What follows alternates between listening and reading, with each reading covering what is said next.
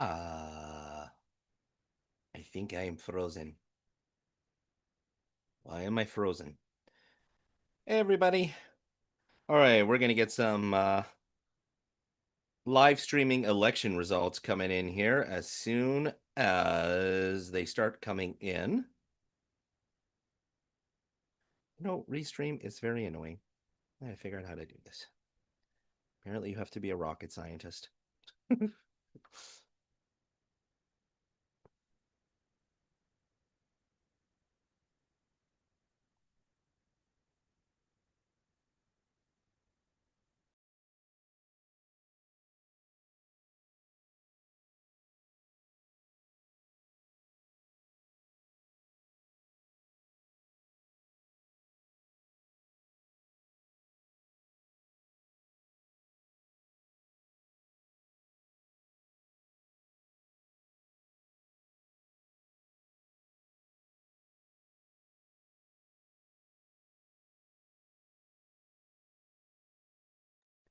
Hey, everybody. Thank you for tuning in. Live election results start coming in at 8 p.m. And I've got the City of Medicine Hat site loaded. And I am going to, it says they're going to keep counting till 2 a.m. So I don't know how many of you are going to be on with me or whether I will be snoring on my microphone, but we are going to stay on as long as we can. Although usually we have a pretty good idea who's won the election by midnight. So I don't think it's going to take till 2 a.m., but until they count the last vote, that's as long as the election results will be coming in. Although, again, you'll probably have a pretty good idea if it's like last election, long before that happens. If anybody would like to log on and join me, that would be wonderful. So that way I don't have to sit here and talk to myself. I am going to play some of the politically centered podcast interviews in the background here. Again, live election results do not start coming in until 8 o'clock from the City of Medicine Hat, which I will be bringing up the webpage, and we're going to be finding live election results together for those of you who would like to follow them on Facebook with a little bit more of a personal touch. If I start snoring at any time, I give everybody permission to, to send little thumbs up emojis or something like that. We'll see how long I last. I'm tired. Um,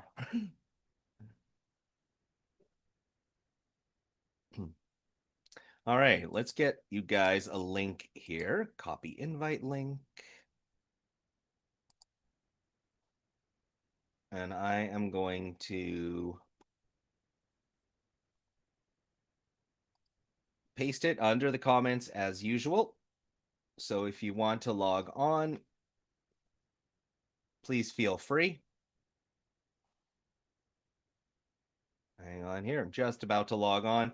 Once again, for everybody logging on, the live election results coming in from the City of Medicine Hat will not be available until 8 o'clock. So if you want to tune back then, or if you want to stay with me online here and come on and chat, let me know who you voted for. Let me know how shocked you were at the insane lineups at the polling stations today when I went to vote earlier. And yes, I did vote. And there you go. The link is active in the comments. I've already got somebody laughing at me. Perfect in the comments. I've been doing my job already. I'm already comic relief for the evening. Anybody would like to come on and chat with me, that would be amazing. We have 16 people on right now. Surely somebody is willing to come on and chat with me. You don't have to have your video on. You can just click the Zoom link and come on and talk to me over voice. Have your camera off if you like. The comment is in the Zoom link is in the comments. I'm already tired. This is gonna be a long night. And or you can private message me on Facebook or text me or however if you know my phone number, and I will be happy to send you the link to Facebook.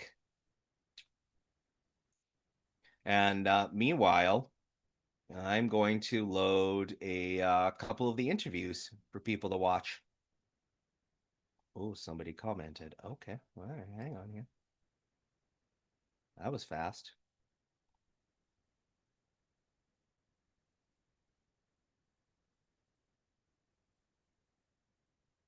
Okay, well, I see a comment, but I can't get to it at the moment. All right.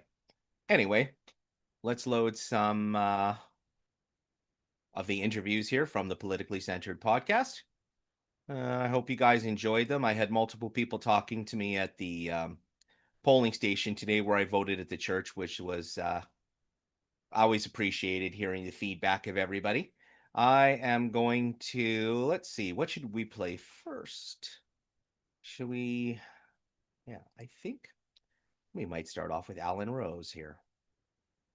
Let's see, share.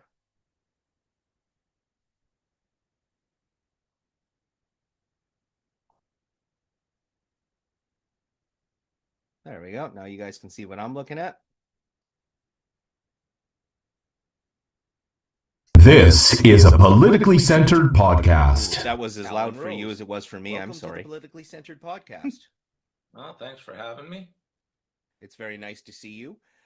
Alan, as I've done for all the other candidates, including the mayoral candidates, I would love for you to introduce yourself to the general public and tell us who you are, about your family, and some personal information to get the people to know you. Go ahead. If you'd like to come on and chat with me, that would be great. I'd love to know if you're willing to tell who you voted for, why you voted for them, what your thoughts were on the entire election. We really enjoy the city. We like it. This is the final stretch. Here, but thank the Lord. It was difficult coming here. I came here kicking and screaming. I worked for a company in Calgary, Western Co-op Fertilizers, and people in Medicine Hat are used to that name because they shut down here also. And back in 86, 87, my wife and I were both laid off the same week. And the economy was trashed because we dropped down from 21% interest rates, but we're still at about 14. So there's no other jobs, and Alberta Gas Chemicals was starting up here in Medicine Hat. So I came down here, but I rented an apartment and slept in there in between my shifts, and on my days off, I went home. And we did that for about a year and a half till we exhausted our savings, and we realized there's no hope to get a job in Calgary. So the best I could do is move the family to Medicine Hat.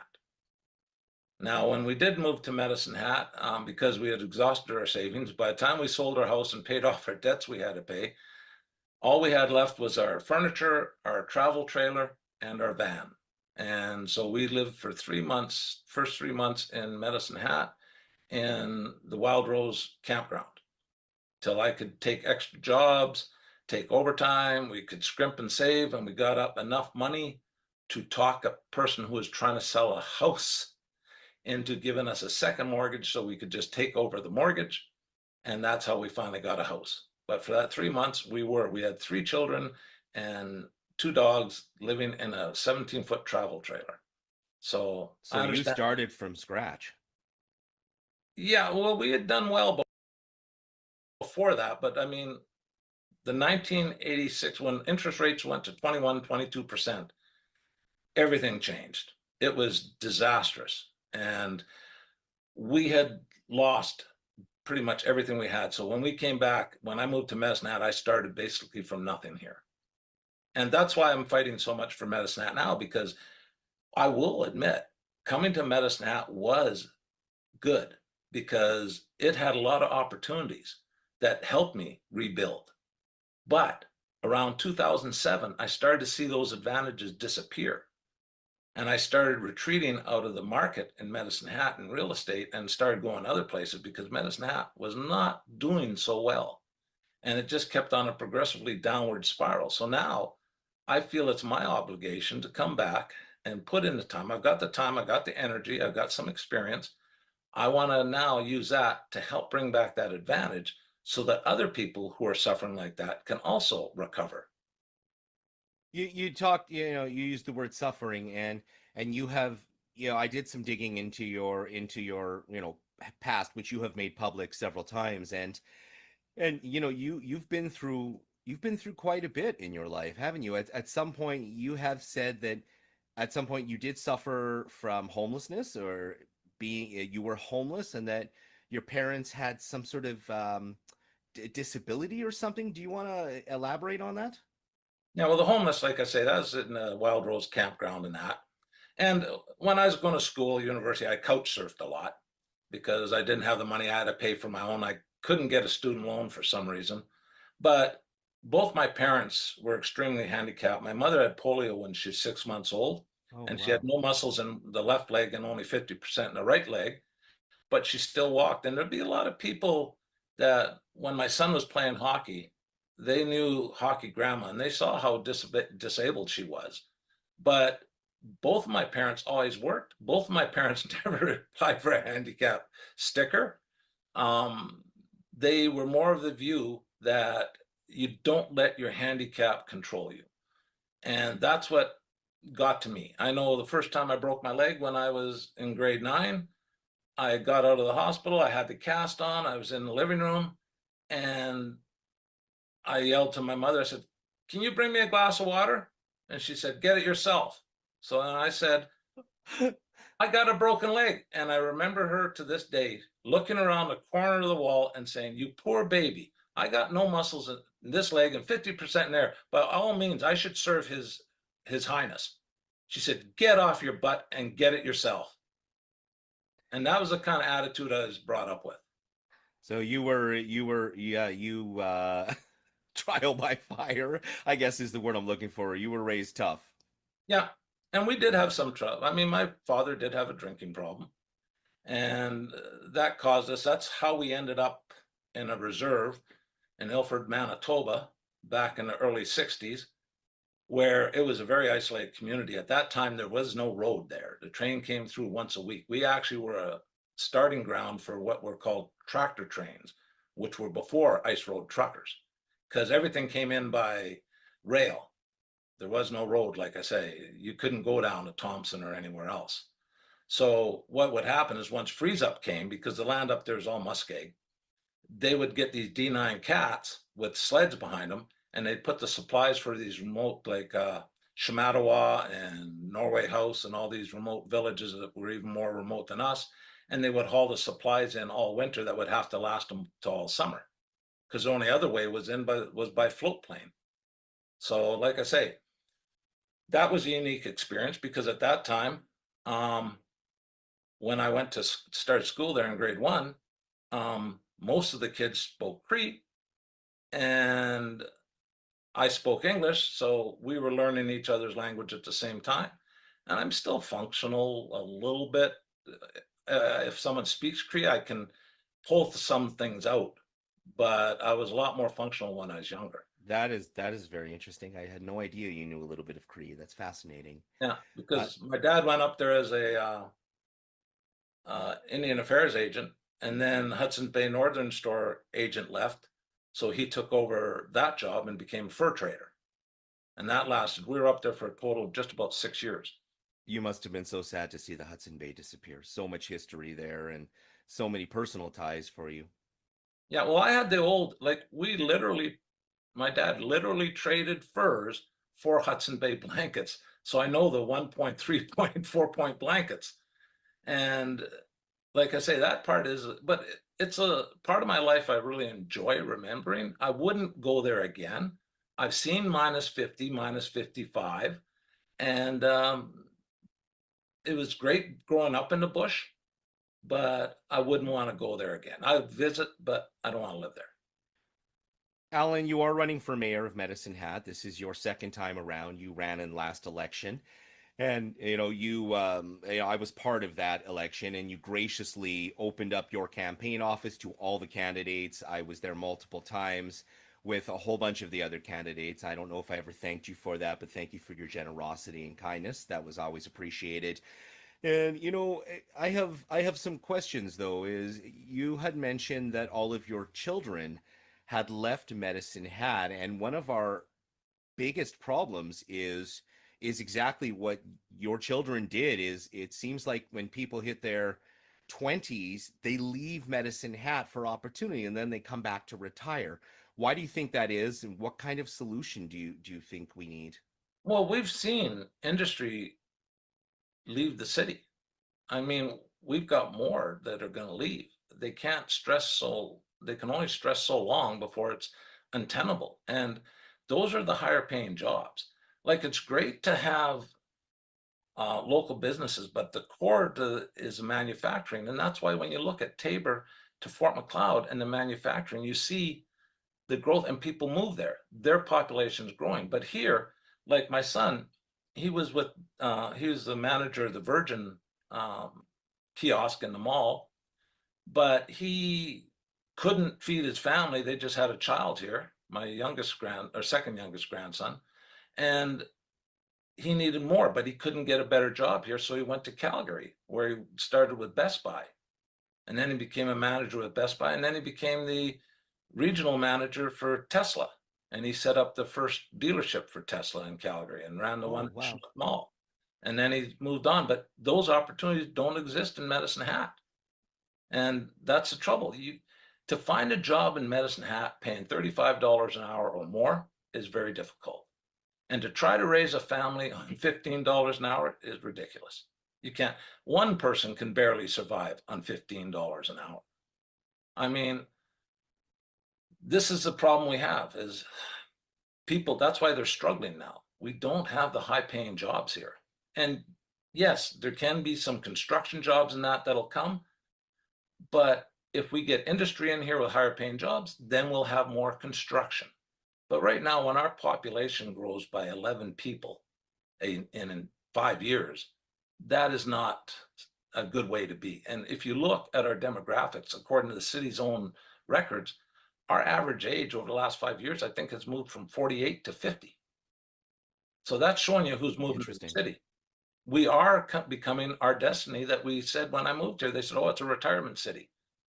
But I mean, we had a lot more industry here then. And they're good paying jobs, but now we're slowly losing them. And like I say, there's no way I think we're getting them back. I mean, just look, we had Spitz sunflower seeds here. As soon as Pepsi bought them, they moved them because it's not a good distribution area. We don't have access to the markets. Coots is the biggest thing that drives the Lethbridge, Tabor, Fort Macleod triangle. And even from Calgary, that's why the number 2 highway goes straight down, makes a little jag of Fort Macleod, and then to Coots. Well, but we are a junction for the number 1 and number 3. So we sit on 2 very major highways. Why is it that you think that's happening when we are potentially in a very, very good position to be that hub?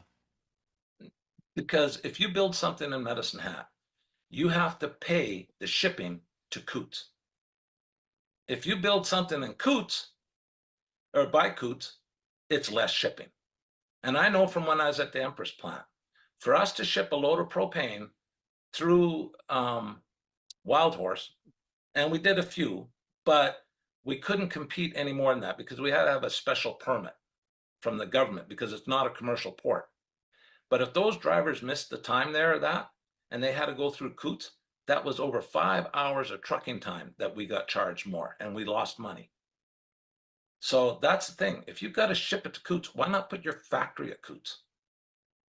Your suppliers can get your product to you, and they pay that. But when you finish it and you got to get to it, you go to Coots.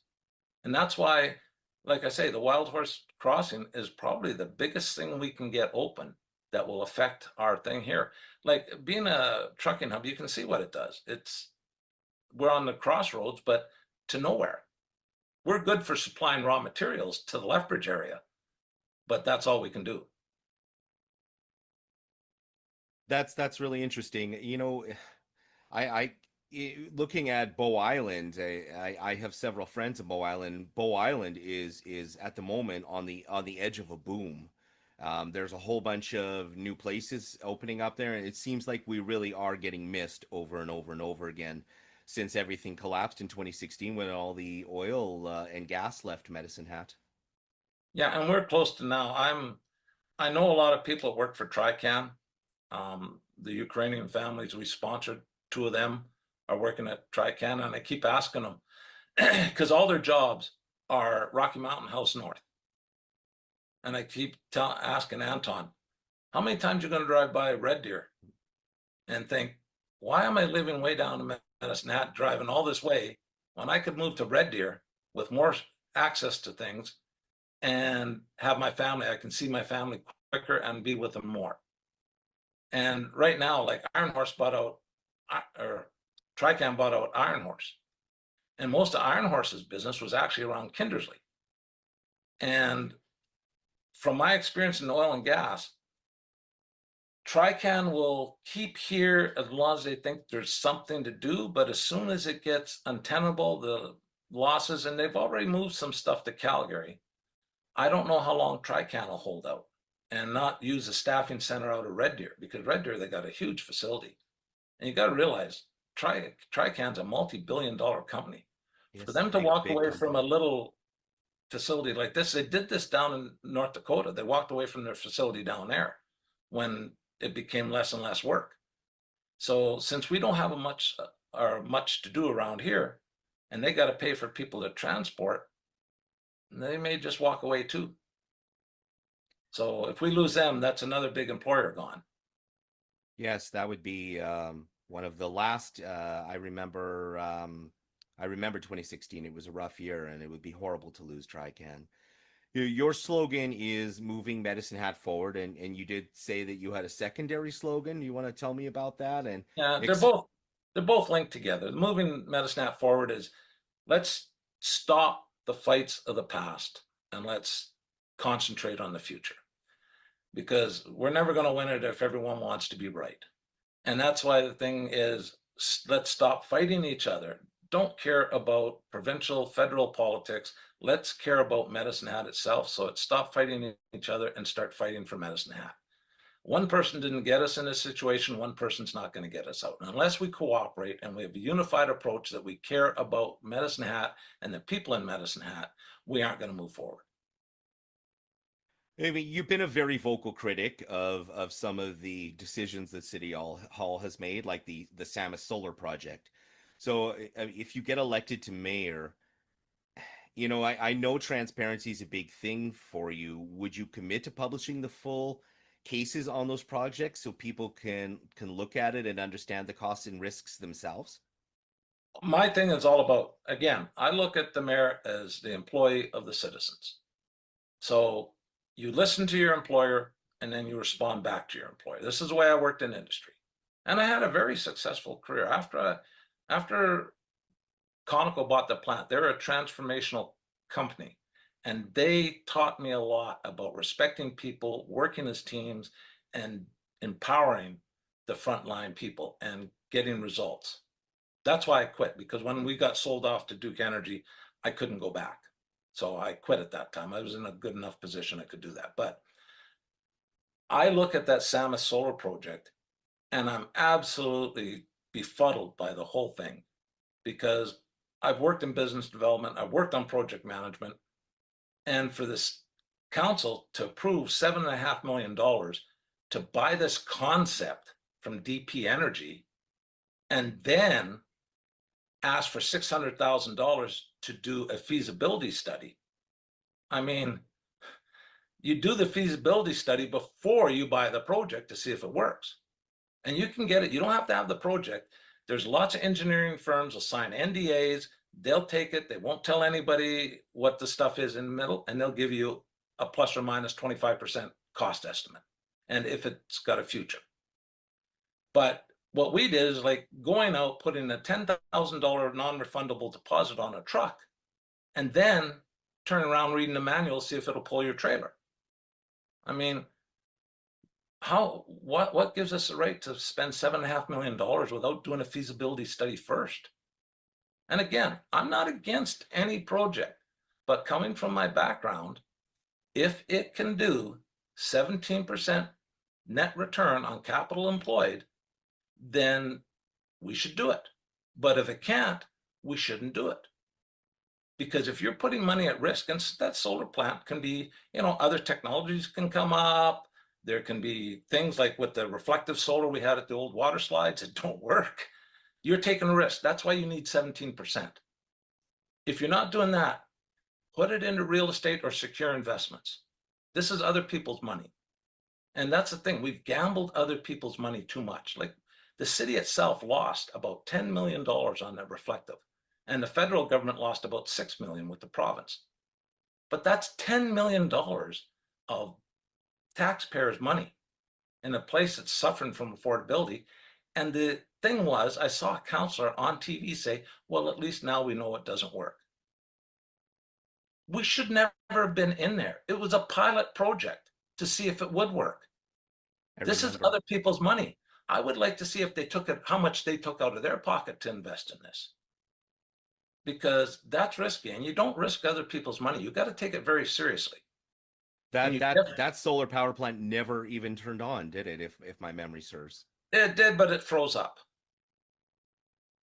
Because again, and this is one of the things a lot of people, we do have a lot of sun, but there's a reason it gets cold in the winter. The days get shorter and the sun moves further away, so it has less energy. It's not as hot. Then it gets closer. That's why we heat up. But I don't know, we've done this project after project after project. It's like when they put the small traffic circles in the city here and then told people, well, that didn't work, so just drive over them, ignore them. Well, again, $1 million. And people can't afford their utilities, can't afford their taxes. How did we waste $1 million without justification? We need to start getting proper justification and understanding. And that's one thing I want to bring to it.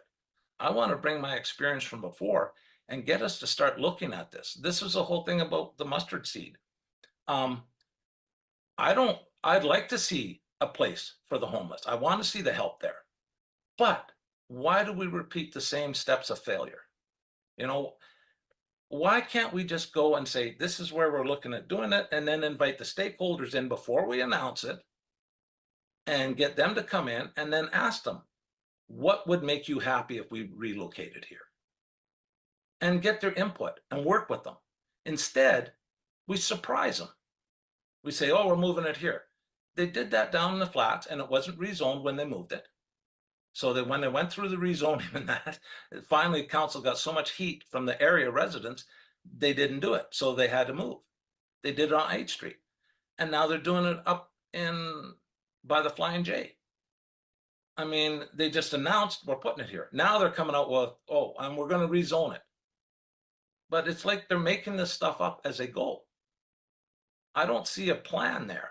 Like, I'm worried that it's going to cost us money because now rezoning is going to be challenged by all the businesses there, and they're in a defensive position because no one talked to them ahead of time.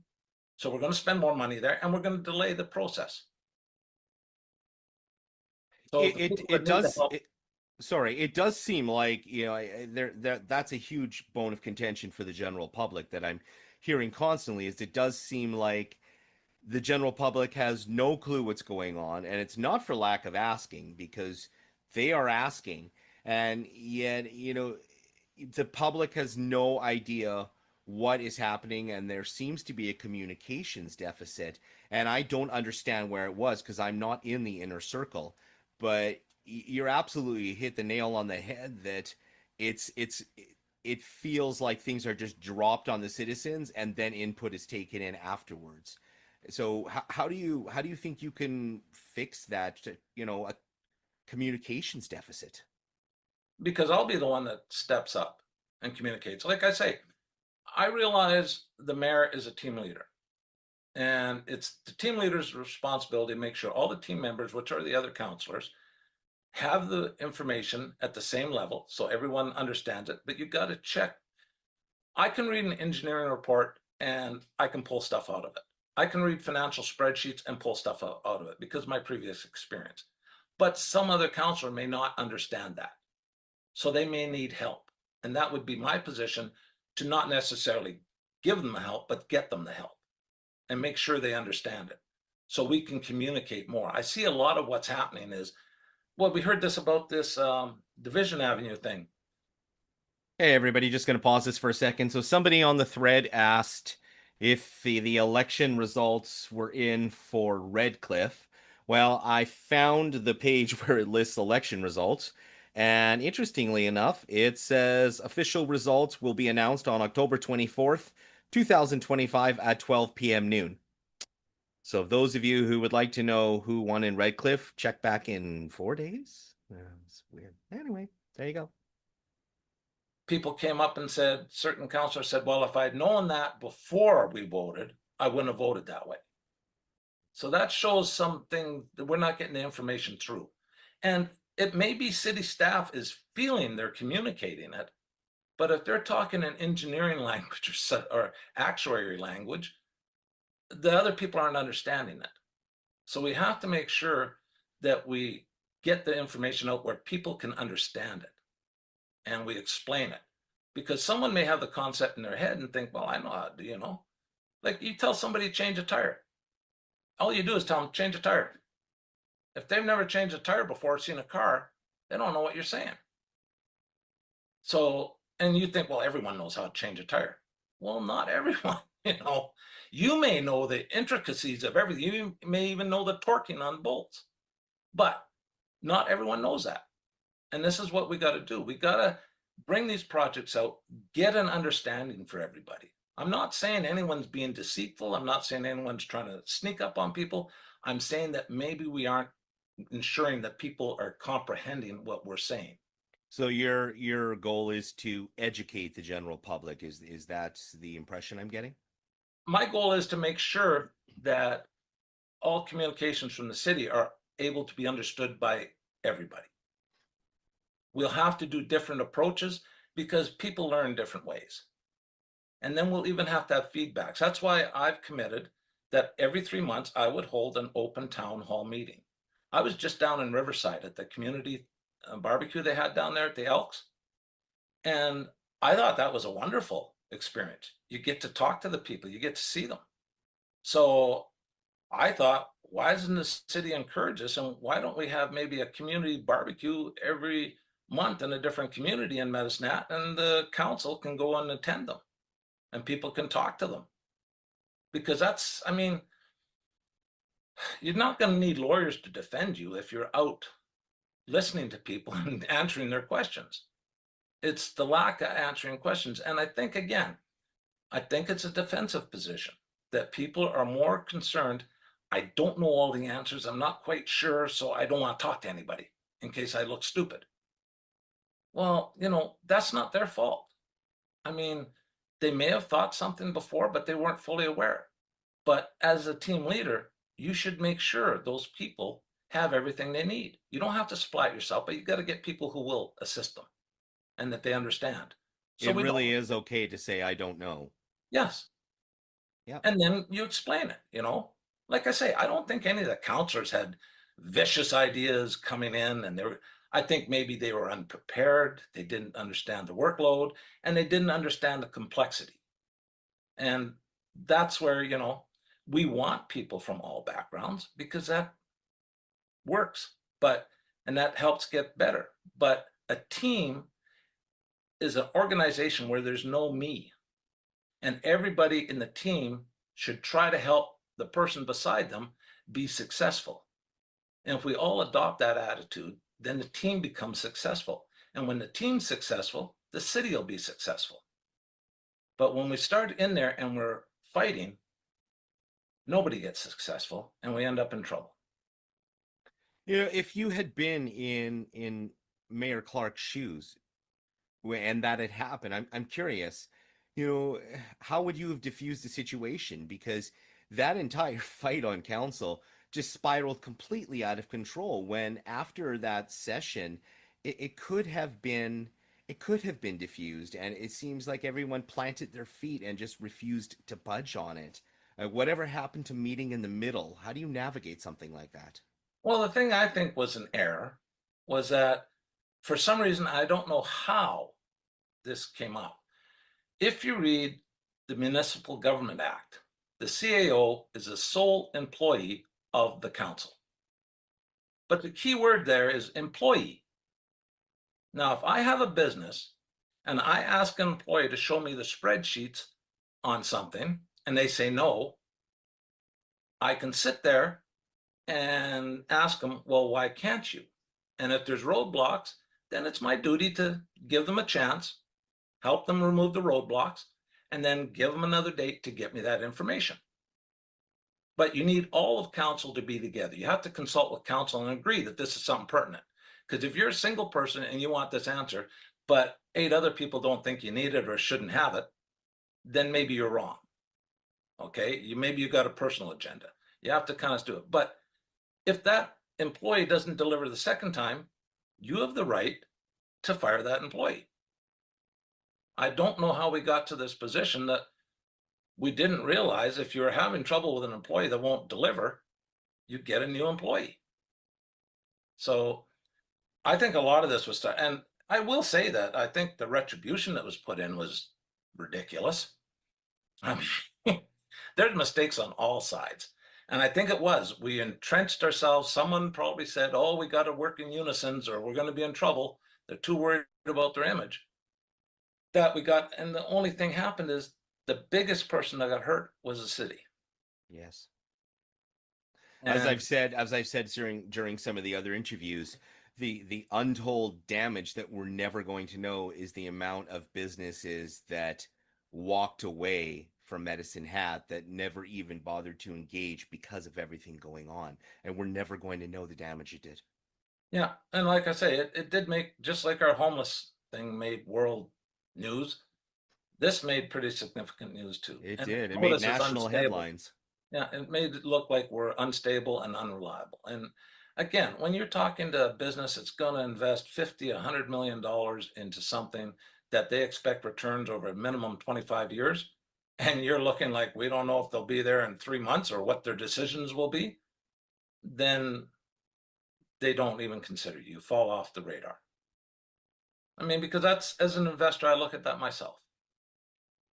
Now, you mentioned business a lot, and something I usually talk about at the beginning of the interview. But you and I met about 10 years ago when I was running iFix Phones inside the new King of Trade after it moved off of Third Street and onto Second, and you walked in with a power seat in your hand, and I remember everybody's reaction because now portable chargers are a dime a dozen. You can get them for $10 on sale, but when you brought that power seat in and brought me the first portable charger I'd ever seen, which was made out of solid aluminum, this thing could have put a hole through a wall. It was well designed.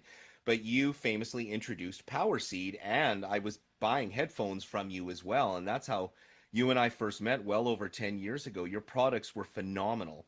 And what happened with those businesses? Do you want to just give me some background on that? Oh, well, our biggest market actually, because Jackson, I'd known Jackson before because I've been going to China since 1998. I was importing electric bikes in 2004 for Air scooters. And if you notice, most of my companies start with Air Electronics, Air scooters. PowerSeed was a brand we did for global, but Air is Alan Ingrid Rose. So that's how it came. Oh, I didn't know that. Got it. Oh, Okay. but Jackson was making tablets and he was hurting there, and I really liked them. I was good friends with him. He wanted to change.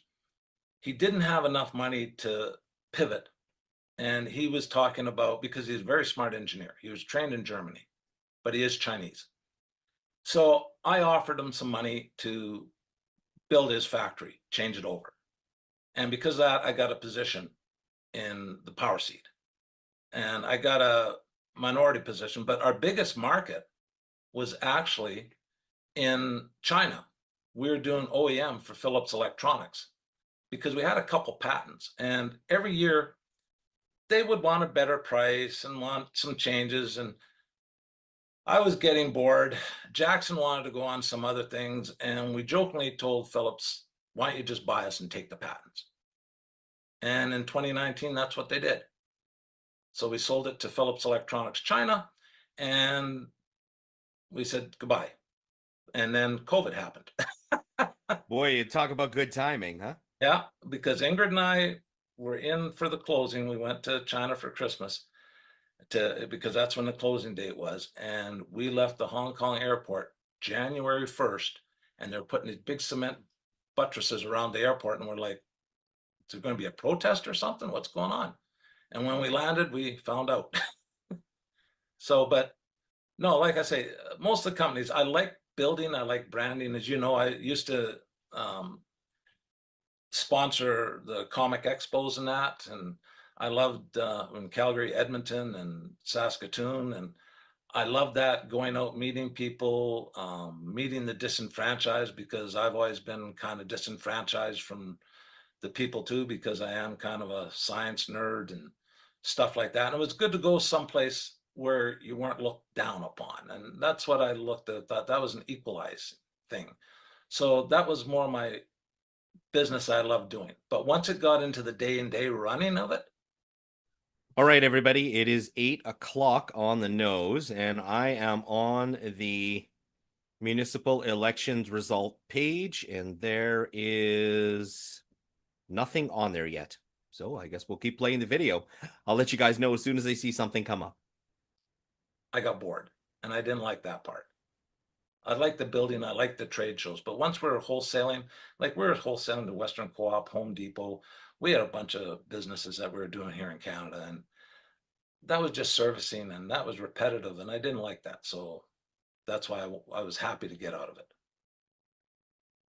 You have a very, very fascinating background. It's that you've been through a lot in your life, and I'm sure that has all mixed together to make who you are today, and you have a very interesting viewpoint of the world that hopefully if you get elected to mayor will be beneficial for us. I think that you have been in a lot of places where a lot of us are right now, which is probably going to help you, I think, is in your long-term goals, because you understand from a perspective that a lot of people don't. And one of the things that really bothers me, and this is why I've been involved in provincial politics in the background, but I hate, like I say, I was born and raised in Western Canada. I lived in isolated communities, farming communities. You know, they've taken the Western Canadian attitude and background and tried to brand it as political parties. Now, I know hatters are, and this is why I prefer municipal over provincial and federal. Hatters are Westerners, and we care about our neighbor. If our neighbor needs help, we don't ask them, who do you vote for? What religion are you? Where do you come from? We just go and help. That's what's getting lost. And that's what hatters are.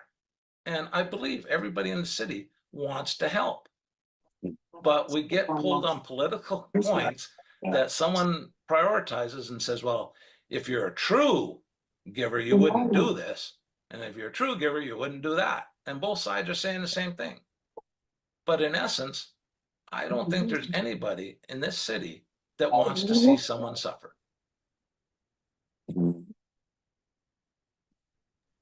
Hi, Stacy. How are you? Good, how are you? Yeah, not too bad. You're on our live stream. I know. Just a reminder, you're very dark. You're incognito. Okay, hold on. So, I'm pretty sure it's because my camera is I'm sitting in the dark. Where am I? Thank you, Simon. Maybe my camera just doesn't like me. Can you see me? no, I see your living room at the moment. Oh. Okay, there. Can you There see me we now? go. Yeah, Okay, I can I now. can't see me, so that's why. No Hello. worries. So, did you vote tonight? I sure did. I Yeah. voted at 2:30 this afternoon, and I am not ashamed to say that I actually did vote for Alan as mayor. So, yes. So I'm playing the right video. Got it. I just popped on to see the results because it's really hard to find anywhere to follow the results except for the city website, it seems. So, Yeah, they still haven't posted anything. Yeah, I'm refreshing it continuously. It says, well, I'm sure you've read the site. It says polls close at 8 p.m. on Monday, October 20th. So yeah. Yeah. I guess it's 8:04. Says somebody hopefully on their end is hitting buttons right now. Hopefully. Yeah, no, I was really, really surprised with the lineups too today. Like I voted at the Viner Center just because it's closest to me, and um, yeah, it was still a 25-minute wait there. Yeah, I voted at Lutheran Church on Southview Drive. Yeah. And I was there for about 45 minutes. The lineup was wrapped around the lobby and back. Oh my goodness, Yeah. that's nuts. Yeah, no, I voted at the Viner Center. I was there for about 25 minutes. For everybody who is logging on right now, I will be giving live election results as they come in and be replacing the background here with them, but there are no results posted yet. So at the moment, Stacy is on, and she is not running for city council. And Stacy is just one of our viewers. If anybody would like to come on and chat with us, the link is in the comments underneath the live stream. I'm trying to figure out how I see myself here. Are you on Zoom? Yeah. I think tap the little box in the top right corner. Ooh. The one that says, at the right. All my boxes are on the bottom. Uh, meeting settings.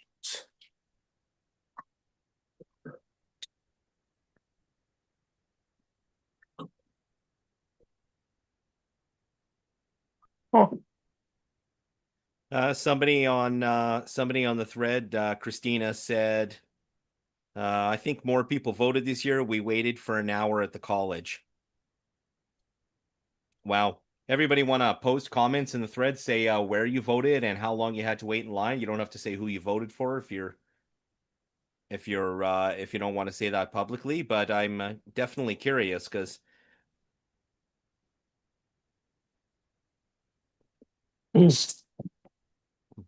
all right, I'm going to keep playing Alan's video in the background here for a bit. And then hopefully the election results will come in, and I will let everybody know the moment they pop in. Oh, we've got somebody else coming on. well, hopefully they can figure out how to get themselves on here because I can't. That's okay. We can see you. Yeah, but I can't see myself. Hey, Kim, you're on mute. I don't know if you would like to join the conversation. You don't have to turn your camera on if you don't like. But if you tap your microphone button, you can comment.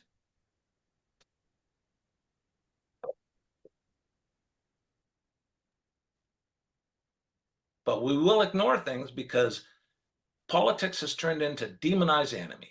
When Newt Gingrich in, I think it was 1983, said, in politics, we're treating it like war now. The way we'll do it is we will demonize the enemy. And that's why we only speak negative of people that don't agree with us. But that's not our heritage. When I look back at my grandfather's journal, and I know from living in Ilford, when you're in isolated places in that, you have to be friendly to your neighbor because you may need them someday. And if you're mean to them, they may not be there. So you have to get along. And I do believe that our heritage is still here and we have time to salvage it. And if we do salvage it, I believe we can be greater than we've ever thought. Like I know in my own life, I've exceeded every target I ever thought I would see.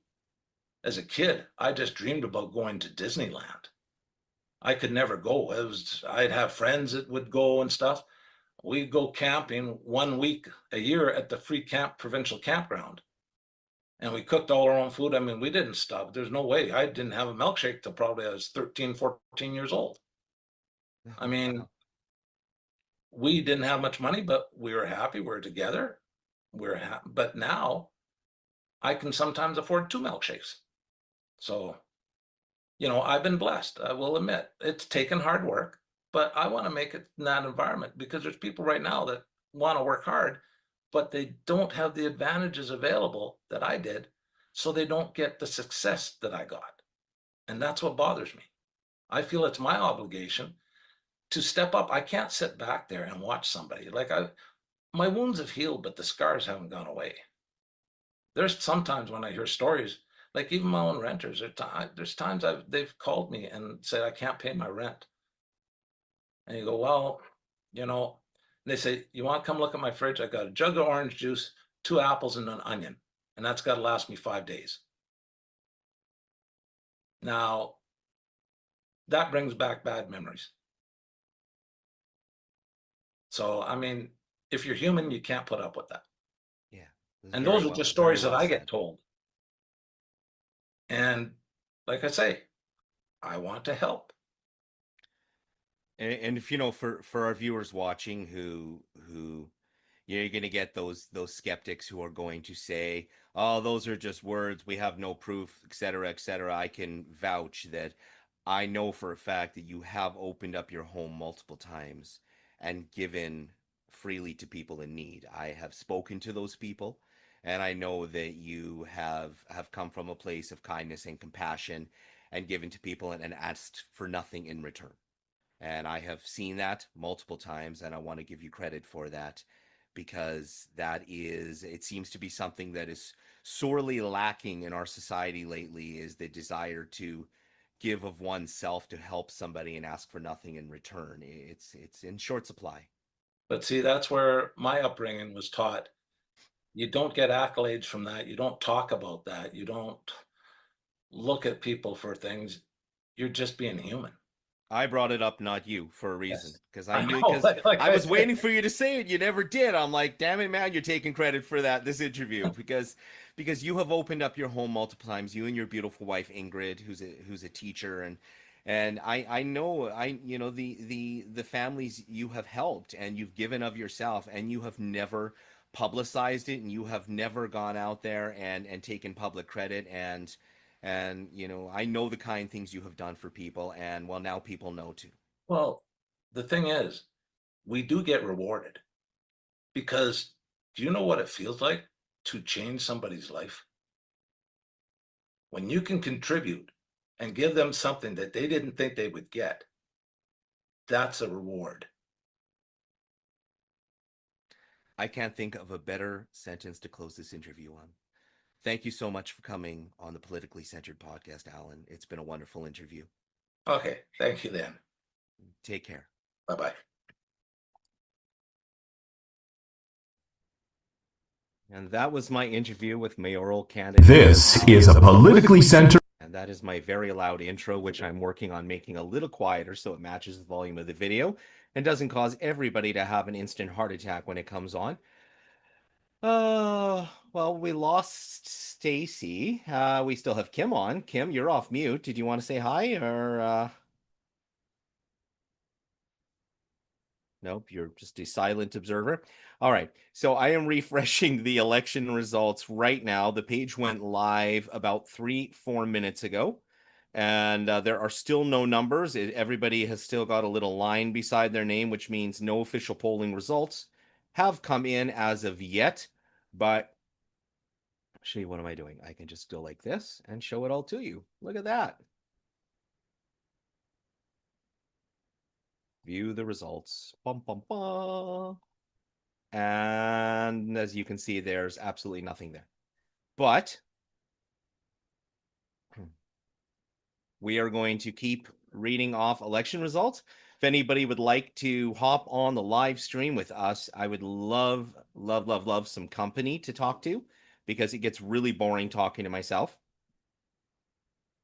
As much as I love my dogs, they're really not much for conversation. All right. Well, I guess I could put down my phone because the election results are right here. All right. So we're going to keep refreshing this. Actually, you know what? I think playing another interview or starting one off would be more entertaining than staring at a bunch of little lines. And I will continue to check on my phone. And the moment there are some results, I will switch over and we'll continue to play interviews in between. So let's see, who can we play? I think I'm going to play. Where is Yusuf? There he is. So this was by far my favorite city council interview. I enjoyed all the interviews, but if you didn't watch Yusuf Mohammed, then you missed out because he is the only candidate that got my endorsement. And I mean that, the only one. Of course, I voted for my favorites, just like everybody. And I'll be happy to disclose that at some point if anybody is really curious. But Yusuf Mohammed is inspirational to talk to. And I would like to say live on the stream that on his page, he had a forum set up, and some people made some really horrible comments about don't vote for the Muslim guy. Just in case you're curious. And well, for one, you suck if you're on the live stream. And two, he's not Muslim, he's Christian. I don't care if his name is Muhammad. That is a technicality, and he is an amazing human being. And I sincerely hope that everybody voted him into office because he's a breath of fresh air, and the city desperately needs somebody like Yusuf. Anyway, I'm going to start playing his interview, and I am going to switch over to live election results as soon as there are some numbers to read off. Where dreams all start, got secret in every part. Medicine, my home, my heart.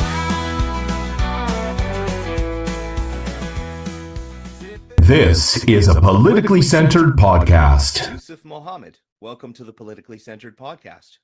Well, thank you. Thanks for having me. My pleasure. So, Yusuf, I know very, very little about you. We spoke briefly during our, initial meeting over Messenger when we chatted. Yeah. And I got a little bit of information on you, but other than that, I know absolutely nothing about you. So this is your opportunity, just like all the other candidates, to get everybody, as well as myself, to get to know you personally. So please Yeah. go ahead and tell us who you are. Well, thank you for the opportunity. Thank you for doing this, by the way. I know it takes a lot for you to, to broadcast this and connect with all of us. So I really appreciate the effort. Thank you. I moved to Medicine Hat about 20 years ago. I was born and raised in northern Nigeria. And I lived in Nigeria for close to half of my life. And then I left Nigeria in 2001. While I was in Nigeria, I attended high school there. I did college there. I studied computer science in my early years. That was when computer science was the big thing and programming was coming in. And, we were, one of those people that did Excel. That's when we used the term nerd before they were all rich. Oh, is that? Right. Okay, That's there right. you go. So kind of funny. You look at Excel today and where AI is gone. Yeah, we dealing used to with make fun of Lotus. nerds. Now they're all billionaires, and we don't make fun of them Exactly. anymore. I wish I had continued in that direction Yes. because we were, using Lotus 1, 2, 3 for Excel. Hey, Stacy, welcome back. Hey. Hey, so did you ever I'm messaging you asking you if you're coming back on, and I'm like, yeah, you're in the waiting room. Oh, wow, I should look at Yeah. that prompt on my screen that didn't hit me in the face. I didn't notice it. What did you ever get a chance to see the interview with Yusuf? No, This actually. interview? Yeah, No. he is really as happy and cheerful and smiley and inspirational when you're talking to him in person. And I was making a little comment earlier. I don't know if you heard what I said, that on his page he had set up a forum, and some people logged on and said, "Don't vote for the Muslim guy." Oh, come on. Yeah. And Aren't we over this shit already? Like, Yeah, it's good question. 2025. Yeah, well, it's no, looking at the world, I guess not, but Yeah. you'd like to think that we've come a long way. But ironically, his last name is Mohammed, but he is Christian, and I believe he does preach occasionally at a local church and everything. And he is absolutely my favorite city council candidate. He's the only one who I endorsed. I Did you voted for my favorites, but did you actually only vote for one person? I'm no, curious. no, he's the Okay. only one I endorsed and said I was going to be voting for on air. Oh, okay. Yeah, I guess now that the election is over, even though everybody who saw my my little post recently, I really did not want to sway this election. I wanted it to be impartial. I just felt very strong that Yusuf deserved to be in office. He is what the city desperately needs. Mhm. And I don't care what his religion or color is. He's an amazing human being, and I sincerely hope he gets elected. No, I didn't want to sway the election, but I did cast my mayoral vote for Alan Rose. You did, And yeah. yeah, Yeah, I did too. He's honestly, and it's like, I was so glad that he ran. I know Ingrid. She was actually my teacher in high school. So I know what kind of family they are just in general, and I've known that for about 20 years.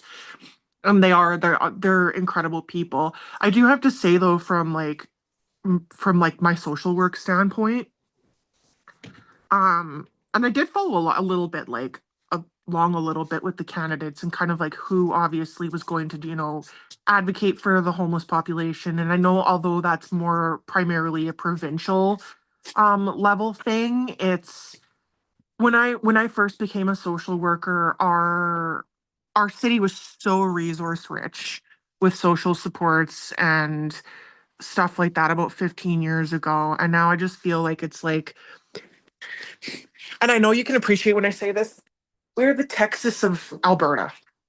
I truly feel Medicine Hat is the Texas of Alberta. We are are. so conservative. We are the Lone Star province. We are. Just to can interrupt you really quick. So I am checking current election results. The page is live, and there are still no numbers to be seen. So nothing, no numbers have come in yet. Everybody, I'm still checking actively. And if you'd like to join the conversation, the Zoom link is in the comments underneath.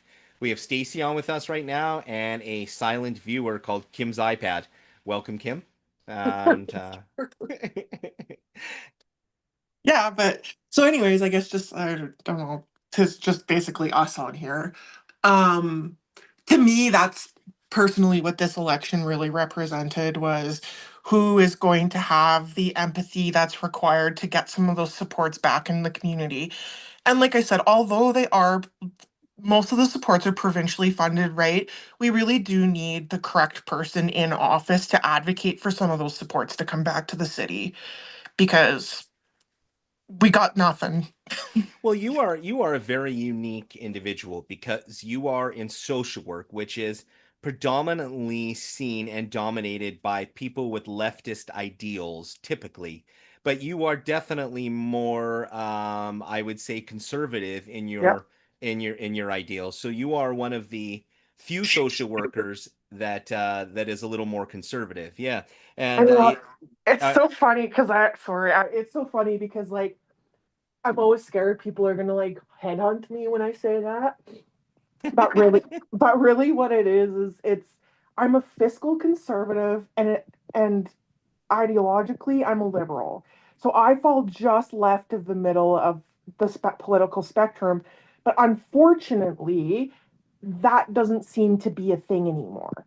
It's no, it seems to be either way too conservative or way too liberal. So, as soon as you I say that you're conservative, everybody thinks that you're all for cutting social supports and you're all for this, right?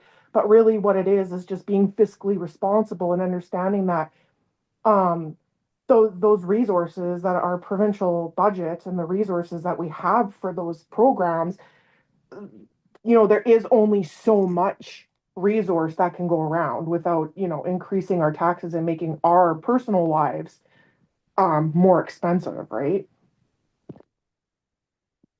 Yeah, absolutely. Sorry, I was just tuning into the Facebook stream because it hits Facebook and YouTube about 10 to 15 seconds after you and I say everything. So it's like, Back to the Future, but not. Anyway. um, but no, I understand, right? And everybody had their own reasons voting for who they voted for. I did vote for Alan Rose, contrary to what a lot of people probably thought after I let out that huge video supporting current, or well, I shouldn't say current mayor because it is the 20th. I guess we don't know yet. Supporting Lindsay Clark, but I was not. I was not throwing my support behind Lindsay. I was trying to balance out what I saw as an unfair Yeah. thing. Cassie and Darren's video, I thought was, if they wanted to express their opinion, I get it. They waited until the last city council meeting because they technically weren't sitting city councilors anymore. But, they're not even running for office. They're taking a step back. I thought it was mudflinging and very dirty politics. Yeah. And it really rubbed me the wrong way. And I wanted to be the counterbalance to that. And I'm not really much of a social justice warrior, but boy, oh boy, that really, I'm not gonna lie, it really pissed me off. Mm. And I like Cassie. She's a really amazing person. And Darren, I worked with a little bit. Super nice guy. I have nothing against either of them. And again, I did vote for Alan Rose, which I will willingly say on camera now that the votes are cast, because I didn't want to sway the election. But that comment, those videos they released combined definitely swayed the election. And what I was trying to do is be a counterbalance to that video. Yeah. And I will say that sadly, that Cassie messaged me She was very, very sweet. Was not rude, nasty, or anything. I want to say that on her behalf. She was absolutely as charming and lovely as I ever knew her to be. Cassie sent a message, but she was messaging me saying that she was receiving tons and tons and tons of hate comments, and so was her husband or her partner, and the people had lashed out at her. And I'm really, I don't care who you support. I don't care if you follow me. Please do not treat Cassie that way, or Darren. I understand that elections get heated and politics is very divisive, but this is not the prime minister. He's not in Ottawa. This is not the premier in Edmonton. These are your freaking neighbors. Mm-hmm. So and Cassie has to live here, and I don't like that she was receiving all of that hate. So I did in fact take the video down. I left the post intact, but I replaced it with an image because it was approaching election time anyway, and I figured that the information I had posted hit enough people that it would have balanced out the damage that their videos did to Lindsay, so she could at least have a fair election, which is what Mm-hmm. my goal was. Again, I did not vote for Lindsay as much as I really love Lindsay personally. I had my favorite, and it was Alan Rose. Mm-hmm. And I just felt that in the position I was in, where I was getting 3 million hits every 2 months on this page. And of course, that's not local. If we packed that many people in Medicine Hat, we'd be a little overcrowded. But it's there was a lot of locals tuning in, and I wanted to be the counterbalance to that video, because I was in a position where I could be, and I didn't think anybody else could do that, at least on Facebook, right? So that's the reason I did it, and I am very sorry to Cassie Hyder and Darren Hirsch. I think very highly of both of you. I think what you did was mud flinging, and it stunk. But I don't blame you. I've done some mud flinging as well. Shyla and I don't have the greatest history, and I've taken a couple stabs at her. She took a couple stabs at me. But you know what? It wasn't. I wasn't an existing city councilor, and when you do that, in my opinion, you need to have a certain quorum. There's a difference between that's not the right word, but there's a difference between um, you know, transparency, doing everything public, and trashing people. And what they did was articulate trashing, and that's all it was. And I didn't like it. So yeah. Anyway, there you go. I want to publicly apologize to Cassie Hyder and Darren Hirsch. It was nothing personal. I feel very bad for any grief I caused you guys, and I truly, truly do. Anybody who knows me knows that I am a ridiculously stupid, empathetic human being, and yes, Stacy knows me, and that I can't willingly hurt somebody, and if I do hurt somebody, it makes me feel horrible. So Cassie was very hurt, clearly, by the messages she sent me, which I will not read because that was between her and I. But yeah, I'm sorry, Cassie, I really am. But what I was trying to do was make it fair to both sides, and I hope I did that. And I hope that all of you watching leave Cassie Hyder alone. She's not in public office anymore as of today, and she deserves to live her life and not be harassed. So I there you do go. have to say, Jeremy, that you have done an incredible job on your page of being very neutral. Um, which, and I mean, I'm not involved, or I don't participate in stuff like this usually. Like, this is a first for me, but I do have to say, like, I've been following in the background, and you do a really, really good job of being neutral and mediating between both parties, regardless or Thank not you. regardless if it matches your ideologies or not. So Yeah, there were some candidates, especially mayoral and city council candidates, that I do not like. And I gave them a fair interview. Some of them I was maybe a little bit harder on with questions because I could be, because there was lots of ammunition to use, and I was trying to be honest and fair to the general public. But I gave everybody the same platform. mhm. Some I cut shorter, some I did longer. But as we got closer to election day, I just simply shortened the interviews. Um, I also want to, say that Mark Fisher, who was the hockey coach dad, I cut his interview to 15 minutes because he was I got the impression he was sputtering a little and he didn't really know what he wanted to talk about. But after watching him at the mayoral debate 2 days later that Owl TV held, I felt like a total heel because I was looking at him talk and thinking, this is not the same man I interviewed. And I realized I was interviewing him like a politician interviewing a politician.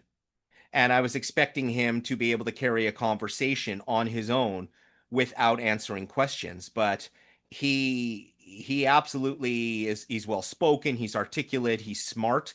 He answered all of those questions without hesitation, knew exactly what he was talking about, and my interview did not do him justice.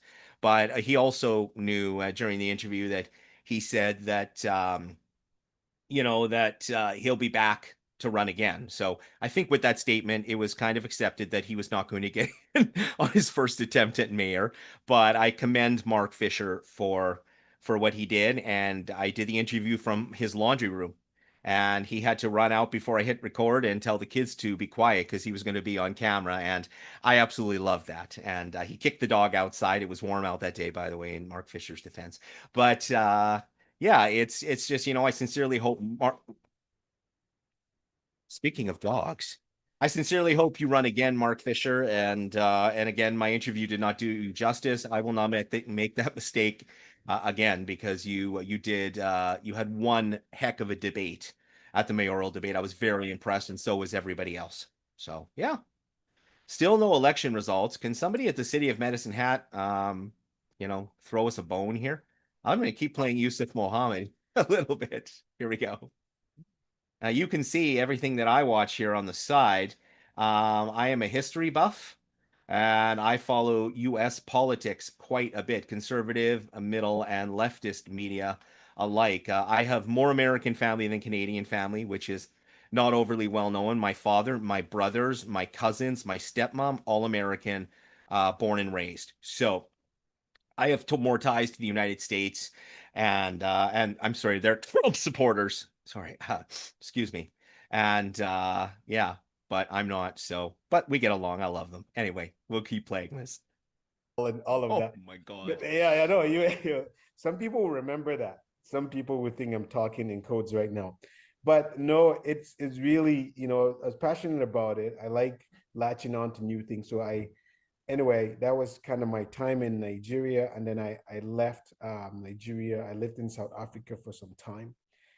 From South Africa, I moved to Europe. I was attending a university, as a Christian university, actually, I was in South Africa and then in Switzerland, and I traveled to different parts of the world. But when I was in Switzerland, something amazing happened. I met this beautiful Alberta girl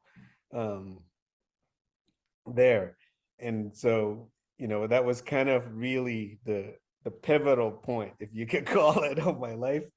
Where she wanted to come back to Canada to go to school. I thought, I love Europe. I wanted to stay there for the rest of my life, just like many people who. It's funny how that works. And I want to go to Switzerland. I don't know what you're. Oh well, let's talk. I got some connection. I used to call it my second home, and I lived there for 5 years. Then after living in Canada for 20 years, I can't call it anymore. But I love Medicine Hat. So anyway.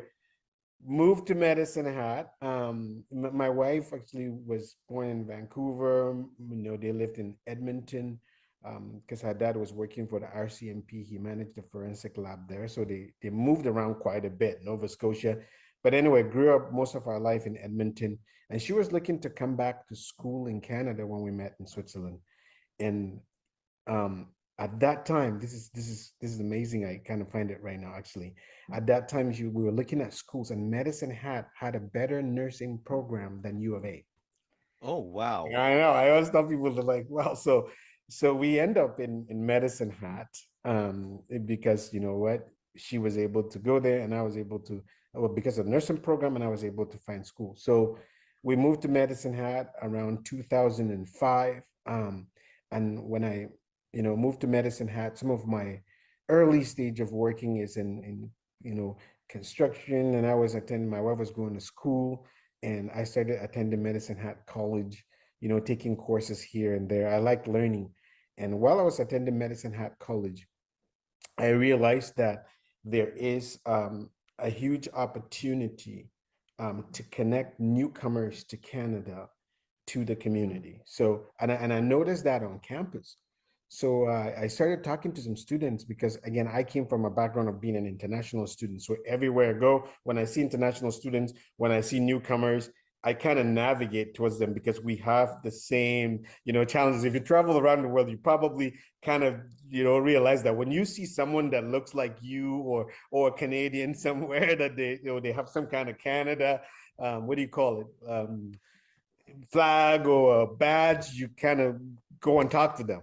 It's Right? true. I spent over 4 years growing up in a foreign country in the Middle East. Yeah. And I remember if I was walking around and I saw a Canadian flag, it was like a kid in a candy store. I'm like, "Oh, where are you from? Where are you from?" I That's get me. it. Yeah. Yep. Yeah, so that's exactly me. So, whenever I see someone, and I've traveled quite a bit. So I've been to about 4 continents. So whenever I see someone, whether they're, from Asia or the Middle East, or I just, I have that feeling of like, hey, you're new to Canada, or you know what I mean? I have started a conversation with them. And so that really starts to become something that I was really passionate about, just connecting with people. And I find it fascinating to do that. So back in around 2006, my wife and I noticed that there's a huge gap in Medicine Hat and connecting community. So we started an organization called Intercultural Association of Medicine Hat. And You started that. I've yeah. heard of that. I didn't know Yeah, that. you've heard of that. Okay. Ooh, So okay. it started in my 750 square foot condo. All right, just to update everybody, still no election results are in. All of the live election results are functioning and on at the City of Medicine Hat. There is no results as of yet. I will let you know the moment there are results. I was just letting my dogs outside, and if you've ever seen a 6-pound dog chase an 800-pound buck out of a backyard, I should have had a camera on backyard. That was entertaining. That deer was terrified for its life. I'm pretty sure it poops bigger than my dog. Anyway, so again, no election results have come in. We have Stacy and Kim online. If anybody would like to join the conversation, please, if you can find the Zoom link in the comments. I am going to paste the Zoom link again for everybody. There we go. Whoops, that's not the Zoom link. I'm bad. All right. Hang on here. But I'm going to paste the Zoom link in the comments here for everybody. And anybody would like to log on and chat with us while we are waiting for election results to come in. Nope, it is dead set on posting that Facebook link and not the Zoom link. But that's fine. Just to read some comments. Just to read some comments here. Deb said Yusuf is your favorite as well. Yeah, he is an incredible human being. He's an incredible human being. Bree said you're such a welcome change to the childish crap, blah blah blah, and crew would put out. I don't want to take stabs at him, but thank you very much. I appreciate the comment, Bree. Very unique way to spell Bree. I hope I'm saying that right. There's nothing wrong with being conservative. Thank you, Bree. I you know what? I am proud to be conservative by definition. I guess I support the conservative party. I am a very left-leaning conservative or right of center, however you would like to classify me. I know some people have gotten mad at me for saying it, but I was very, very proudly a liberal for most of my life, and then Justin Trudeau ruined it for me. I'm not gonna lie, and I might once again vote liberal one day. I don't know. I am not opposed to changing my mind. I am not opposed to switching sides. I like Mark Carney. I will say that straight out, as much as it might get me some flack. But I did vote conservative, and I will support conservative until I see the Liberal Party make some serious changes. And they seem to be on their way, but I'm still holding my breath. Randy said nothing wrong with being conservative/liberal. Absolutely. Thank you, Randy. And that's a good comment. You included both in there, and I really appreciate that. So Michael Van Shaik Did I say that right, Michael? You should come on and correct me. It says, great job on the election coverage, Jeremy. Thank you, Michael. I really appreciate it. And Michael also runs a local media page that's based on YouTube and does a lot of local coverage as well. So I'd love for you guys to follow him and give him the credit he deserves, because he does a lot of hard work for the city, and he tries to cover breaking events very much like the Owl News does, and Tommy and Kelly and oh my lord, I'm drawing a blank. I'm so sorry. But anyway, Is it Alex? Alex, thank you. Yeah. I knew I liked you for a reason, but I saw Alex tonight actually at the voting station, and yeah, I knew his name then. I'm just a little sleep deprived at the moment. But Michael, do you want to go ahead and post a link to your YouTube channel that covers news in the comments? That way everybody can go there and follow you. Please give him a follow. He deserves the credit for it because he's good. Oh, we've got Christy online. By the way, Christy is a fantastic singer. If you have not seen Christy perform, then you're missing out.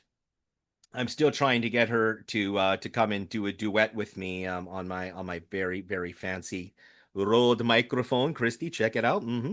It has your name on it somewhere. Maybe she'll come on and do a duet with me. Anyway, I'm gonna go and check on the election results again here. And do we have anything at all? We have a bunch of lines. All right, City of Medicine Hat. We are waiting patiently. Here we go. My wife, just like what you're doing with your podcast right now. Long-term goals. Long-term goals. Got it. Yeah. Great things start you're inspiring in the me. living room. Great things start in the living room, Jeremy. You're not supposed to know I'm in my living room. I'm going to edit this out. Oh, No, I'm okay. kidding. Wow. I'm kidding. No, I'm just joking. Keep going. Okay, sorry. Yeah. But so anyway, and I'm telling you, I hope this is kind of give you an idea of part of my story, because I think people don't get often the opportunity to hear this, Yeah. So I started in our living room, and we connected with a few international students who come into this community to study, to gain experience. Some of them with the intention to stay here, some of them with the intention to go back to their countries. And so we connected with them and started hearing their stories. And then we found out that there is a huge number of students that are out there that are craving to connect with community. So my wife and I thought, well, what do we do to create meaningful integration with newcomers to our community? So we started the connection. And we invited some of our friends to our house the next gathering, and we were cooking, eating together, doing different things, and then the next time there was like 15 people that showed up. We're like, oh wow, 15 people. Now remember, 750 square foot condo, right? So the living room is this tiny. And so we met with this 15 people, and then later we realized, man, there's more out there. So we're like, well, let's go to Kincooley. Okay, next gathering, Jeremy, there were 60 people. Right. And then within 6 months, we grew to over 100 people. That's how we formed an organization, because we're like, okay, this is more than just a living room experience. That's an incredible story. It really is. That's wow. It's inspiring. I mean, I remember, spending several years as a child in another country, and then spending most of my teenage years and my early adult life in Winnipeg, which is very multicultural. I have said this before, that when I moved here, I thought I moved to the whitest place on earth. And I really did. It was like culture shock for me. It just sounds so weird coming from somebody as pale as me. All right, but I got here and I'm like, so this is where all the white people on earth come from. Now I know. All right, we know the mosquitoes all come from Winnipeg and all the white people come from Medicine Oh my Hat. gosh, okay, you're hilarious. Now I gotta tell a story. I hope my wife is gonna forgive. I wasn't sure if he was going to kill me after making that comment, but it's a good thing he had a good sense of humor. Yeah, so I just checked the election results and still nothing. So I'm curious, is City of Medicine Hat Are you in a different time zone? Is it possible that you're 1 hour behind us? Because it's 8:44 and there's no election results yet, folks. But I promise I will update everybody as soon as I have them. I'm going to keep playing Yusuf here. And I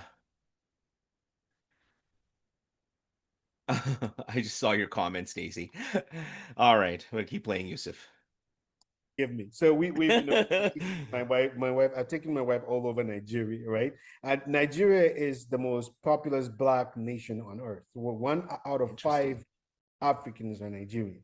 And what are the languages you speak in Nigeria? I'm my curious. goodness. Oh, well, we have over about 300, probably maybe even more actually. Some stats are even saying 500 dialects. There are 3 wow. major languages in Nigeria. So Hausa, Igbo, and Yoruba, and those are the trade languages. But anyway, I can go giving you history lessons, but I'm No, sure it's okay. We more don't have time for efficient that. than I Get do back to medicine. back to your wife. Yeah. yeah. I thought it was But- going to be a simple answer. You know, Exactly. No, African I can history download a here, yeah. textbook on you. But so anyway, I wanted to tell you the story though, with that story that you talked about. So my wife and I were in Nigeria, right? And where we go, she would be the only white person, you know what I mean, that you would see in the entire village or the entire community. And so that visibility was huge for her. So she's got a story to tell. Maybe one day you need to interview her. Don't tell her that I said you need to. But, Well, hey, I'm more than happy to have another interview with you on a one-to-one and outside of your campaign interview and get to know you a little bit better. I think that getting, you by definition, I guess, would be an ethnic part of our community.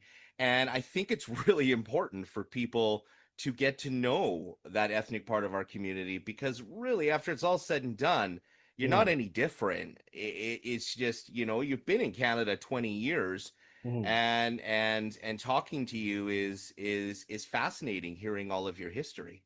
Yeah, no, absolutely. So no, and I think that definitely, yes, I do represent that. I represent, a lot of voices that are in our community, a lot of and that's one of the things, Jeremy, that I'm actually really passionate about. The last 20 years of Medicine Hat, I spent my time in different disciplines, from the non-for-profit to government to business. And I see the opportunity in building a cohesive community and a vibrant community moving towards that, whether we're looking at economic development, whether we're looking at community vibrancy. I feel like there's a lot of missed opportunity. And one of the reasons why I was telling you some of that grassroots story of my journey in Medicine Hat is that's one of the reasons really why I chose to run today. I chose to run today because I spent the last 20 years of my life in Medicine Hat seeing a community in need, just like the story that I told you, of starting the connection differently from our living room. And the story of what we have done is not necessarily my story or my wife's story. Actually, what really is, just like somebody says, if a movement starts, who started the movement? And I don't remember a few years ago, if you see, there's a video, floating on YouTube whereby a guy came on the beach and they were dancing. And then later another guy joined. And I remember being in university class, a professor said, who started the movement? It was the second person that joined the movement. I've not seen the first person that psychology started the videos movement. like that many times. I Yes. understand. Yes. So, and this is a story that I think I want Medicine Hat to understand. And I think for us, some of the things that we've been able to see and do is it comes with community support. I realize that this community is actually amazing when it comes to collaboration, at least to my experience. Because when we started what we were doing, the amount of people that joined in community to help build it was what made it successful. And although people can say, oh, Medicine Hat is, I've heard words like, redneck community, all of that kind of thing. People say all that kind of stuff. There might be people out there that are doing certain things that are, given a different input. I call us a redneck community. Do you? Okay. Oh yeah. Well, But I mean, but redneck's a compliment to a certain extent for some people. That's the thing. But yeah, we are definitely the definition of a redneck community in many cases. It doesn't have to be an insult, right? Yeah, it's not an insult, and Yeah. I again, people can take it negative or positive. Yeah. You know, like you said, and that's one of the things that I actually love about our community. We have a lot of people. If they say they're gonna do stuff, they will do it, and we can get things done. And that's been my experience. I've had the opportunity to work with different people in this community. People have told me, oh, this group is difficult or this to navigate, and you know what? We had the opportunity to go in there and work with people and connect with them and you know, negotiate where we need to negotiate. So anyway, from a community building capacity, for me, it's been amazing. It's been positive. I can point out a lot of things from the cultural community side. I've worked with different stakeholders, from businesses to city to, you know, so I'm one of those people absolutely that have a positive view of community. And just like I told you, when we saw that gap in connectedness, we jump in and we try to fill in the gap. That's actually my disposition to community building. And everybody that knows me can tell you that. I go, okay, what are the obstacles and what would it take to remove the obstacles so that we can move forward? And that's, you know, because again, we need to build community. I mean, there's negative sides to different things, but how do we move forward is the question that I really want to ask as we move. Yeah. So anyway, you direct me when you need to. I can move. No, you know what? I'm just going to mute my mic and let you talk. I'm enjoying this interview. You're easy, man. I'll tell you. You keep doing this. I haven't endorsed anybody, but wow, I'm very impressed with your communication skills. You know, there's things I like and dislike about all the candidates, but your ability to communicate. For the record, you know, I what did I'm vote for hearing Yusuf is as well. And 4 he years of absolutely no communication and fighting on city council coming to an end. deserved this Seriously, vote. He's an that's what I'm amazing hearing, person, as you okay? can see. And Still there's a no few live candidates election that I've results to interviewed that are report very yet, much everybody, like but I'm you. checking. But people who are easy to talk to, people who are real, and I think, you know, when people dislike politicians, Yeah. it's not that they I know the fly, I can see the fly. Yeah, I It's know. It's like yeah, I well, have my window open. if I could buzz it through my keyboard, I would. But That's okay. what people don't like about politicians is that they're disingenuous, and there is nothing disingenuous or fake about you. Absolutely nothing. Everything you're saying is very true from the heart, and I want to compliment you on that. This is turning into one of my favorite interviews so far. Thank you. I appreciate it. You complimented me before the interview is over. No pressure. Well, that's okay. I'm leaving this in there too. Yeah. Most of my interviews are unedited for a reason. So, you know, the only time I edit out is when my idiot dog starts barking at somebody mowing their lawn in the background here, you know what I mean? Yeah, well, that's why, yeah. Good thing we're doing it right here during work hours. So everybody's kind of gone. So, yeah, no, I appreciate the compliment, Jeremy. I think that's kind of really one of my passion is, and I wrote it on my blog and my website. You know, part of the things that I want to see resolved is really restoring trust in leadership. And for me, when I say that I want to restore trust in leadership, I really mean about bringing community together. You know what I mean? Is bringing community together in the sense of bringing leaders in our community together, whether it's the, you know, non-for-profit, private and public sector community, to see how can we look at moving forward together as a community when it comes to the things that matter to the people. Does that make sense? Yes. Yeah. You and I should have a discussion after the interview about some sort of multicultural event. Okay. Yes, definitely. Sign me up. Yeah. Sign me up with anything multicultural. You got me on it, because it's all about bringing everyone together. It's a very subtle way to swat the fly. Keep going. Yes, it is. No, I'm gonna keep it. I don't know. Maybe I might get really- a fly swatter here. I have an electric swatter here. They smell like burnt toast after a Well, while. I feel like I can virtually, like if I can borrow it virtually and just kind of zap. Yeah, that's right. But So anyway. I got a question though about everything that you said, although there's a lot to dissect there and we don't have time. Yeah. But you had mentioned you went to a Christian university. Yeah. And I'm curious because I did ask you about that initially, not Yeah. to bring up religion, because I'm not really No, a big guy religion is about important. discussing religion. Yeah. Well, religion is important for some. It's really not a deal breaker, no matter Yeah, what people's absolutely. religion is for me either Yeah. way. But Mhm. you mentioned Christian University, and I was fascinated because typically your name is associated with the Prophet Muhammad from the Quran, Yes, which is a Muslim last name, yes, and your name itself, it's not Yosef, it's Yusuf, yes. right? Because there's a Mhm. U there. It's Mhm. Yusuf. Yes. And there was some anomalies there in how your name was pronounced and said. Can you explain that to me? Yeah, so absolutely. It depends on where you are, right? People pronounce Yusuf Muhammad differently. In northern Nigeria, they call me Yusuf. That's Yusuf. kind of, yeah. I have a few friends that can say that, but it doesn't matter to me. My favorite is a German kid when I was in Germany trying to pronounce my name. He called me Fuzu, right? Fuz. So and I mean I got Jose, I've got, you know what I mean? And obviously Muhammad, people have different ways of spelling it. I've been called Yarami a couple of times.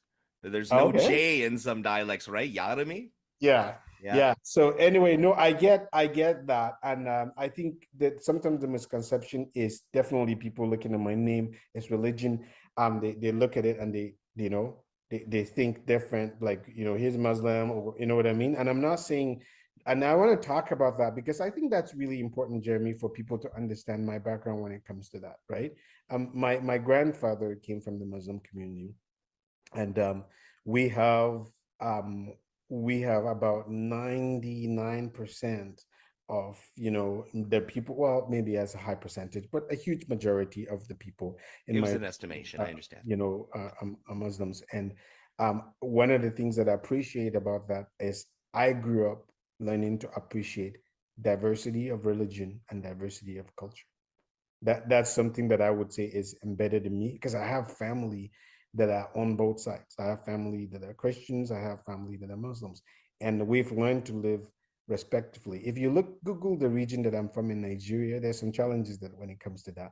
But one of the things that I would say that my parents did an incredible job is in really raising us to respect other people, to have that open-mindedness, that curiosity, to be able to set aside our differences when we have a task to do, when we have, you know what I mean? Like anything that we need to do, to really not allow that to be the forefront of how you treat other people or how you respect them. So that's something that I would say that my background has helped me to be able to appreciate. Kindness, generosity, compassion are not a nationality or a religion. There you go. Yes. No, Yes. I thank you for summarizing that. And I've seen that as I travel around the world. I've been to Asia, I've been to temples, I was in Tibet, I played ping pong with monks. Like there's just so many different things that traveling the world has actually exposed me to There really. are some people here who think well cultured means going to Calgary, Hey, look at, okay, You you're are kind well of getting cultured, me. my friend. No, you know what? And that's so when I moved here a few years ago, I've done some international trips here. I don't know, maybe 18 years ago, we took 40 skateboarders to Nigeria. Oh, wow. Some have never left this country. So if you think about it, um, you know, so some people that have never left Alberta, some people that have, you know what I mean? It was amazing. And I've learned a lot during that trip. Like even those that you think have never traveled, when they have that open-mindedness, Jeremy, and curiosity, it's amazing what they can do. And these kids did incredible. This is a shout out to the Medicine Hat Skateboard Association, by the way, because I coordinated it with their leaders and we did that and we executed it perfectly. I love those kids. Yeah. Yeah. So anyway, I think you made a comment about some people have never left to Calgary, but I just have some positive spin to that. No, it's great. Like I said, I mean, I'm only the only thing that's disappointing me is we're coming to the end of our interview. I could talk to you for hours, but the problem is that, if you look at the algorithms, when you go over about 45 minutes, people must start snoring because they start going down. Oh But yeah. and this has been an absolutely amazing interview. I'm sure the comments will reflect that Yeah. when Do we I have post 2 minutes this. to talk about anything else? Absolutely. You know what? Start talking about your campaign. You have about Okay. 5 minutes left, and Okay. please go ahead. I won't Perfect. say a thing. No, absolutely. Thank you. I'm glad that we, got to know me a little bit there. I think one of the things that the area that I've spent working on in the last, let's say, 5 years is in the area of workforce development. especially in our region. You know, the challenges that we're seeing right now is, and I think for me is in this campaign, is how do we promote economic growth, but also economic development. And I see the importance of definitely workforce development, because the last few years I spend my time really working with recruiting and placing talent into the workforce. There are some talents that we're lacking in this region, and I've used some of that opportunity and that skills that I've learned, whether it's locally or around the world, to help companies to be able to hire. A few years ago, I was contracted with deploying a provincial program that has to do with mentoring for skilled newcomers, and that included scanning the environment, scanning the region, and seeing how do we take the talents that are in this region, create mentoring program for them, and put them into the industry. And that was very successful. We started this program as a volunteer opportunity for companies to sign up and do, or individuals to sign up and do. And we end up with about a 95% or more even success rate of people who mentored end up hiring their mentees. So it showed us the gap that we have in our community of people who are underemployed. And I think that that's a huge opportunity for this community. Especially, we started seeing people who would move to this region wanting to have meaningful employment, but they end up moving out of Medicine Hat because there's no meaningful employment here. But where we find the gaps were in actually the opportunity for mentorship and for community people to say, hey, we're willing to take on something that that would help us to actually upskill people and put them into relevant employment. So I'm really passionate about that kind of program. Recently, I'm working on another program, and I've done some of that with employer training in some of my consulting work, when it has to, how do we help people, organizations, to create cohesive workplaces? I think you may have, sorry to interrupt you, you may have just also hit the nail on the head of one of the problems why all our youth leave Medicine Hat. Exactly.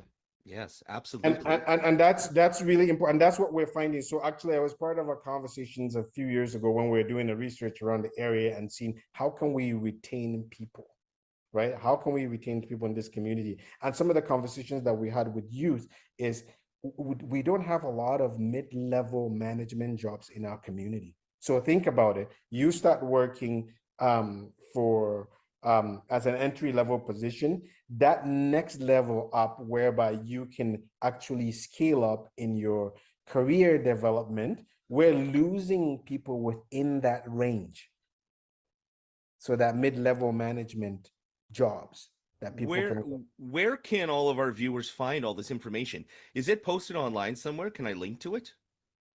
I'd have to think when we developed the program, well, this was from a conversation on research like that when we were having like what do you call it, focus groups, right? I'm just singular conversations that came. If you have this documented anywhere, I'd love to be able to if publish you like, it for you. You look at the Alberta the labor force projection from now to 2030. There's some data in there that that would show you the cumulative imbalance of that we're facing within Alberta, and the need to recruit more workforce, and what we will be at in the next 15, 20 years. So you would be able to see that.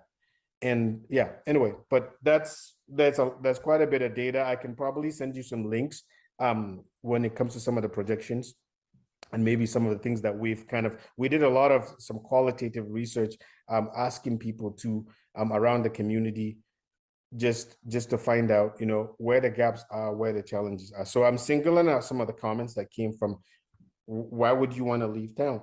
And also I want to let you know, like some of even our work with the skilled newcomers that are coming into community, personally, I can count, 30 or so young people who came here, lived here for 1 or 2 years. We lost them to other communities. Especially Lethbridge seems to be a huge draw for young people, and they're not that much bigger than us. Yeah. I've also transitioned quite a few, whether it's Ukrainians that moved here into industry. Some of the sad ones that I would say, I remember there's a guy, he's a master electrician, very smart guy, did a lot of different things and tried so hard to get into industry. Medicine Hat didn't work out. Went to Calgary on a Saturday, did an interview. Everyone in Medicine Hat was offering him, you know, always do certain things. $60 an hour, somebody grabbed it because Wow. of his skill, right? And so here's the catch, Jeremy, for me. And in doing this, a lot of this workforce development work with different businesses in our community, but also working with different talents, where I see that the challenge is some of these people are highly skilled, but we're not what do you call it, capturing those hidden talents that are there. And so they go to communities whereby people are willing to take the time, connect with them, interview them, hire them, and they keep them. And some of the companies that were able to hire here locally, they love their employees. They have kept them for a very long time. So one of the things that we're trying to do is to become that bridge for employers. How do we provide the relevant training that would help people to source the right talent?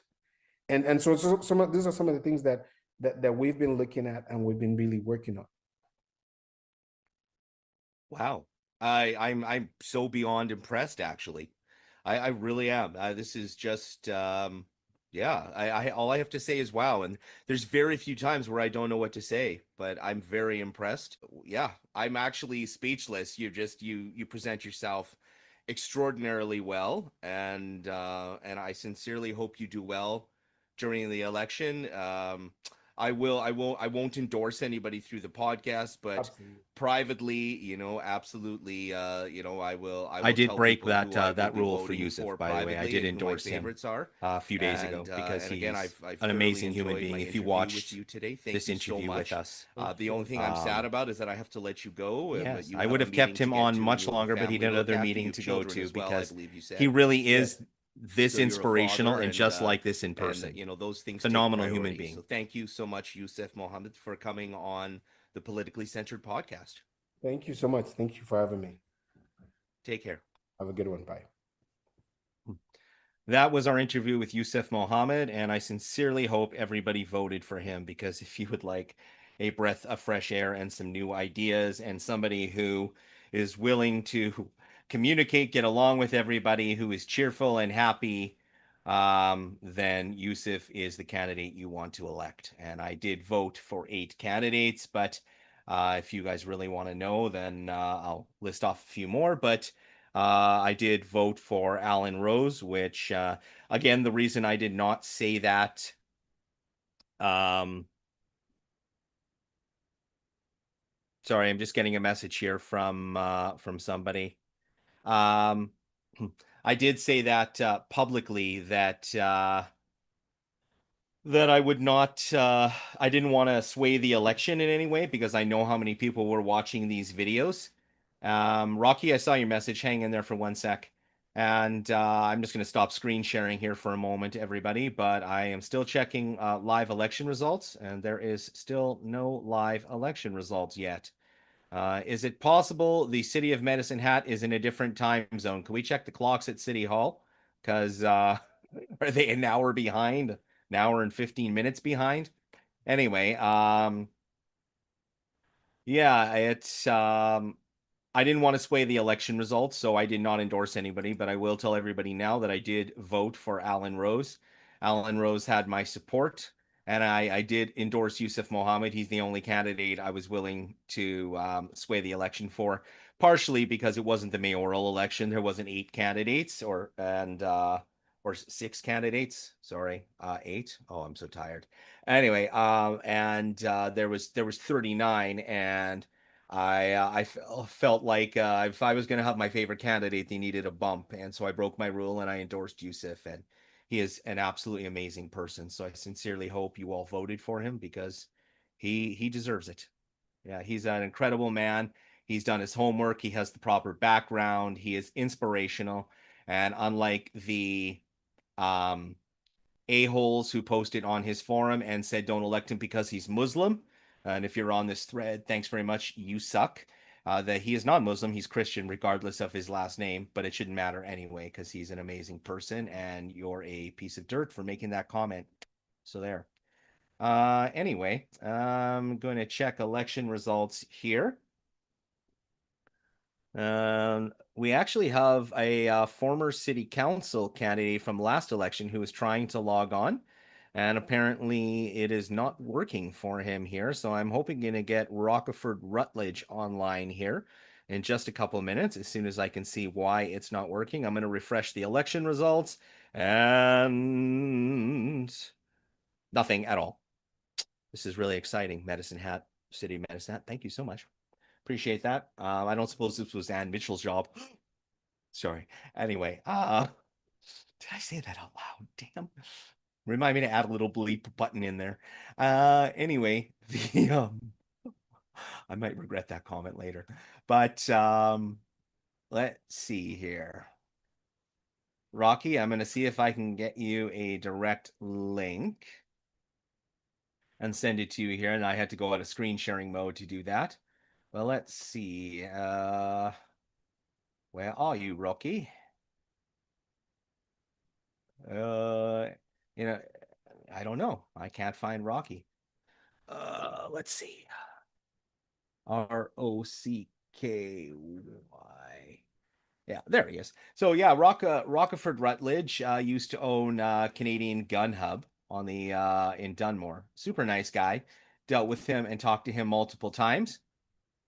And I just sent him a link. So hopefully he's going to drop on here and say hi to us. Last time I talked to him, he was in, I think it was Taiwan. Is it Taiwan? I'm pretty sure. No, it wasn't Taiwan. Anyway, I posted a video of a massive sinkhole falling in like an intersection in this country that swallowed a whole bunch of cars and stuff. And apparently Rocky was there in whatever country that was now, because I'm running on no sleep and it's getting late.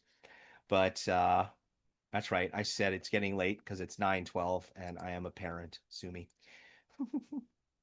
And Stacy is on with us right now. Hopefully Rocky will be joining us shortly. I am going to switch back to our split screen here so I can send you some live election results. If the City of Medicine Hat ever decides to release them, that would be nice. And we just finished watching the interview with Yousef Mohammed, who again is the only candidate I endorsed because he's an amazing freaking human being, and I sincerely hope he gets elected. I did vote for Alan Rose. I will publicly state that. There were several of the candidates who I liked personally, a couple who I was not a huge fan of, mayoral and city council. Some I liked personally, some I didn't like business-wise and didn't feel that they would be the best fit. I can say honestly that there's a single candidate that I truly hate their guts, that's for sure.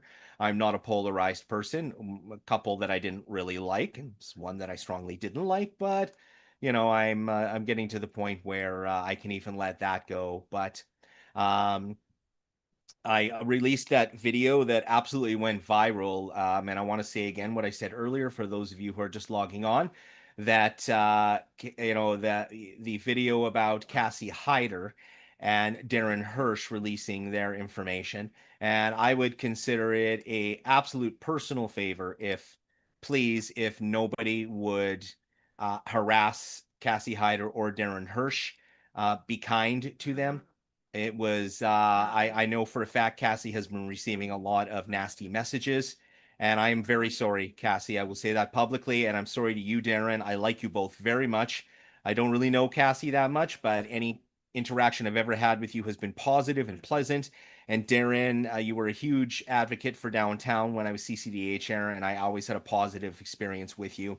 My video, I hope you understand, was designed to be a counterbalance to what I saw was as a little bit of mudflinging. And I understand mudflinging is in politics, and you both did it because you love the city. I know you love the city. I didn't think you were being selfish.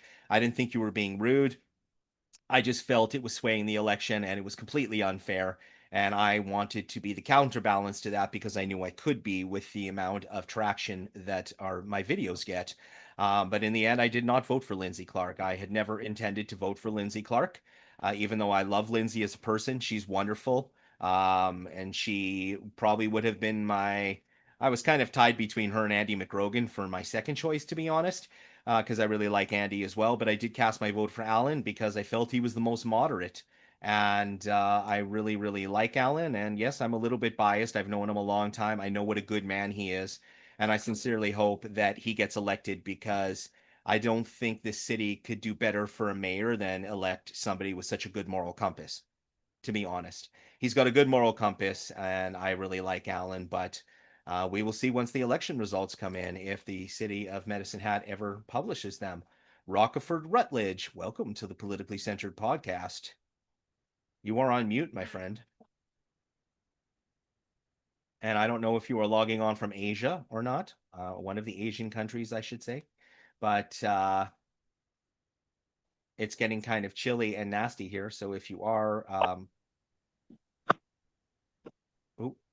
I just unmuted. No, I'm not in Asia. I'm back from Asia. You're back? Okay. You're here experiencing the beautiful fall weather with us? That's exactly it. Yes, I'm pretty excited. I'm back in Canada. I'm in Grand Prairie, actually. Oh, wow. Pretty You didn't come back to the hear Hat. the election results in Medicine Hat. Running in the last election, we both know there's a lot of tension, there's a lot of excitement going on. A lot of things happen that nobody expected. So I'm really very vested in hearing the election results for this election. Yeah, it was. I thought it was going to be less divisive than last election, but I think it was actually more heated. And it wasn't because of COVID; it was because of how things went at City Hall. Which, again, I don't know if if you followed what was happening with our city council and the whole fight on council the last 2 years, but I know a lot of people chose sides. I personally even chose a side. I thought what they did to Lindsay kind of stunk by taking her powers away. But again, I would like to think that I remained fairly objective. I just simply feel like, handicapping your mayor for half of her term is not productive to furthering the growth of the city. And they all just planted their feet and they were all stubborn, and their egos meant more to them than the city did, in my opinion. And that goes for the entire council. Yeah, it's kind of it's a judgment call at that point. You don't really know exactly what's happening because we're not entitled to know exactly what everybody is at. So when it comes time to take somebody's powers away, you can't tell the general public exactly what's going on. And it really confuses everybody at that point. But when you got 8 councillors that take the mayor's public powers away, there is something going on. Yeah, we don't know what it is. I know that's the perception. And, I did quite a bit I did as much digging as I could. I even had a whole ton of FOIP records, but I wasn't privy. You're right. I wasn't privy to the behind the scenes discussions and what went on. I do know that, that I think there was some definitely hurt feelings, and that Lindsay is a little unorthodox in the way she does things. She does things a little bit different than I think is the status quo. And I think there was a lot of personality conflicts as well. I don't know. I mean, I don't want to read intention into it, but I do know how many existing city councilors I've spoken to, Rocky, which I'm not going to divulge who it was. And people have been feeding me information. I think I know more than when I ran for council with you last election, because since I started broadcasting this, everybody kept sending me information on everybody else. My head's going to explode. But, it's I know probably considerably more than the general public because of that. And I can tell you that I don't think, at least from my perception, unless there's something I don't know, she did nothing that warranted the suspension of her powers. It was something unseen in say bigger city politics or American politics. It really shows how weak our mayors are. And I don't mean Lindsay is weak. I mean the position of mayor is in Canada, period. That they're subject to a council decision like that. I have never in my life heard of a council suspending a mayor or anybody else. Have you? No, this is a really great example of a group of people that could not work together Yes. no matter what. So it was never going to work right from the election date all the way through. Everybody had different plans. Nobody had any real establishments on what they were going to do. Yeah. It was already like right from day one, something bad was going to happen I right away. completely agree. Completely agree with that assessment. It was a train wreck already in the works. We just didn't realize how bad this was actually going to be. yes. So we actually don't know what's actually going to happen. There's a lot of in-camera meetings that happened, and everybody's pointing fingers every which direction. It's so confusing. We actually don't even know what happened. Well, I can tell you, it was there was a lot of strong personalities and a lot of people. I agree with your assessment completely that there's a lot of people who, have their own ideas and their own agenda. Oh, there we go. Hang on here, Rocky. We've got some election results coming in, and Mayor Lindsay Clark is in the lead at 110 votes. Second is Drew Barnes, 82. Chris Samraj is in at 70. Andy McRogan is in at 23. Alan Rose is in at 14. And Mark Fisher is in at 4. There are no council votes yet. But there you go, folks. It's on the screen. I will leave it up there for you to see. I will refresh the screen continuously. We have our first numbers coming in. It took an hour and 21 minutes to count those votes. I'm just kidding. They're probably going to punch in more right away, but we have been eagerly waiting, and I was not sure if I was going to make it through this night. But yeah, I agree, Rocky, that everybody came in with their own specific agenda, and there was a lot of strong personalities. And if you look, believe it or not, somebody leaked the official attendance record from the last 4 years of city council meetings to me yesterday after my post went viral. And I looked at it, and the person who had the worst attendance record was the least most combative and one of the sweetest people I have ever met in my life. And I mean, it's on my Facebook page, but it was Allison Knodel. She had the worst attendance record, and I think it probably there's a pattern that's starting to emerge that you have a decent attendance record from Shyla Sharps and Mayor Clark and all of the other counselors and Allison Knodel and stuff, and they were all very strong personalities. And the one that wasn't a strong personality, who genuinely wanted to go in there and just had this innocence about her coming into politics, who was generally just a sweet person who wanted to come in and do good things in the community, absolutely got just destroyed. Like, I barely heard her make a peep for the last 4 years. And I don't blame her. I'd be terrified to speak in that environment as well, although it takes a lot to shut me up. But, I mean, do you get my point? Oh, 100%. I've met like Shyla, and I've met Lindsay Clark in a couple different interviews as well. And they're amazing people. Like all the people on council are like 100% amazing people, but there's a diverse amount of personalities. It all clashed, and we don't know what really happened. And we probably never will until after this election. Then maybe the truth will come out, but we got to dig through the bullshit to figure out, and then hopefully we get a solid council and a mayor that's going to push us forward into the city. Well, I think that the one thing the city did entirely agree on is they were not a team. And you can have opposing views, but in the end, you have to have quorum. Quorum. Did I say that right? And I can spell it. I just can't say it because I'm too tired. But it's one of those things where I know we all have our own ideals. I know we have our own ideas and our own way of doing things. But it's called compromise, and sometimes You just have to be okay with not getting your way and accepting somebody else's way of doing things. 100%. That's how governance works. Yep.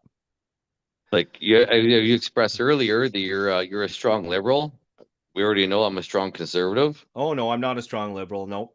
That's not what I said. I actually voted conservative the last election. I started off as a liberal, and the Liberal Party went so far left that I ended up kind of being shoved over the line into the Conservative Party. That's how I felt. So I definitely support the Conservative Party at this point, but it wouldn't take much to make me sway the other direction, to be honest. But keep going. Well, apologies for my mistake. No, no worries. Is there any more results coming in for numbers yet? I can't really see much on my phone. No, they haven't updated the records. Once again, I'll read it out. It's Lindsay Clark is in at 110 votes. Drew Barnes is in at 82. Chris Samraj is in at 70. I mean, unless these poll numbers shift dramatically, I'm actually quite surprised Chris is third at this point. Although I agree he's a very strong candidate. I'm really surprised after disappearing for so many years that he is doing this well in the election, to be honest. I didn't think he would. Nothing personal to you, Chris. You're a hell of a guy, but I'm genuinely surprised. Andy McRogan has got 23 votes. Alan Rose has got 14, who I voted for, by the way. And you better do better than that, Alan. And Mark Fisher's got 4, and he's the newcomer. So nobody actually expected Mark Fisher to win. But again, super nice guy. He's definitely going to be back, as he should be, because he's brilliant, well spoken, and he knows his stuff. Yeah, Mark Fisher's he's very impressive in his speaking. Yeah, I agree. Like when I was saying earlier, when I interviewed him, I regretted the interview after seeing him at the mayoral debate at the college 2 days later, because I cut my interview short. I mean, partially because we were getting close to election day and I wanted the interviews to be shorter. The 55-minute interviews weren't practical. But a lot of it was that every time I asked him questions, he seemed to struggle a little bit with answering them. And I didn't want to make him look bad, especially he was a super nice guy and a first timer. But I realized after watching him at the mayoral debate that was my fault, not his. And it was how I conducted the interview, because I interviewed him like I would interview you or anybody else who had been in public speaking and in politics for a while. And that wasn't Mark Fisher. And I wasn't able to adjust because I didn't know anything about Mark. Do you know what I mean? Yeah, well, yeah, 100%. So Yeah. and then his first time into his public speaking or giving, speaking to the public is very nerve-wracking for anybody in the younger generation or all of us that were young. Yeah, I don't know how old Mark Fisher is. I would think he was be in his 30s based on the age of his children, but he did the interview from his laundry room, and I chuckled about it, and I said, if you're a father, you're a coach. I asked him if I could call him coach if he became mayor, and he said absolutely, and we had a good laugh over that. And I said, I think you're a father and a husband, and you're a coach, and you're involved in kids sports, and I think I'd be disappointed if you were doing the interview from an office in a suit. He was in a laundry room with his laundry machine behind me. I loved it. It was Mark Fisher, right? And next time he comes back, he'll be a little more polished and a little bit better. But I sincerely hope he never becomes what everybody hates about politicians, because I hope he doesn't change that much, because I think he's got a future. Well, he looks a lot younger than I feel, for sure. I have no comment. I am young and yeah, never mind. All right. That's why I forget what I'm talking about every 15 minutes, because I'm still young at heart. All right. So refreshing the election results, nothing. Like, we've got Mayor Lindsay Clark in the lead, Drew Barnes is second, Chris Samraj is third, Andy McRogan fourth, Alan Rose fifth, and Mark Fisher in sixth. No city council results or school trustee results yet. I don't know how closely you followed our election, because I know you left Medicine Hat, but There was one minor little debate for school trustees, and really nobody knew anything about them. It was kind of sad. So I mean, when the voting numbers come in, and there's literally 30 or 40 votes for school trustees, that is going to be a reflection on this city's level of how they prioritize things, because the school trustees were out there to be found. If you wanted to find them, they were not as public as all the other candidates, but yeah, these are the people who make the decisions about our children's lives, and I'm a little disappointed with the amount of coverage they got.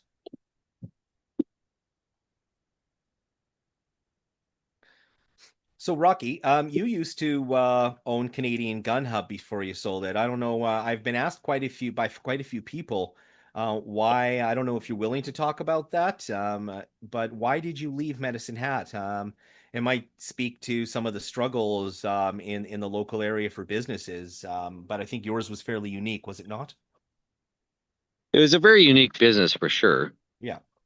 The number one reason the Canadian Gun Hub closed was because the federal government put a ban on certain types of products that were used back in 2001, I believe, which was a big majority of our inventory.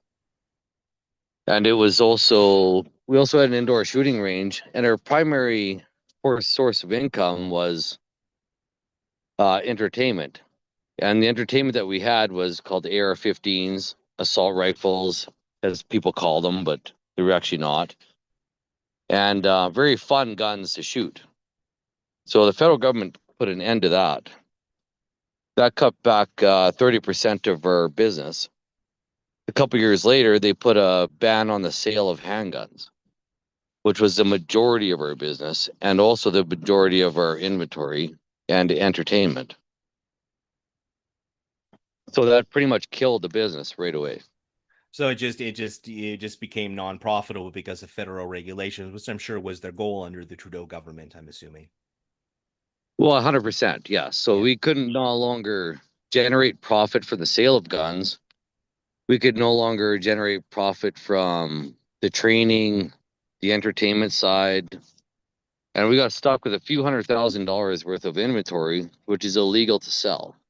I remember you saying that, and you were never able to return that inventory?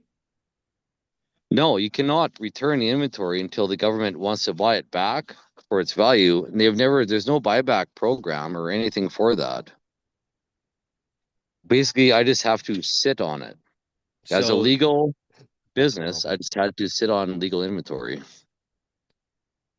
Yeah, I mean, not a gun guy. I actually don't mind Canadian gun laws. I've told you before that I hate American gun laws. I think they're ridiculous. But Canadian gun laws, I have zero problem with at all. I think they should have left it alone. It's not like we have a massive gun problem in Canada. I didn't see a problem with them, and all they did was hurt business owners. Because going to the shooting range was fun, right? And it was safe. It was regulated. I don't understand why they had to do that. I don't understand it either. They just went after the legal people to try and I don't know what their goal was at the end of the day. They went after the legal people to I have no idea why, to be honest. I have no idea why. Yeah. But I have a lot of inventory that's unaccounted for. So did you shut down Canadian Gun Hub, or did you sell it? It had to be shut down. There is no profit to be available to be in there. Right, that makes sense. Yeah, there's nobody could buy it and actually generate a profit. Wow. So it had to be shut down. Such a waste of a fabulous business, because you did very well out there. That's very disappointing. Yes, it was a really great business. It was a lot of fun. We did bring through a lot of entertainment and stuff that we could not advertise, like Five Finger Death Punch came out there. We had lots of entertainment that came through Medicine Hat, and a lot of exciting things happened out there. It was a very paramount place. So Rocky, what country were you in again? I should know this because you were commenting on it as I was posting pictures of a massive sinkhole swallowing, but I'm tired at the moment. I can't remember. I was in Bangkok at the time. Bangkok, Thailand. Thank you. I said Taiwan. I knew it was close. And you've been there a couple of times. What do you have a residence there or something? That's I hear it's a beautiful country. No, actually, I do oil field training courses. So China Oilfield Services contracts me to do different things. And the reason I was in Bangkok at that time was because I was sent to Ho Chi Minh in Vietnam, but they messed up my visa. I got sent back to Hong Kong, and there was a typhoon coming to Hong Kong. So I got sent to Bangkok Business District to teach this oil field course, and everybody got sent there. It's very confusing, very turmoil time. Yeah, that's Ho Chi Minh. Boy, that's got a lot of history and not good history. I know my World War II history. Yeah, going into Vietnam War. yes, Yeah, so after I was gonna say World War II into Vietnam. Yeah. yeah, so I had a lot of tourist books and stuff like that. I only made it 45 minutes in Ho Chi Minh, and then I was kicked right out of there because my visa was they put Rocky instead of Rockford. Oh my Easy Lord. Canada, but I don't know how they messed it up. But anyway, I got shipped right back to Hong Kong real fast. Wow. That must have been very frustrating. It really was. Yeah. Yeah, you were there the first time during the earthquake when that building collapsed, weren't you? I was on my way there. I was 2 hours away from landing, and then the stewardess on the plane, as soon as I lit up my phone when I woke up after the 14-hour flight, so my phone lit up. They wanted to see my phone to see what was going on, and then I realized there was a huge earthquake in Bangkok. So I'm really not any kind of luck charm for Asia at all. Every time I go, there's a disaster. Oh, I mean, okay. A hurricane, and then and then that's funny. A hurricane, and then the street swallowing people up, and an earthquake. I would say maybe stay away. I'm sorry, that Well, was good. they keep allowing me entry, so it's their own fault. It would be you will we'll give you a nickname, the natural disaster. Apparently, for Asia. So why did you leave Medicine Hat, if you don't mind me asking? Oh, I still live in Medicine Hat. Oh, you do? Okay, good. I wasn't sure. You said you were in Grand Prairie. I wasn't sure if that was your new place of residence. No, I just work out of here. Oh, okay. I Boy, still live in Medicine Hat. I work out of Grand Prairie. I kind of work, well, I work worldwide is what I do. So I live in Medicine Hat. I sometimes don't go back to Medicine Hat for months at a time because things need to be done in the oil field. Before I started the gun business, I was oil field, and I did a lot of international oil field work. That went down. It started slowly declining 2008 to 2016, and then I started the Canadian Gun Hub. yes, 2016 was the famous year where everything crashed. I remember that.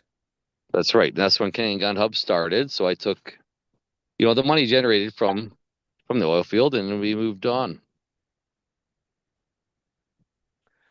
Well, hopefully we will see you again. Any chance you're going to be running for city council next election? We'll see how the city goes in the next 4 years.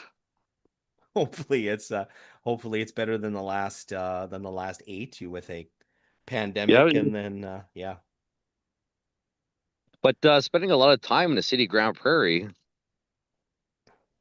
you see a lot of like garbage disposal is done by private companies. You see a lot of private companies coming in, and the old city manager from Medicine Hat is actually the city manager of Grand Prairie.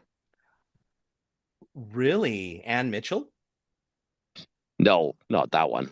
Oh. The city manager, the from the previous election 4 years ago. Oh, that's Robert. I can't remember his name. Yeah, I worked with him a little bit through downtown. Yep. Nice guy. I always liked Robert. Yep.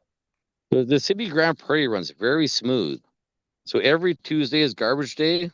Doesn't matter about holidays or anything else. It's a very smooth city to run. Very traffic moves smooth, lights move smooth. Everything's very smooth here in Grand Prairie. I remember when Medicine Hat was the 5th largest city, and I was in Grand Prairie about 2 years ago now, for a couple of days on business, and I made a post from there, and it had been probably 10 years since I've been in Grand Prairie, and seeing the difference from 10 years ago to 2 years ago, I understood why Medicine Hat was no longer Alberta's fifth largest city and had fallen dramatically, and Grand Prairie was doing better. It was a much nicer city pound for pound. It really was. I mean, nicer is a general term. I guess I shouldn't say that. I love Medicine Hat, but it definitely felt more like a big city feel than Medicine Hat did. And Medicine Hat still has a little bit of a small town feel, although for the first time, I think we're losing that over the last 2 years. Grand Prairie, I could not believe how much it has grown compared to Medicine Hat. It really has. Yeah. I remember coming to Grand Prairie 20 years ago in the oil field. I had to fly into Grand Prairie from Medicine Hat to do oil field work, and it was an absolute transient, terrible city to land in. It was absolutely gross. Like you couldn't wait to get back to Medicine Hat. And Grand Prairie's always had that reputation of just being a totally disgusting place. Yes, I thought that's But what I was today- driving into, but it's not. No, today it's actually a very vibrant city. There's schools everywhere, parks. It's a very family orientated place. It's actually very amazing what Grand Prairie has done with itself. Yeah, I saw Grand Prairie in 2007, I think, when I was working up in Fort McMurray for a few years, and I thought it was I didn't like Grand Prairie, and then I went back 2 years ago, and I'm like, wow, it has surpassed Medicine Hat at this point. Was my first impression. It really did. It's growing dramatically, and I posted some information on population numbers of cities around Alberta, and yeah, all the cities have grown, and they're still growing in leaps and bounds. Tons of people are moving to Alberta. The province has experienced more growth than any other province in Canada statistically, and Medicine Hat is not growing. No, Medicine Hat won't grow. Like I moved to Medicine Hat when I was 16 years old, and that was a place to be. You could find work, you could do absolutely everything. They had all the entertainment, the schooling, everything you could possibly imagine was in Medicine Hat. It was the place to be. And then it slowly dwindled off to the place that to now it's like, do I really want to be in Medicine Hat? Yeah, well, we're not the gas city anymore. We've got to find our new way. You know, we have been floundering since 2016, when everything crashed, and it wasn't the city's fault that everything crashed, but we were an oil and gas city. We are definitely not an oil and gas city anymore. And for those people who are hanging on to that, I'm sorry, but the wave is about to swallow you, and you're going to drown in the gas city unless we evolve and we find other niches in this city. We cannot do this anymore. I think this is a very clear example looking at our population. That's very true. There's very little high paying employers left in Medicine Hat. Yep. Those that are left end up coming to Grand Prairie, to the northern Alberta. And that's why I'm here. Yeah. I still have a house in Medicine Hat. I still do everything I have done. My younger kids are still in Medicine Hat. My kids are in Medicine Hat. That's why I hold on to Medicine Hat. But honestly, for anything for me in Medicine Hat is nothing left. Like at the end of Canadian Gun Hub, there was nobody left to even pay the prices that it took to entertain the Canadian Gun Hub to shoot guns there. So the That's so entertainment sad. side was already gone. So on top of the government regulations, there was nobody left that could afford to actually do most things other than the high profilers, which were few and far between that could actually pay the bills. Yeah, I think you are a textbook example of why people are leaving the city. Really, if anybody would like to know, well, you just heard it from somebody who ran for council last time. Rockerford Rutledge just explained to you what is wrong with Medicine Hat to a certain extent. Is there is we are not bringing in the high paying jobs anymore. And it's funny, I just had a conversation earlier today with somebody who, well, I can't disclose it. It was a confidential conversation, but he's very, very influential and in the business community. And he made some really interesting points and about offsite levies and stuff, where he's like, a lot of the cities you go to, everything is privatized. The city doesn't run the garbage. The city doesn't run the recycling. The city doesn't run this. The city doesn't run that. The city doesn't micromanage this. The city doesn't micromanage that. City employees make $5 to $10 more an hour than everything else. Plus, their insurance is higher on all their vehicles, and all of those additional expenses privatize, and get the city back to doing what they do well, and that's running the city of Medicine Hat. And I'm hearing very similar comments coming from you. 100%. Yeah. It's like what I see in Grand Prairie, which is a very well-oiled machine up here. Garbage, sewer, everything is all privatized. And this is how Alberta became the Alberta Advantage. It was all privatized. So we privatized insurance, we privatized everything, because no private company, sorry, the other way around. So no government can compete with privatized company. We can always run more efficient if you're a private company and you have competition. You can always run better. That's how we got rid of the liquor board store. We got rid of all that stuff. So we always run more efficient when business is in competition. And it seems like, and you can correct me if I'm wrong, because this is just an opinion, that it seems like it's a lot harder to let an incompetent government employee go on any level than it is a private employee. Would that be an accurate statement?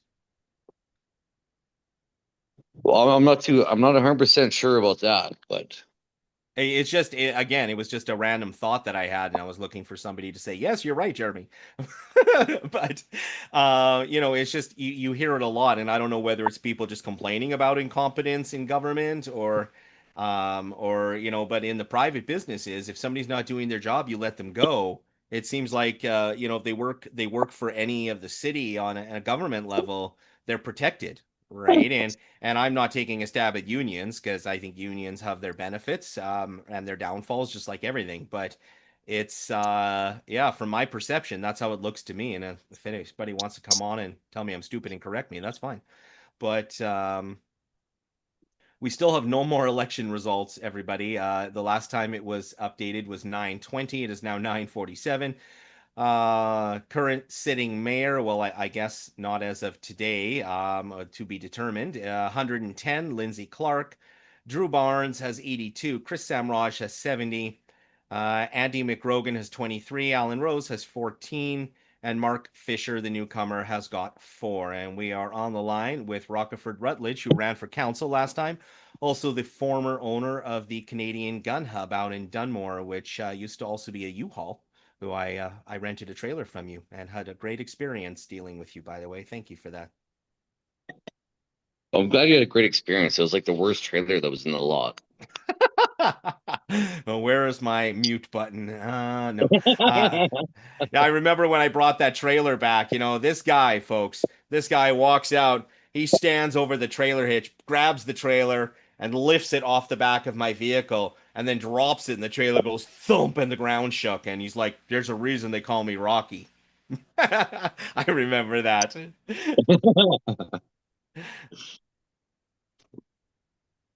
But so when are you back in town?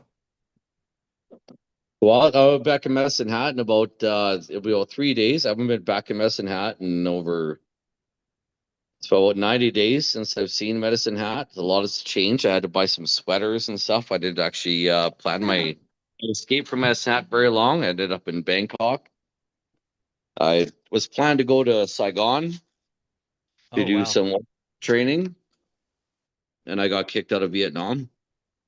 So I ended up back in Hong Kong, and there was a typhoon coming, so they sent me to Bangkok to where I finished Was the that work. before or And, after the earthquake? well, that was actually previous. That was like last spring. Okay. The earthquake happened while I was still on the plane. Right, right. Yeah, so I don't know if I'm ever gonna come back to Asia again. Hopefully, they're not watching this video. Is this they'll watch Rockefeller come off the plane and be like, he's back. Is the emergency preparation ready? Natural disaster incoming. That Purchase a ticket, and then Dick blinds that nothing gets shaken up in Asia again. So, Rockefeller, I mean, you've been a candidate for government. Like I said, you ran for council last election. So, I'm curious, just some things we can chat about. From one person who has been involved in government to another. And actually, we have Stacy on the line, who is a social worker, and I also know Stacy, and she's very intelligent and well educated on government. I don't know if she's allowed to comment or whether she's even with us anymore. She might just be putting the kids to bed or something. But what do you think of the Alberta government's recent announcement to redo the AISH system?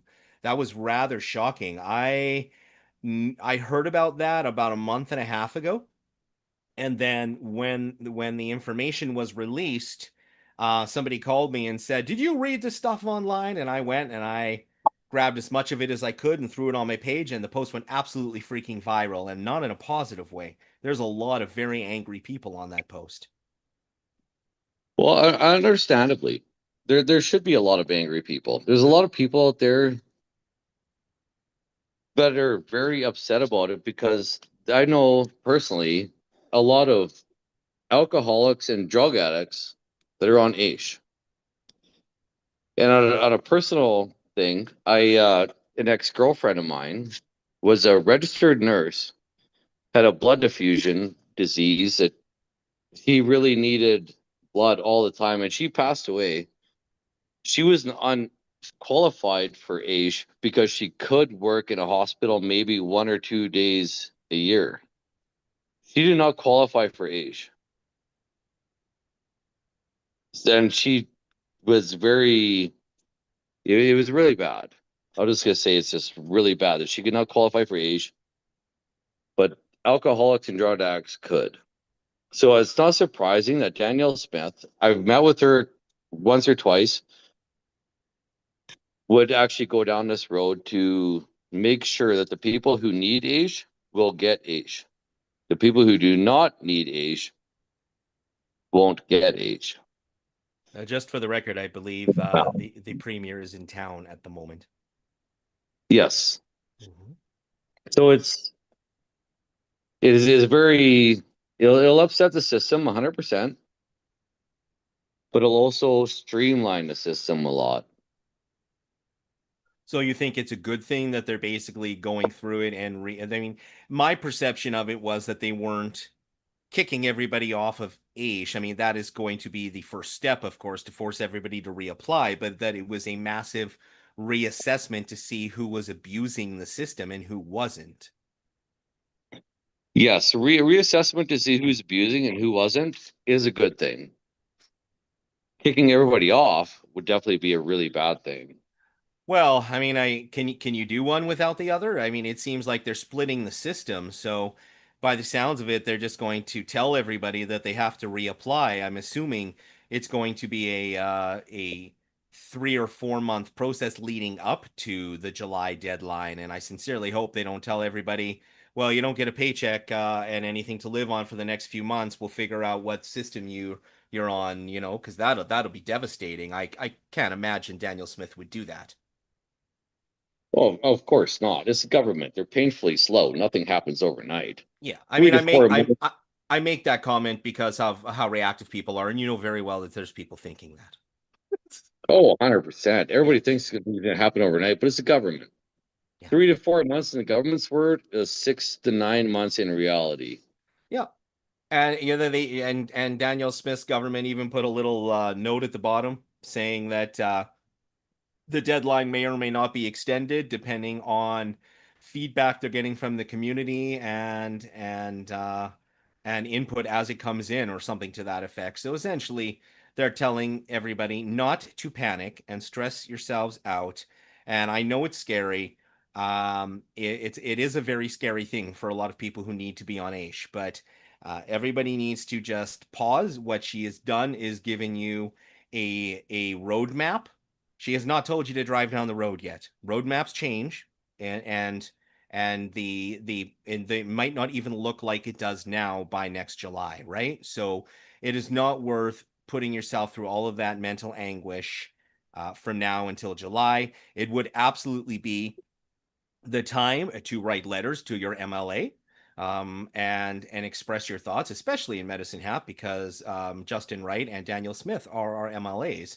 And express your thoughts constructively. Please don't scream and yell at them and tell them they're horrible human beings for cutting your AISH off, because that's not productive, and their letter's going to go in the shredder. So if you think you're making progress, then you should just go bang your head on the wall and vent. 100%. This is going to take months, if not over a year, to figure out.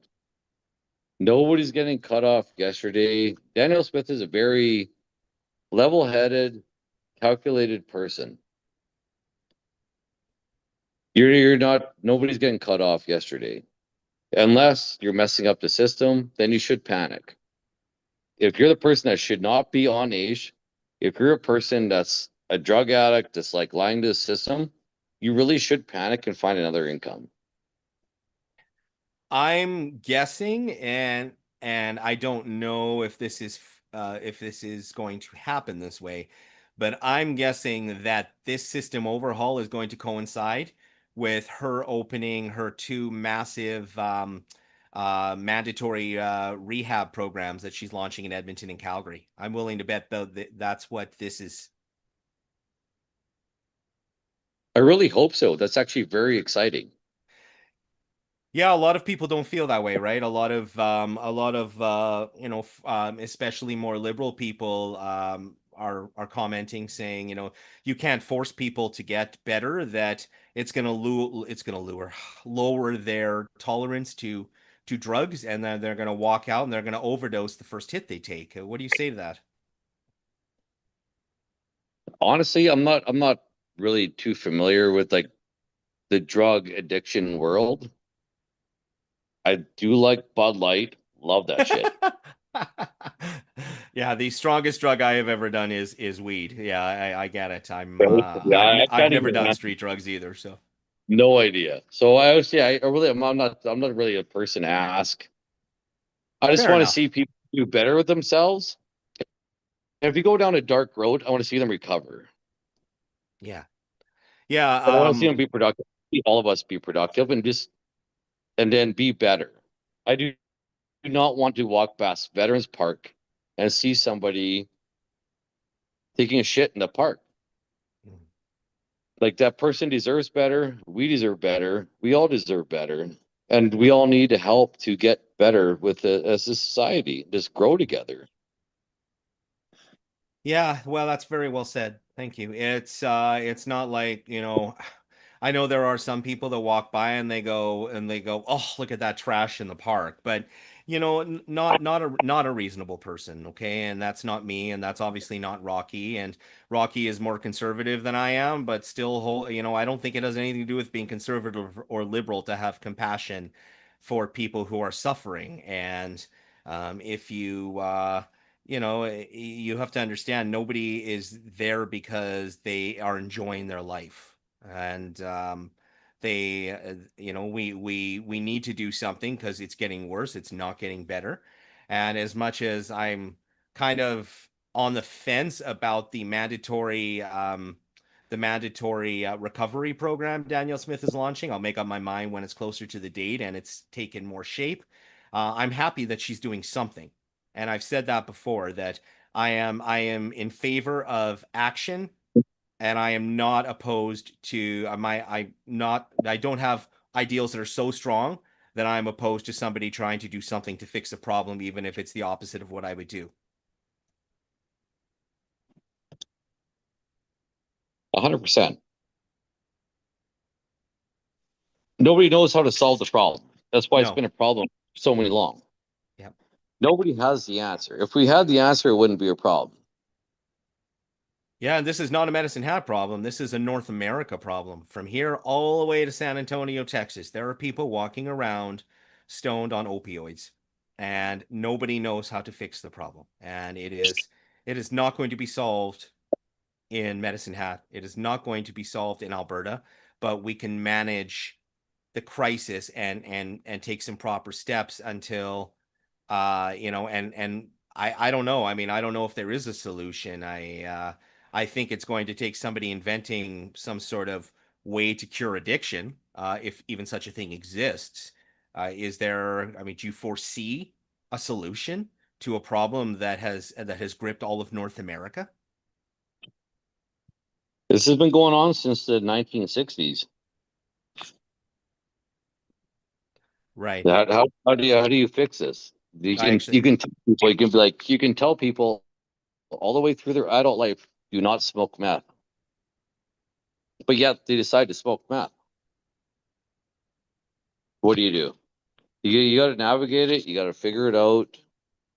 Honestly, it's a problem that nobody has an answer to. Nobody does. Danielle Smith does not have an answer to it. Justin Trudeau did not have an answer to it. Nobody does. We just keep trying things till we try and figure out what we are going to do. And I've seen people smoke crack on the streets of Bangkok. They can't even afford crack. So it's always just cheaper there. So it's not a Canada problem. It's not a Medicine Hat problem. It's a global issue. Yeah. Yeah, I haven't been out of North America for a while. That's interesting that it's a problem everywhere. That would make sense. Yeah, it's a messy thing, but we're not going to solve it at a municipal election level. No, we're not. As much as people have made it a priority, I think every single candidate who was not willing to hand anybody a line of bullshit, pardon my language, said the same thing Rocky just did and the same thing I just did. It's just simply not a realistic question to ask. What are you going to do about the drug problem in Medicine Hat? It's a question that you honestly, as much as you're frustrated and as much as we know it's a problem, you should not be wasting a municipal election asking a question that nobody in their right mind could expect a municipal candidate or elected municipal official to solve this problem. It's just not going to happen. Absolutely not.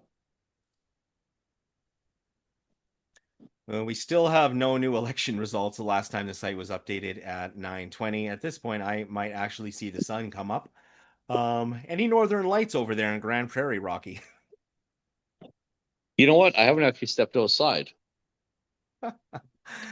We had a couple of beautiful northern lights displays in Medicine Hat this summer. I don't know if you saw there was a massive solar flare and the whole sky was glowing. So actually, in Grand Prairie, we actually get north of Grand Prairie into the Alaska Highway. If you shut off all the engines of the trucks and stuff, you can actually hear the northern lights crackle. Really? Yeah, it's actually really a thing. I actually didn't believe it a lot of years ago. And I shut down a whole convoy just to call the guy's bluff. You can actually hear the northern lights crackle up north. Interesting. I don't remember that being up in Fort McMurray, but it was really hard to see the sky most of the time. I'm not gonna lie. But yeah, if you're in a plant environment or any streetlights or stuff, you're not going to see a whole lot. But I don't see a whole lot right now. I just checked. So there's a comment on our thread that I'd like to read to you, and it is directed at you. And I know this person. He's extremely hyper intelligent and very well versed in government. So even though this comment might come across as a little direct and hostile, I would encourage you to take it constructively. It says this person talking about Aish is full of poop emoji. You absolutely do not get Aish for simply being a drug addict or alcoholic. That is preposterous and disinformation. Now, some Aish recipients might also be alcoholics or drug addicts, but that would be secondary to whatever disability qualifies them for Aish. Some people may turn to drugs or alcohol because they've lost their entire life already and feel hopeless and abandoned, but that's not why they got Aish. What do you think about that? Well, they're not wrong. I probably didn't actually elaborate on it a whole lot, and of course, a lot of opinions and stuff. They're absolutely not wrong in what I said. I probably didn't. There are people that are alcoholics and drug addicts solely that get Aish. There are people who get Aish for other reasons that end up drug addicts and alcoholics. So this person is absolutely right. Yeah, I just So- for everybody watching, and I've said during several of the interviews, you cannot have a conversation like this without generalizing, right? Because we can't, Rocky and I are both experienced in politics, and and I don't know if Rocky will agree with me. I don't want to speak for him, but you can't have a conversation about something like this and not and include every exception. We just understand that we're generalizing because of the topic at hand, and we of course understand that there are exceptions to that, which Rocky just verbalized. 100%. I'm not saying that every alcoholic that's on Aish is on Aish because they're an alcoholic. Not every drug addict that's on Aish is because they're a drug addict. You can't go down the road. There's so many people, and there's so many different individual things. You can't pinpoint each one. And of course, when you hear that, be like, hey, an alcoholic is on Aish because they're an alcoholic. You think of somebody in your life, that's your circumstances, and you think that's why they are, but it's not. If that makes any sense. Yeah, no, I get it. There's always an underlying cause. I know several of people who battle addiction issues. Like more than I can actually count on my two hands. Some of them are people who are very, very close to me, who I love very much, who have battled addiction. Some have gotten clean, and some, thankfully, nobody really close to my heart, as callous as that might sound, has been one of the ones we lost. But I have known quite a few, and I think about them a lot, especially the younger ones who were in their early 20s who are no longer with us, and what a horrible way to die, and what a horrible waste of life. And almost every single one of them died alone with a little glass pipe in their hand, all by themselves. That's not the way a human should die. And we have to have compassion and work as a team. And for anybody who's opposed to Danielle Smith's mandatory recovery centers, I would encourage you to just give it a chance and don't doom it before it ever takes shape, and don't shoot it down before we see the results. I know there's lots of different ways we can take this. BC has developed their own system and is trying something different, and California is doing something on their own. New York's doing something, and you know what? When one of them absolutely works and we have one clean city, then maybe everybody will copy that city. Until then, we're just going to take our own roads, and let's just commend people for doing something and not doing nothing. That's 100%. That just goes to show that there's no answer to the problem. Yes. We're all trying to figure out the equation. Until there's an answer to the equation, nobody knows. So everybody's doing everything different, but nobody's figured it out for the last 40 years. That's what it is. When it comes to addiction, it's a very complicated thing. And and meth is not a new drug. Famously, I believe during World War II, the German soldiers were given meth so they would fight harder and eat less, if I'm not mistaken. Yes, that's actually exactly true. Yeah. So this is not a new drug. It's definitely a new problem that has hit North America, but definitely not a new drug. And there is what actually you and I, Jeremy, when we were kids, you remember seeing all things like do not do meth, not even once. You remember the frying egg on the pan? I was I was just thinking, this is your brain. This is your brain on drugs. Yeah, that's right. And what happened? A lot of Yeah. her friends ended up doing drugs. Yeah. Yeah. Why did they do that? Well, let's figure out why they did that and how stupid it was. Yeah. Well, that's what do you do? Something and not nothing. And and that's all I have to say. I don't have a very strong opinion on Daniel Smith's project. Because I don't know enough about it to comment. And I actually a local I think I made on the post that I made about Daniel Smith's project, a local named Trevor Moore, who's very well respected in our community. I don't know if you've ever met Trevor. He's the comedy and magic and of Trevor Moore, and he does golf lessons as well. And super great guy. I've met him many times and always walked away with like, this warm fuzzy feeling. And I don't know if somebody wants to get Trevor Moore and get him to come on here and talk, because he said he had lots of experience, and he told me that he took my comments very personally. I don't even remember exactly what I said now, but and basically unfriended me and told me I was an idiot. But that's okay. He's not the first one, and Trevor Moore may have been right. I don't know, but it's one of those things where I'm not in so much as in support of the idea of Daniel Smith's mandatory rehab, but I'm in support of us doing something instead of arguing about it. Yeah, 100%. There's something is better than nothing. And Yes. nothing's been happening for a lot of years. Yeah, and of course there's compassion for the people that need that support. And we have to keep moving forward as a society and just keep working towards the better end goal of just being better than we were yesterday. Baby steps. Baby steps, 100%. So what you do in your daily life. Yep. And that's what you want to city. It seemed to have it really appears from my perspective of a case of a loss of not a loss of, sorry, I'm getting really tired, but it's hopelessness more so than anything. I don't know, if you know what I'm getting at. Oh, 100%. It goes on both ends too. Like, yeah, there's a sense of like, those of us are like, we get to an end of hopelessness. Like, we're done with these people that are down in our parks. We're done with it.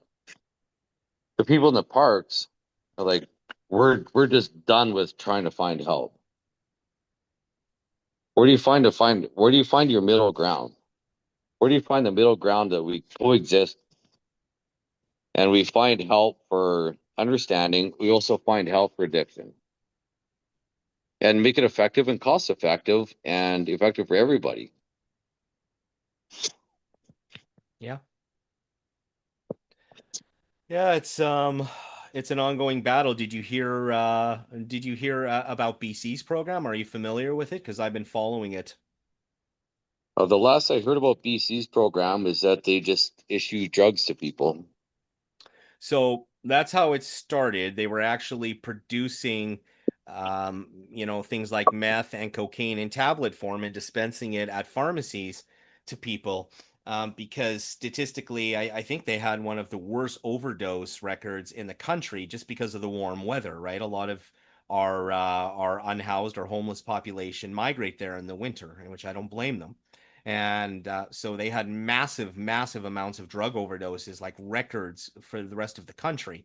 And so what they started to do is they launched this program where they were essentially manufacturing meth and cocaine and other illegal drugs in laboratories and dispensing them just like you would pills at a pharmacy, because they knew it didn't have fentanyl in it, and they felt it was safer, so that people were not getting laced drugs and dying from fentanyl overdose. And unfortunately, the first stage was a complete failure. What happened is that they had these the people who were addicted to drugs go in and fill their prescription and get a bottle of the 1 month supply of 30 doses of their meth and whatever, however much they were prescribed. And they would walk out the front door, and there were several pharmacists online saying, they walk out the front door, I'm watching them sell the pills that I just filled to a drug dealer and get twice as much street meth in return. And then they're taking those pills, and God knows what happens with them. And an official was like, they're selling it to the college students because it's clean and they're not going to overdose on it. So it was a little bit of a mess. And BC solution recently was to go in and now hand out 1 pill a day. So they've now authorized pharmacies, or forced pharmacies, to hand out 1 dose a day to prevent people from selling the medication to others. And that, of course, now has triggered a backlash from that community saying, well, I'm in pain sometimes, I'm sick, I'm a drug addict, or I have a physical disability, and I can't make it to the pharmacy every single day to get my dose. But BC is not going to budge on it because the first stage of it was not a success. Well, I think that's a classic case of what Albertans would call a fuck around and find out. Yeah, I guess. They Yeah. went down they never should have gone down, and how could you not have thought that would be a possibility? Yeah. There's people that get hurt on the job site that are selling their Oxycontins to their friends.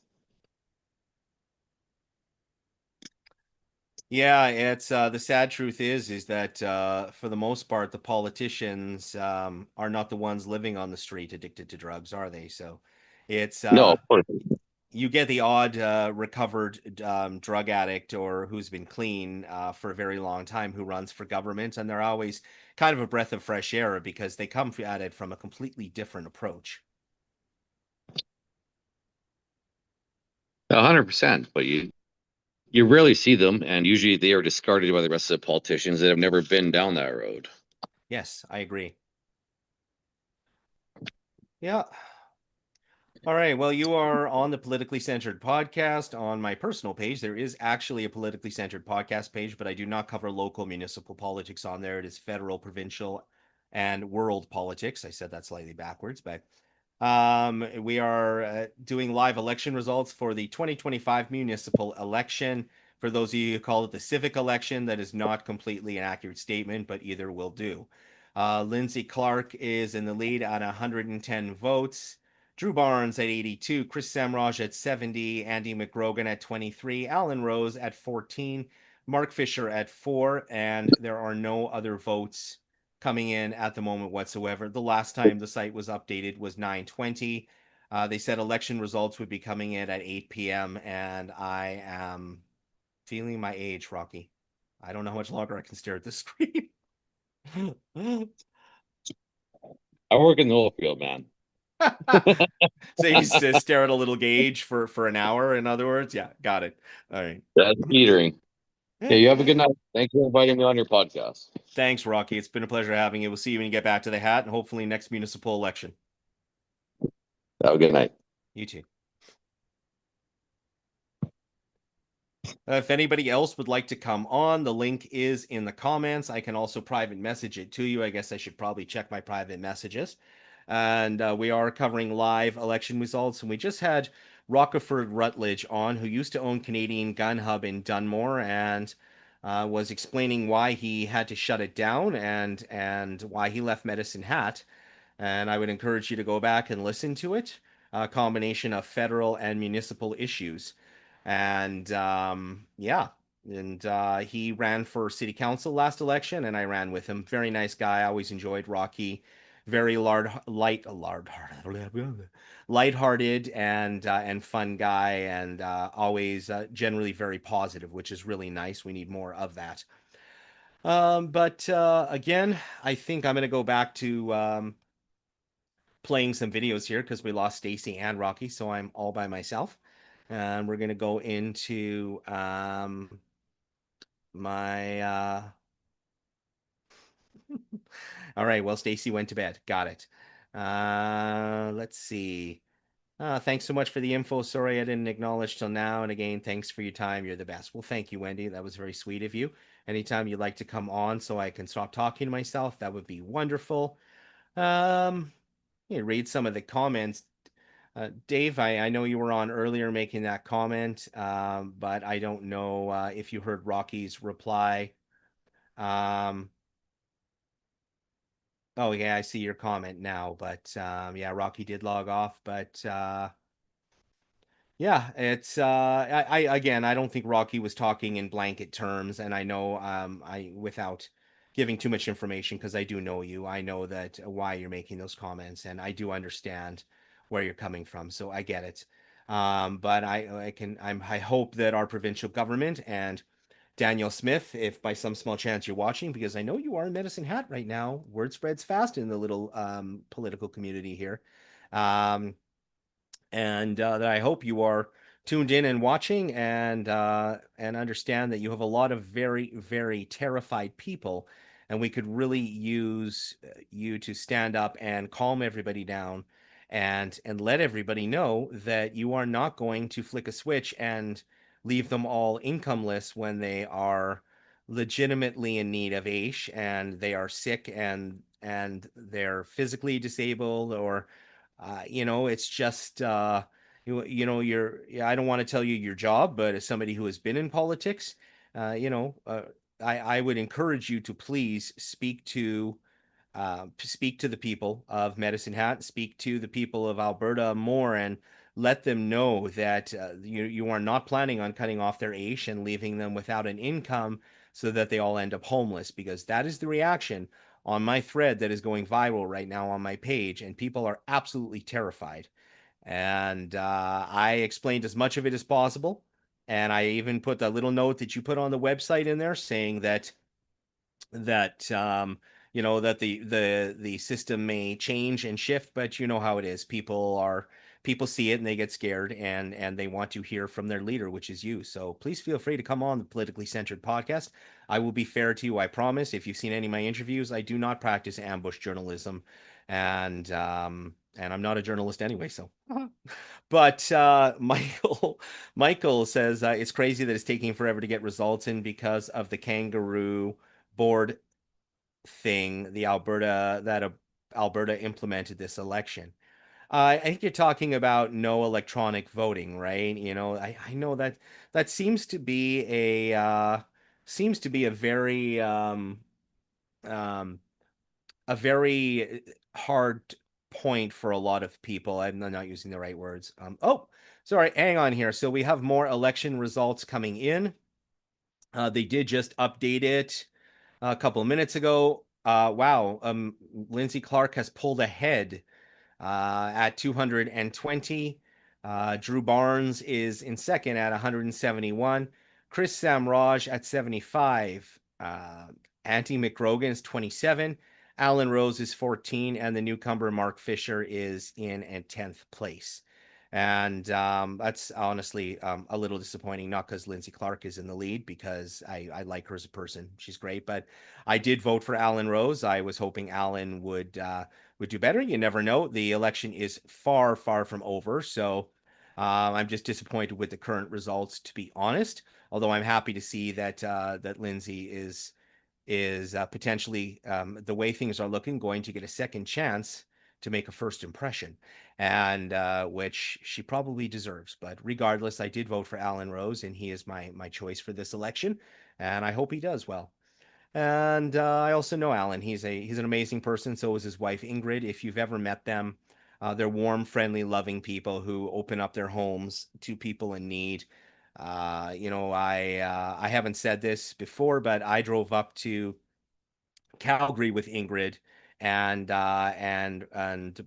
help some people who are fleeing war, and pick them up, and we drove them from the airport into Medicine Hat so they could have a new life.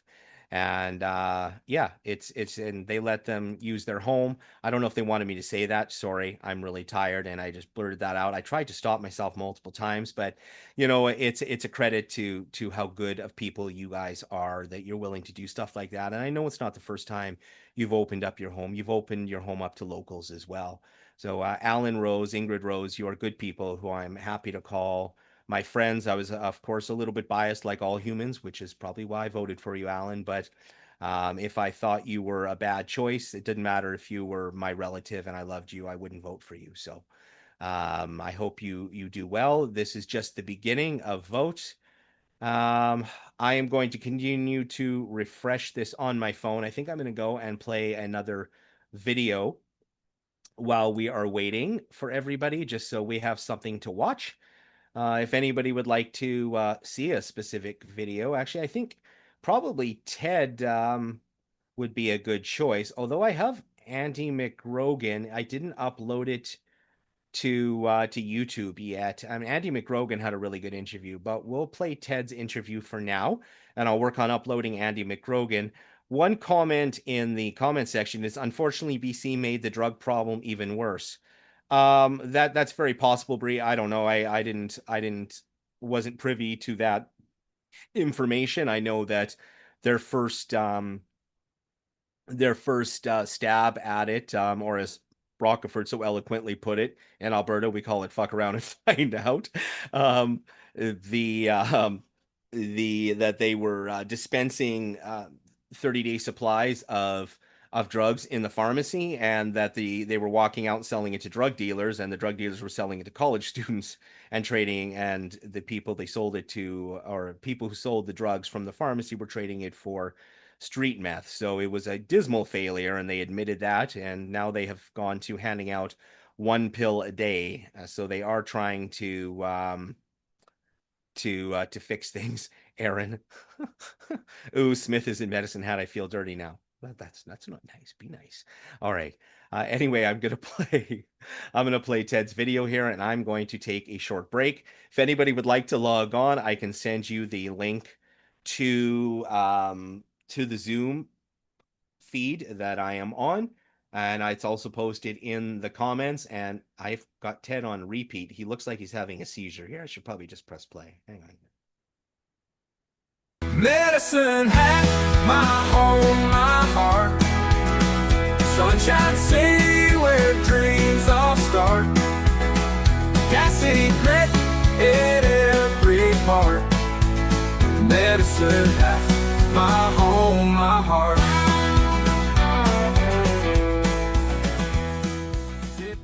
This is a politically centered podcast. Ted Cluxton. Well, I really appreciate you coming over to my house and doing this in the backyard. I know there was a lot of extra work for you, but I do enjoy the one-on-one, face-to-face. Thank you. Welcome to the Mobile Politically Centered podcast. Yes. This is a lot roomier than my living room, I have to say. Yeah, you can see a lot of the history of Medicine Hat from here. The CP Rail, the train coming down. It is one of the most beautiful views, definitely. Yeah, it's beautiful. So, you are running for city council. Needless to say, when you declared, I was a little bit shocked. You know, there in the rumor mill. You know, everybody was trying to figure out, is Ted coming back? Is Ted coming back? Is he going to run for mayor? And what made you decide to finally declare? Well, first of all, Ted didn't even know what he was doing. Ted had both mayor and city council forms, mayor and council, yeah. And there was like, which one should I hand in? But after a lot of self-reflection and thinking about my life and my family and where I want to be, I decided the council was probably the best fit for me now, if elected. Obviously it's not as full-time as being the mayor. I was doing the mayor 80 hours a week, and it's all-encompassing. You can't sleep at night. You're up thinking, am I doing the right thing for the people? Am I doing the right job? Should I have done this? Could I do something better? But as a councillor, if I get elected, I think I could be of a valuable service to whoever the mayor is and my fellow councillors. I have sat in the chair. I would probably be, well, I would be the one with the most experience as mayor, even not Most as definitely. mayor, sitting around the table based upon the candidates that are running now.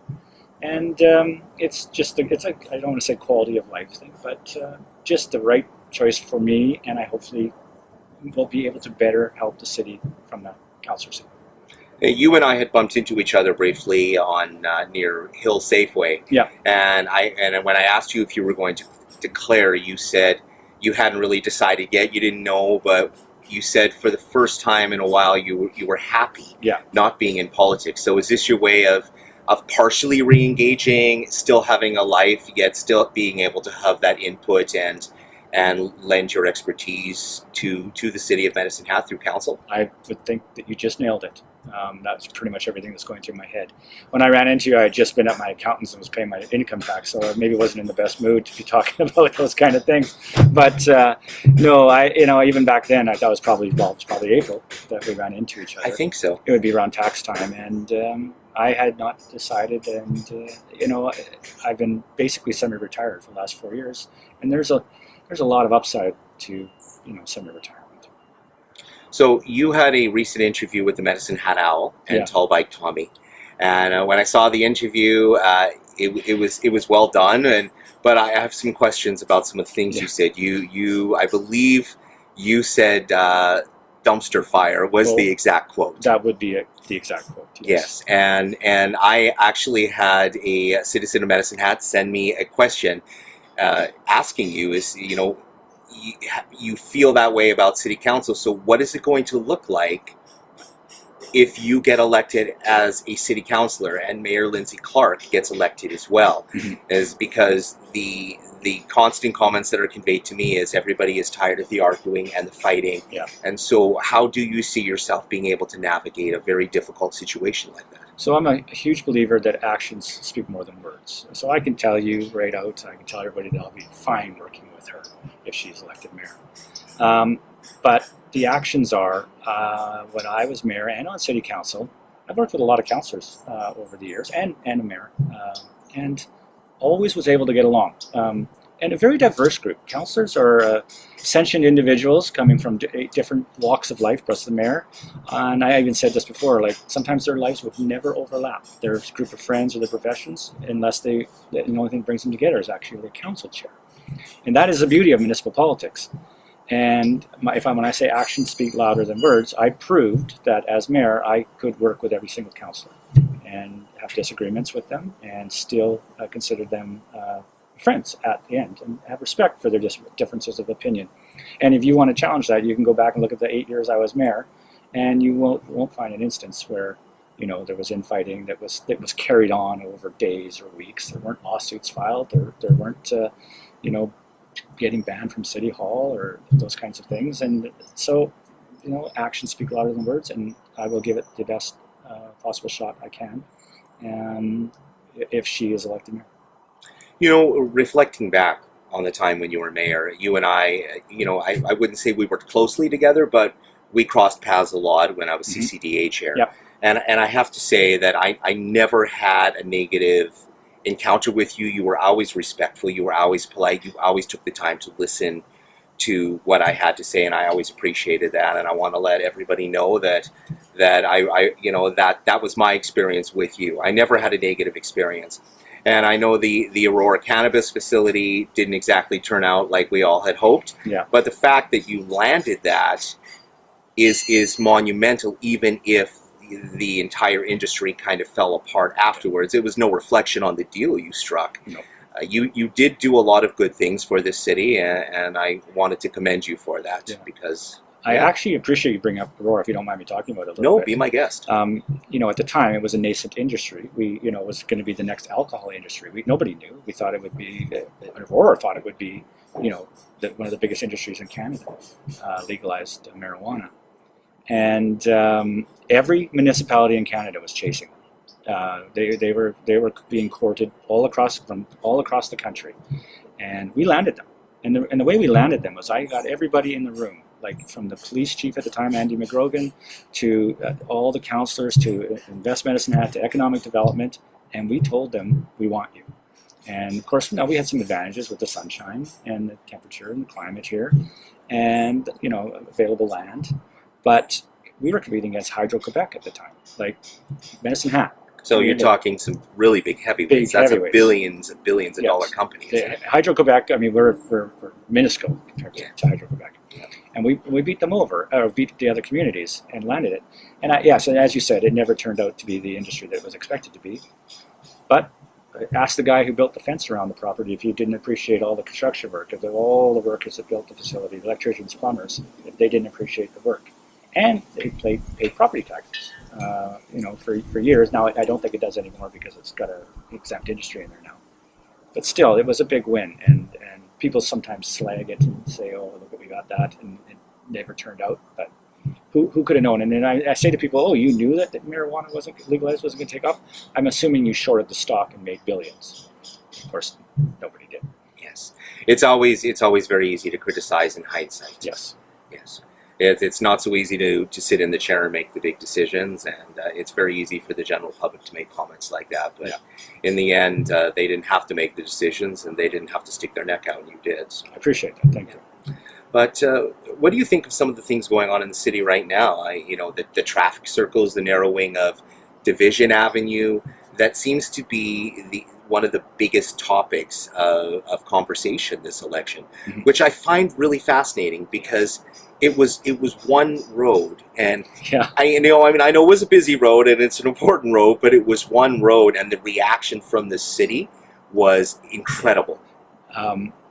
So when, and I shouldn't probably say this, but when you don't build or do anything in a term other than narrow a road, that's what people are going to talk about. We built a event center, we built great, big, wonderful facilities. We built the Viner Center, we built the Burns, we built the event center, we added on the leisure center, we built 2 fire halls, at my term and with council. Those are controversial things. Like people, where should we put the event center? Lots of people had input on that. Or where should we put the Viner Center? Or how much should we spend on the Viner Center? Or should the taxpayer have to pay for the Burns? Because I don't live in the flats. Why I live up here in the hill? Why would I pay for their berm? So when you're doing great big projects like that, that's much more distraction. If we would have done the road, well, I probably wouldn't have been mentioned while I was mayor. But I'm not in favor of. I love bike pass. I love to pass. I spend more time on the pass than any other council candidate or mayor candidate. And I know that for sure because I spend up to 5-6 hours a day on the pass walking. So I'm a big proponent of them. I remember you commenting during the first lockdown in COVID how you walked the bike paths and how you were so impressed with how people were so good about stepping off the path because of the meter rule and people were so respectful. I remember you commenting on that. And that's just one of my passions is walking the paths. So I do believe in them, and we have, I don't know what the number is anymore, we're at 180, 190 kilometers of paths in the city. But I don't believe in narrowing a road to build a path. And I do believe that a lot of this has to do with, they call it safety. It has nothing to do with safety. A right-hand turn onto Division Avenue is no longer safe, as far as I'm concerned, because you have to swing into the opposing lane. And also, I believe that it's to punish people that have larger vehicles. And a lot of people have F-150s in this city that they need for work. And it makes it more difficult to drive them. And I think that it comes down to they want people to have smaller vehicles. And this comes from a utopian vision that you get when you go away to conferences. Yes, you're talking about the extension or the branch off of the United Nations 15-minute cities project. Well, and I don't want to get into that too much, but there's a lot of stigma behind it, but that is where the original idea came from. Correct. And I made a post on Roast and Toast with the attempt to educate people. It wasn't a roast or a toast. I said toast to education, and I laid out what that Medicine Hat was one of the test cities for the 15-minute project. And I could give you 300 comments, and most of them were not positive. No. Wow. Yeah, it's unfortunate. You don't spend that kind of money to move backwards, in my opinion. So the mustard seed shelter, the placement of the mustard seed shelter, thoughts about that? Well, that, well, for one thing, I can't believe how quickly they did. I've had business owners come to me and say, and I'm trying to get a development permit now. It takes months and months, or if I want to do a zoning change, it takes months and months. And but this one went through very, very quickly, as basically a zoning change and looking at. But I don't know that there's been enough consultation done with the business owners around there, the Flying J, the Box Springs Business Park. This is moving very, very quickly. I don't know where we're going to be at if I'm elected after the election. If they'll be started construction already. And I'm going to admit, I mean, obviously, people say I never said this. I didn't end homelessness. I happened to be the mayor of a city at the time when it ended homelessness. I had nothing to do with That was it. going to be my next conversation. Yeah. So, and I never took credit. But obviously, if you go online, everybody says that I took credit for everything. I'll challenge anybody to find a video where I say I ended homelessness. No, you didn't. As a No, I matter of never fact, no, but you made world headlines World around headlines. the world, and they gave you credit for it. Yes. You never bragged about it or No. took credit for it. Absolutely, No, I agree. The New York Times flew into Medicine Hat and did a 2-page article on Medicine Hat and ended up doing even more so about our sunshine and our oil and gas industry as well. So not only did we attract attention for the homelessness, but we attracted attention to the community, which was a positive in the end. So I'm going to actually have to say I need to learn a lot more about this. I mean, I know all the people at community housing, and I obviously worked with them 4 years ago for 8 years, and I'm going to reserve a little bit, but I think there needs to be a little bit more sober second thought.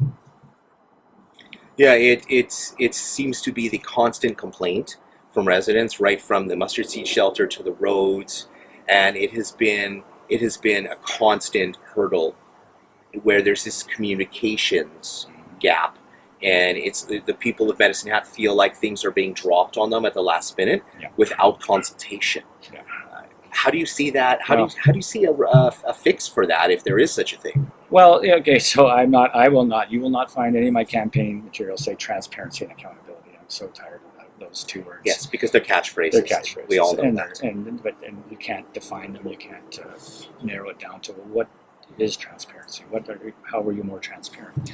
But I do think that when we were around the council, I don't think we dropped things as quickly. Like, I mean, I think everybody knew when we were building the Viner Center, and it took a long time, but they knew where we were going to build it and what it was going to, we worked with the Senior Citizens Association, and so things like that. So I'm not going to say we were more transparent and accountable, but I wouldn't say that there has been an increase in transparency or accountability. I would actually say probably it's been a decrease, to tell you the truth. Well, as far as to give credit to council for some of the things they did right, I have published a couple of articles showing that some of the records they published were actually more transparent than any other city I could find in the entire province. But the other side of that, to echo what you're saying, is that I completely agree that you can publish records till the cows come home, and you can put all the information out there.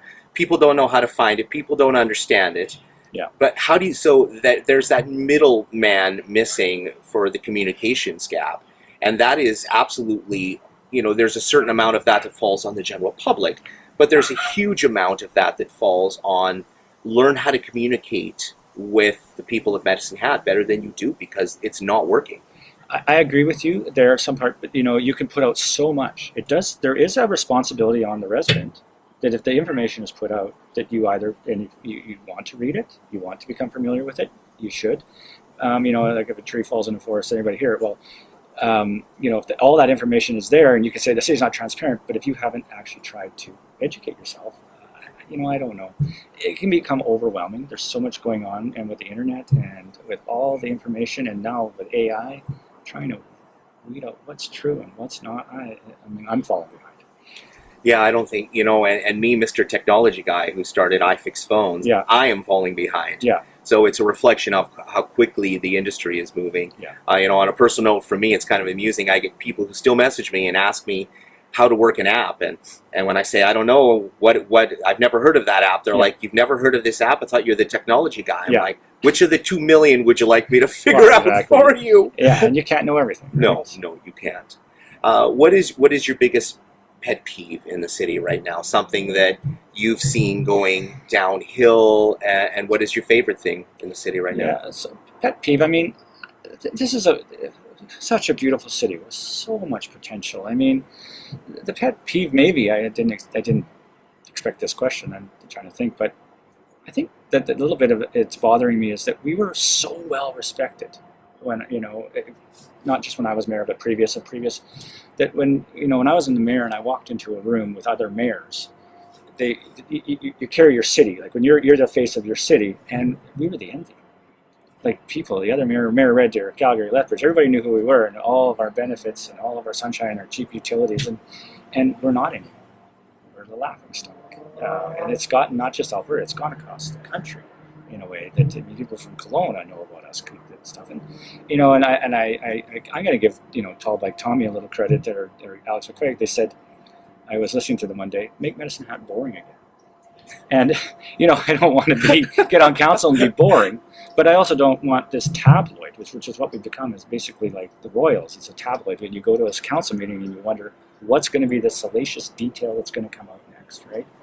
So my what I love about the city is all of our potential and what we can be, and I know we can do it again. But what I don't like is our reputation now across the country. So I have one last question for you that I haven't really asked any other candidate, because to be honest, I don't think they could have answered the question. But I don't know if it's crossing a line into confidentiality for you, so that is completely something that you'll have to decide for yourself. But I had a conversation with Jim Turner before he passed away. Oh yeah. And I did not agree with Jim's political ideals, but I did get to know Jim during the last campaign when I ran, and I fell in love with Jim's personality. Yeah. Because Jim was passionate, he was a good man, he genuinely cared, and it was such a huge loss the way we lost Jim. Yeah. It was so sad. But Jim and I had a conversation about, he was for selling production. Yeah. That's the impression that I got from the conversation, because he very frustratingly at one point, when I explained my takeaway from the whole thing, because I was still learning, he got so frustrated. I remember he put his hands up and he says, that's what we thought too, but we couldn't get the public to understand it. And he was trying to convey that natural gas prices were crashing, mm-hmm. and that the power plant was quickly going to become a liability instead of an asset. Mm-hmm. And it could be both at the same time. But take me back 4 years. Yeah. What was that like, especially with the public backlash over that? Because I know, looking at it now, with all the information I'm armed with, the decision you were making was not done out of selfishness. It was done out of a fiscal responsibility. Yeah, so I just want to say something about Jim. Like there's an example of a counselor that had been on boards, had governance experience, had worked with charities. The Kinsman, of course, when he was owned Sobeys, he sat on the roof on minus 30 and tried to raise money for the food bank. That's the kind of people or kind of person Jim was. He got pneumonia and nearly died trying to raise money for the food bank. Like that's the kind of people. And sometimes with the internet now, and he earned a seat at the table, is what I'm going to say. He ran the food bank for many years. Yes, he also ran it. Yes. And so back then, you own a house, or you own property, you own real estate. You want to know what it's worth. If I think my house is worth $300,000 and somebody offers me $200,000, I'm not going to sell it. I want a fair market value plus a little bit more than fair market. If I think my house is worth $300,000 and somebody offers me $1 million, I'm going to sell it because I think I'm getting a windfall. So we weren't selling the utility. We were testing the waters to try to figure out what is the value of this. By the way, we never did sell the utility. No. We still have it. Yeah. And this council came closer to taking the utility out of council's hands than we ever did. But of course, I took way more backlash. And just kind of see, what is this asset worth? Because we're making decisions based upon the future, 100 years, that you need to be informed. And so we were just kind of testing the water and see what it would be worth. But I mean, and I got a number. I don't know if I'm allowed to say what the number is. But that's what it was. And that's prudent. When you're a board of directors running I know I said it was a small utility, but it's a large utility for the residents of Medicine Hat, and important. You need to understand the value of it. And that's what we were trying to do. Interesting. So in fact, you were not trying to, I think the general public got the impression that you were trying to sell the power plant behind everybody's back and Yeah. get away with something. And that was definitely the reaction from the public. Yes. Now, I knew about it, and I knew it wasn't a secret. Yeah. It was just one of those things that the public caught on, and it spiraled out of control, and everybody got their backs up. But that's very interesting. I did not know that. Yeah. So, in fact, you had no plans to sell the power plant. You were Well, simply testing the waters. We were testing the waters. Now, as I Interesting. said, if we thought it was worth 300,000 and we got offered $1 million, we would take that to the public and say, listen, this is what we think it's worth, and this is the offer. But we never got that. Do you think, And by the way, the power plant has been highly profitable up until this last year or so. yes, So we built 2 new generators while I was mayor and council, and the reason why the reserves of the city have ballooned is not because of what happened this council, it was because of those generators that we built 4, 5, 6, 7 years ago. $600 million in reserves, Yes. I believe, Yeah. currently. And so those are big decisions. Each one of those generators was $50 million, and they were 50 megawatts each, and we built 2 of them. That's where the reserves have come from. That's interesting. I didn't actually tie those two together until you just told me. That I do have the FOIP records, and I was looking at it, and in fact, we made $200 million off the power plant just in that 1 year. But because natural gas prices have crashed and federal carbon mandates have come in, and I'm not even going to get into federal discussions about carbon mandates. We don't have 4 hours, but And I don't even have the knowledge base. no, I and, don't and know. neither do I, and it's just something to complain about, right? Yeah. So, but the power plant is losing money. After I figured out all of the information and figured out what we sold and what we bought and what we sold and what we bought on the books. Yeah. The power plant lost $8 million last year. It's probably going to lose about $10 million this year. And fine, we made $200 million the year before, and you dumped a ton of money into reserves, you and your council. And so And it's- this council did as well. This- This council. this council did as well. Yeah, because they made quite a bit of money during in 23 when the power prices spiked and Oh, all okay, that. you're Yes. right. I'm sorry, 2 years ago. Yeah, Correct. yeah. Right. That was the $200 million earning that I'm referring to.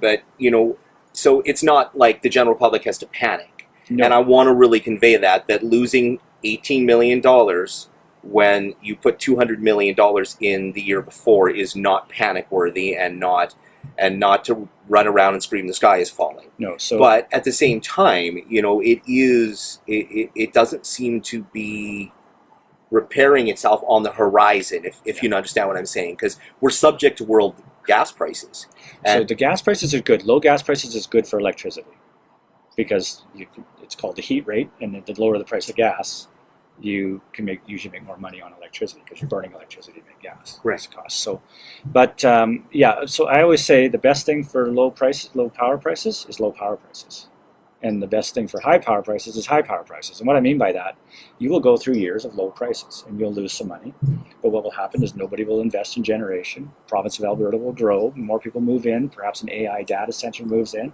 then all of a sudden there's not enough power because nobody's been reinvesting because the prices have been, and then the power price will peak again, and then when power price peaks, people will start building generation because the power price is so high, and then the power price will come back down again. sounds like the Fort McMurray conversation I remember when I lived up there. Exactly, and it's supply and demand. That's all it is. And so we'll go through a period of low electricity prices and lose some money, and then all of a sudden there'll be a couple boom years, and we'll make more than we lost. So you feel at some point it is going to recover, and then we'll make the money, and then we'll lose little bits here and there, and you have to look at the bigger picture. Is that what In you're the saying? last 125 years, it always does. It does. It Interesting. always has. Yeah. Thank you so much. Oh, I appreciate it. doing Thank this. you. This Yeah. was a lot of fun. I want to give you an opportunity to. A very awkward placement of the camera. Everybody sorry, but Ted and I were fighting with the sun, and there Not with each other, just the sun. That's right. Nobody is powerful enough to fix where the sun is shining in your face. But I wanted you to have an opportunity to campaign, tell the Okay. general public, and talk and have a look at the camera and tell the people Yeah. something that's on your mind. Well, I think that this election is going to be about a flight to safety, a flight to, and by that I mean experience. We tried a council that was relatively inexperienced, and we've seen what's happened with that. It's a job. The mayor and city council are not to be taken lightly. It's not. I know it ends up being a popularity contest, but it shouldn't be. It should be about experience, because in every other aspect of our lives, we hope to choose the most experienced person to do the job. be it, and I've been using this analogy a lot this time, but when you get on your WestJet flight, you hope that the pilot has 10,000 hours and has flown the plane before and hasn't just watched a YouTube video and says, I could, because if that's all they have, you get off the plane. You do not board that plane. Very true. And, or you on a heart surgeon, you hope he or she's board certified and has maybe done heart surgery before. And it's so important. And even renovating your house, you try to pick the best contractor. Why, when we are electing a council, do we not look for experience or board experience or volunteer work or previous council experience? And you've seen what's happened when you don't have experience. And, and I mean, you said campaign, and I don't like that, but it's the truth. It's a fact. Yeah. I mean, I meant that more in a technical meaning, that this is a campaign. Yeah, I know, and it's just, it's hard to self-promote sometimes. It's like you're talking. Well, you know what? You have never ever been anything from my perception other than a very humble person. I've never heard you brag. I've never seen your ego get out of control, anything like that. So appreciate that. When I use the word campaign, that's my word. No, I know what you're saying. I was just it's. No, I understand. Yeah, I understand. Thank you so much, Ted. Thanks, Jeremy. I really appreciate our time together. Thank you. Support for today's episode comes from The Foam Whisperer, Medicine Hat's best kept secret since 2010. Serving Medicine Hat and area for over 15 years. Created by the mind behind iFix phones. Need a fix? This is a politically centered podcast. Drew Barnes, welcome to the Politically Centered Podcast. Jeremy, thanks for talking to me today, and it's a good chance to be here. I appreciate it. It's good to see you again. If my memory serves, we've first met, it's got to be 15 years ago now. You walked into the King of Trade, and I was running iFix phones upstairs, and you walked up with an iPhone 4S with a broken back. And I remember you very well. And you walked up, you said, "How much is the back? I'm running for MLA," and I dropped my phone on the campaign trail, and I'm like, "Well, consider this a campaign donation," and I slapped the back on it and sent you back out on your way. I'll never forget the first time we met. Well, thank you. I remember that day well too, and appreciate it. Yeah, and it's good to be friends ever since, and it's good to see you so involved in helping Medicine Hat and filling a hole for media and communication. And here we are, all these years later in another campaign. I'm grateful for that. Well, it's good to see you're still in the game. Chat News left quite a void, and CBC has opened up a local outlet here, but it's still left a huge, massive, gaping hole for news coverage, and hopefully this helps a little. It will. But Drew, just to start off on a personal note, just take a couple of minutes, and the point behind my interviews is to get the people to know you on a personal level and not on a political level. So just take a couple of minutes and tell our audience who you are, who your family is, and let them get to know you. Okay, well, thank you, Jeremy. I've lived here since 1974.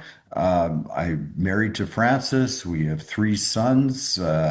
We are up to 5 grandchildren, which we're so blessed with that. I love Medicine Hat, starting from the people to the weather to the opportunities that are here. One of the reasons that I've decided to run for mayor position. A lot of Medicine Hatters expressed to me great concern about how dysfunctional this mayor and council have been the last 4 years, and 4 years of a lost opportunity. So that was important. Jeremy, I'm a recreation hockey player. I'm a recreation golfer. From enjoying every part of the city, from the shows at the Esplanade to the trails and the walking, and I'm just so grateful to be able to live and say that I'm from Medicine Hat. I didn't know you played hockey. That's interesting. Mm-hmm. That's so I'm assuming all the grandkids are in Pee-wee hockey already. They're getting there, but yeah, I'm a left winger in hockey and a right wing conservative in real life. I gave up on hockey after I stopped being a toddler, and they were using me as the puck. It was a very clear indication where my strong points were. Exactly. It was not hockey. But while we're on hockey, look at how well our Tigers did last year, and that arena was full for several regular season games and playoff games. That was a fun place, and I'm so cheering for the Tigers to have another good year. I don't know if you heard, but Brock Lesnar's son is potentially going to be a Medicine Hat Tiger here. And if you've seen Brock Lesnar wrestle, I would say that it'd be a really good idea not to get into a brawl with that kid on the ice. That makes total sense, and that will sell a few tickets as well. So good on them. Yeah. So Drew, I just want to tackle one subject really quick. I put out a post. First of all, I want to express my thanks for how polite you were. You responded right away to my message. Everybody from your campaign was wonderful to deal with. I hope from my part it did not come across as accusatory. It was me just probing for answers. The Medicine Hat United Ratepayers Association was a little defensive, but I don't see defensiveness as guilt. That is not how I think, and I would encourage the rest of our audience not to see it that way. If any of us had an article like that written about us, we'd probably be a little defensive as well, but I resolved that. So the article was asking about any connection between you and Bill Ewell, who has been a part of this community, well, for as long as I'm aware, and the Medicine Hat United Ratepayers Association, and $100,000 donation. So I wanted to give you the opportunity to comment on that and clear up the subject. Okay, well, thank you, Jeremy. Yeah, not much to clear up. I've been in politics for 13 years now. I've always and consistently been loud about lower taxes for everybody, lower taxes. So when the Medicine Hat Ratepayers got started and they asked me to provide a little bit of advice, a little bit of direction, be involved in a couple of meetings, I was more than happy to. Bought I think it was a $10 membership as well. And secondly, when it comes to Bill Ewell, Bill and Liz Ewell and their Ewell Foundation and the philanthropy that they've done for Medicine Hat. But what Mr. Ewell does with his money is up to him and up to him to comment on. And I'm just grateful that Bill and Liz and the Ewell Foundation have done so much. And I mentioned at the same time they are. Okay, so you're not a member of the Medicine Hat United Ratepayers Association, or a board member, or you are? I'm curious. No, I'm not a board member. Not. I believe I am a member, Jeremy. I bought I think it's a $10, might have been a $20 membership around a year ago. I presume that's still in effect. But let's go there though. I'm so happy with the work that the Medicine Hat Ratepayers Association has done. The city of Medicine Hat made approximately 300 million generating electricity over a 2-year period, and our utility rates went sky high, and our taxes, a planned increase of 5.61% for 2 years in a row. One of your good articles was about how much they put into reserves, so instead of giving money to the citizens. So like your ability to increase dialogue and communication and questions and answers, I'm just so grateful that the Medicine Hat Ratepayers are fighting for reasonable and proper levels of utilities and taxes and accountability. All right. Well, thank you for clearing that up. That's a good segue into the power plant. So I, as you know from some of my posts, I have a whole bunch of FOIP records. And I started to break them down, and needless to say, when the power plant part came up, my jaw hit the floor. That our power plant did actually take a loss last year, although you are correct with the $300 million total in that window of 2 years that you mentioned, because the previous year we had made well over $200 million in revenue. But the power plant, due to federal carbon mandates, which we won't get into too much because I'm sure everybody knows about that, and we all know how much Medicine Hat loves the Liberal government. But, the natural gas prices have crashed. The power plant is losing money, and although it is a small amount of money, what do you have to say about that? I don't expect you to say you're able to fix it, because that's not realistic, because especially with our deregulated system here in Medicine Hat, although deregulated is a convoluted term to call it to begin with, but we are subject to world gas prices here, and we're affected by it more than most places.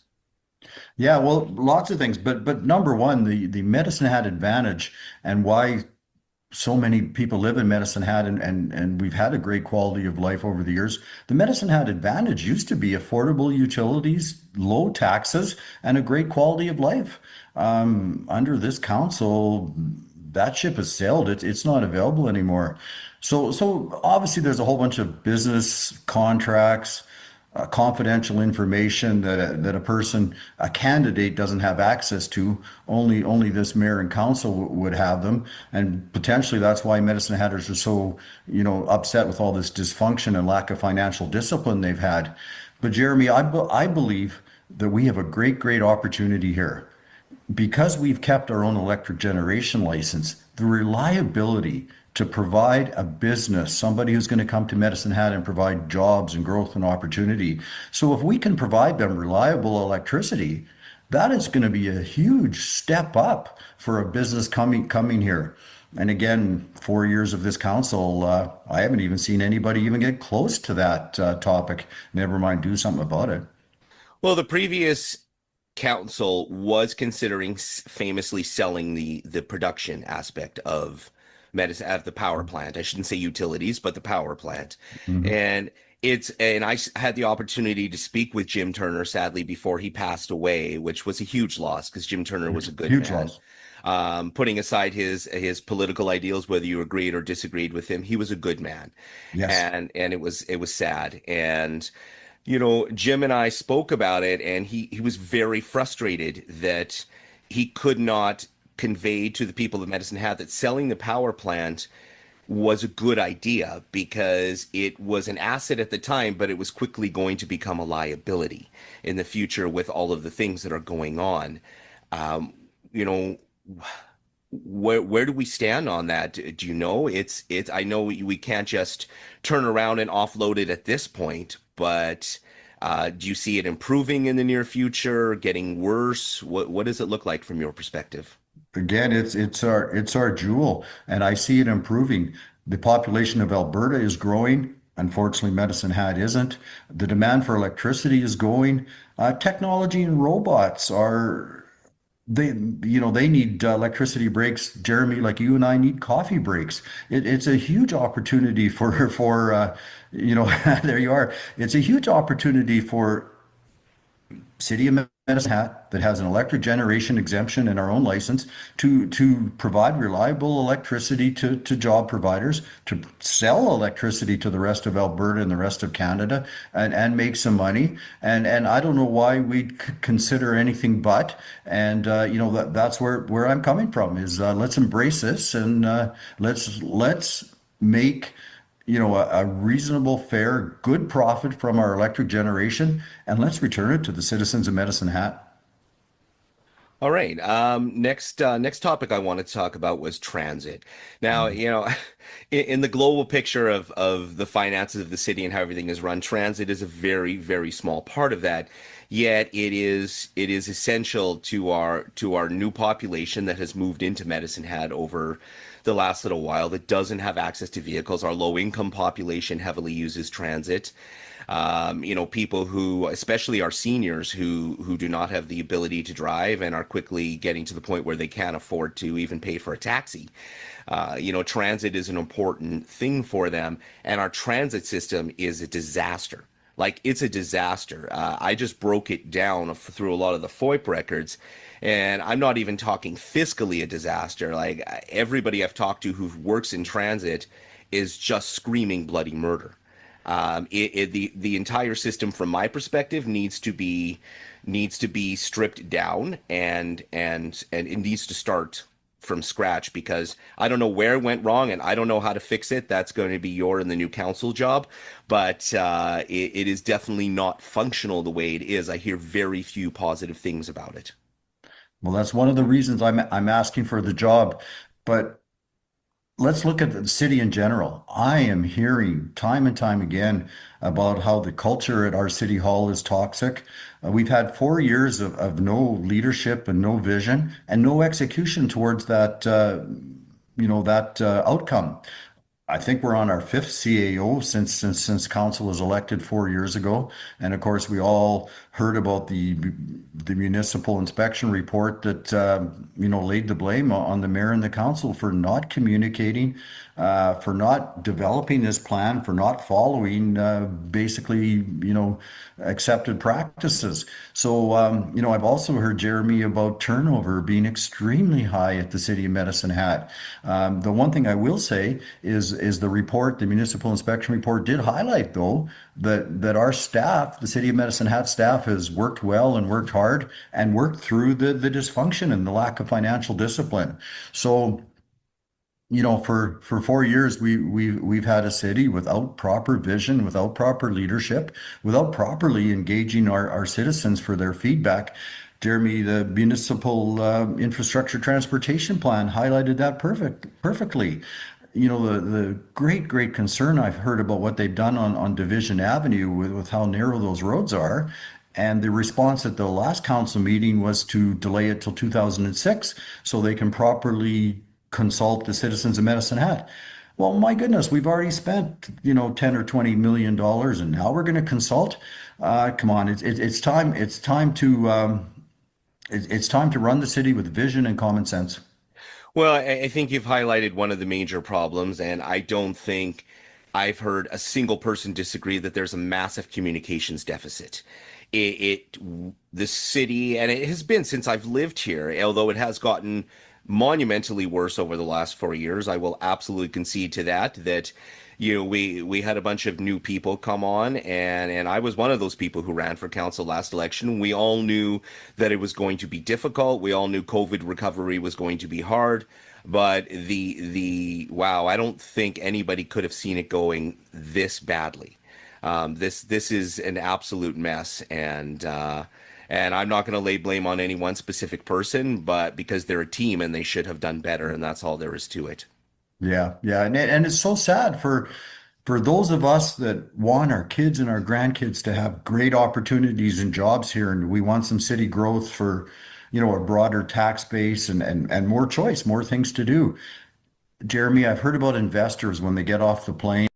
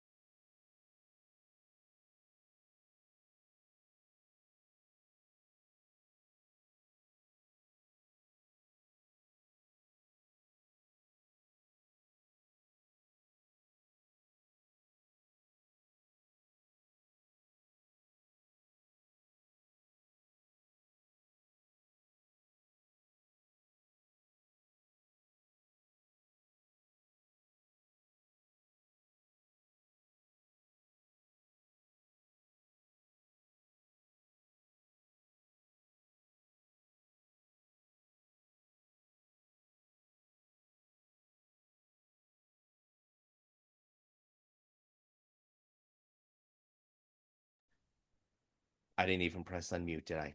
All right. Well, you are watching live election results at that is taking for absolutely forever to come in.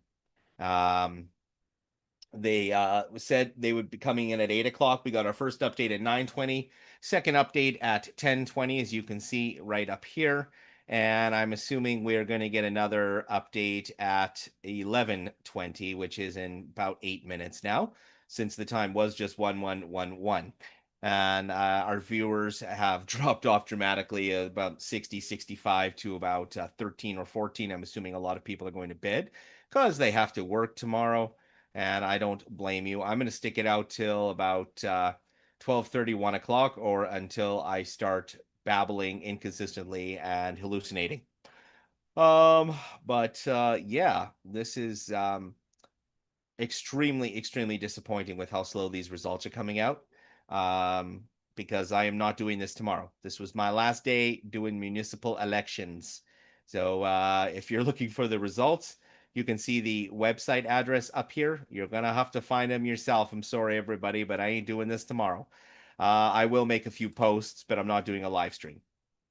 And because I don't know if the candidates is probably more tired than I am, but I am tired. And this has been a long election. And I really appreciate everybody who tuned in.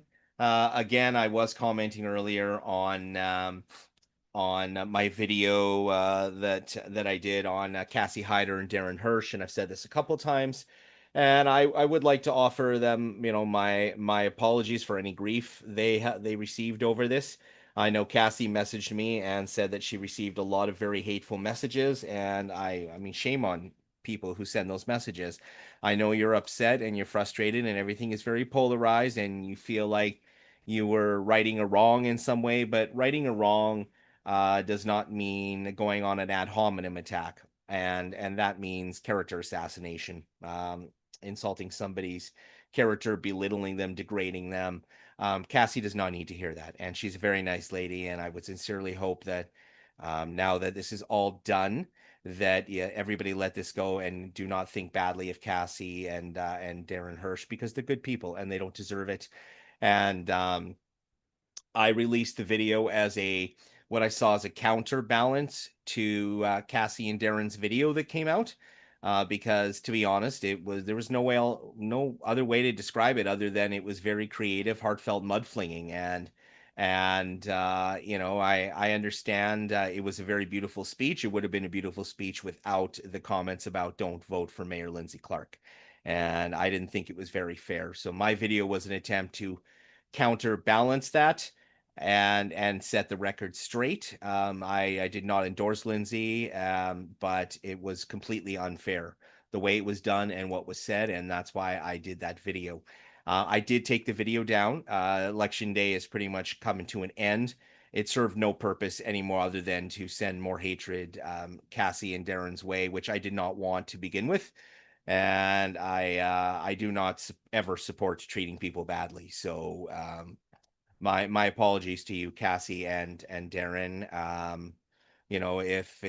If I am responsible for that, I apologize, but I felt that it was a necessary thing that I did, and to balance out the playing field a little bit, because I thought the videos were very poorly done.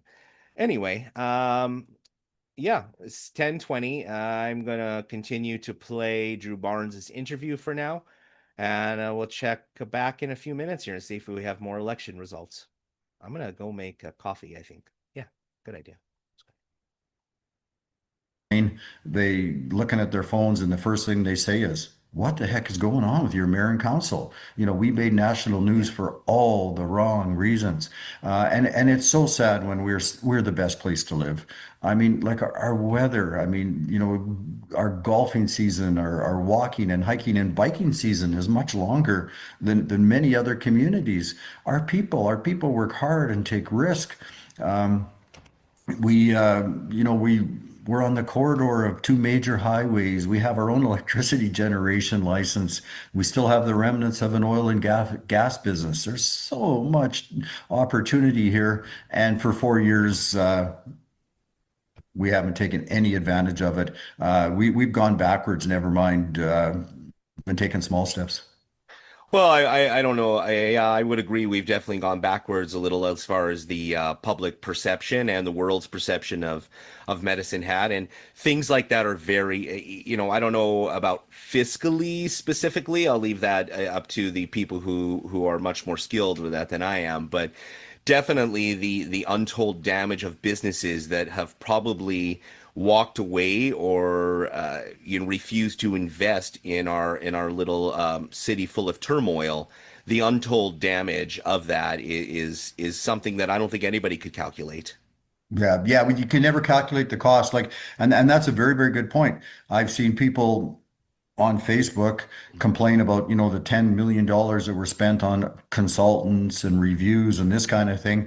And I think those millions of dollars are a drop in the bucket compared to the number you just mentioned, the number we can't measure. What did we lose in investment and jobs and opportunity that didn't come here? That we'll never know. But that's what we need to change on October 20th. That's why I'm asking for everyone's vote for mayor. Vote for me to ensure that the needs of Medicine Hatters, the Medicine Hat advantage is restored. And so we can shoot for reasonable, manageable growth.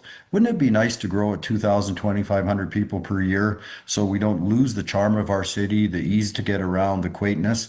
But we need some growth, and we need some opportunities, and that's what I'm striving for. My next question is, I was looking up your businesses, Mhm. and you wow, I had no idea you had built such an enormous empire for yourself. You have done very well for yourself. Well, thanks. I don't know if I called it an empire, but thank you. Well, I was looking up a list of the businesses, and a lot of them were like you don't just you're not just a landlord, you are you're a builder, you own the storage. A lot of the companies that build a house and then lease them out, you've covered it top to bottom, and I admire what you've accomplished because that's monumental and it speaks to your ability to build a business. After all, the city is just a business after it's all said and done, a very complicated one. But that also brings into the conversation a potential conflict of interest, right? So it's not typical for municipal elected officials to put things in a blind trust. I know that's generally a provincial federal thing, but how are you going to navigate that if you get elected to mayor, that with not looking after your own best interests, especially when you're so invested in the city of Medicine Hat through businesses, and instead of just saying, trust me, because that's all fine and dandy, but that is going to come up, and we are all human. So please go ahead. Yeah, thanks, Jeremy. Well, I appreciate that. And again, I'm grateful to have had the opportunity to be in Medicine Hat with my wife Frances and my family. We have been successful. And again, I guess it's a situation of these are private business affairs, and we have shown that we can build things and get things done and focus on what needs to be done. I will put that same effort to growing Medicine Hat and for the citizens of Medicine Hat, all of us. Secondly, I was MLA for 11 years, and I always knew when to recuse myself and not be involved in any conflict of interest. That will continue. And Jeremy, my businesses are successful, and I'm grateful for that. But on a day-to-day basis today, I don't, I'm not very involved in them today. So I don't see that changing. So you're not involved in everyday active operations; they run themselves, and you have very competent people in place. Is that what you're? I have several employees, all great employees who work very hard and take care of our customers very well. I do have some financial and some slight oversight, but but very little involvement, very little day-to-day activity. So you don't perceive any conflict of interest there?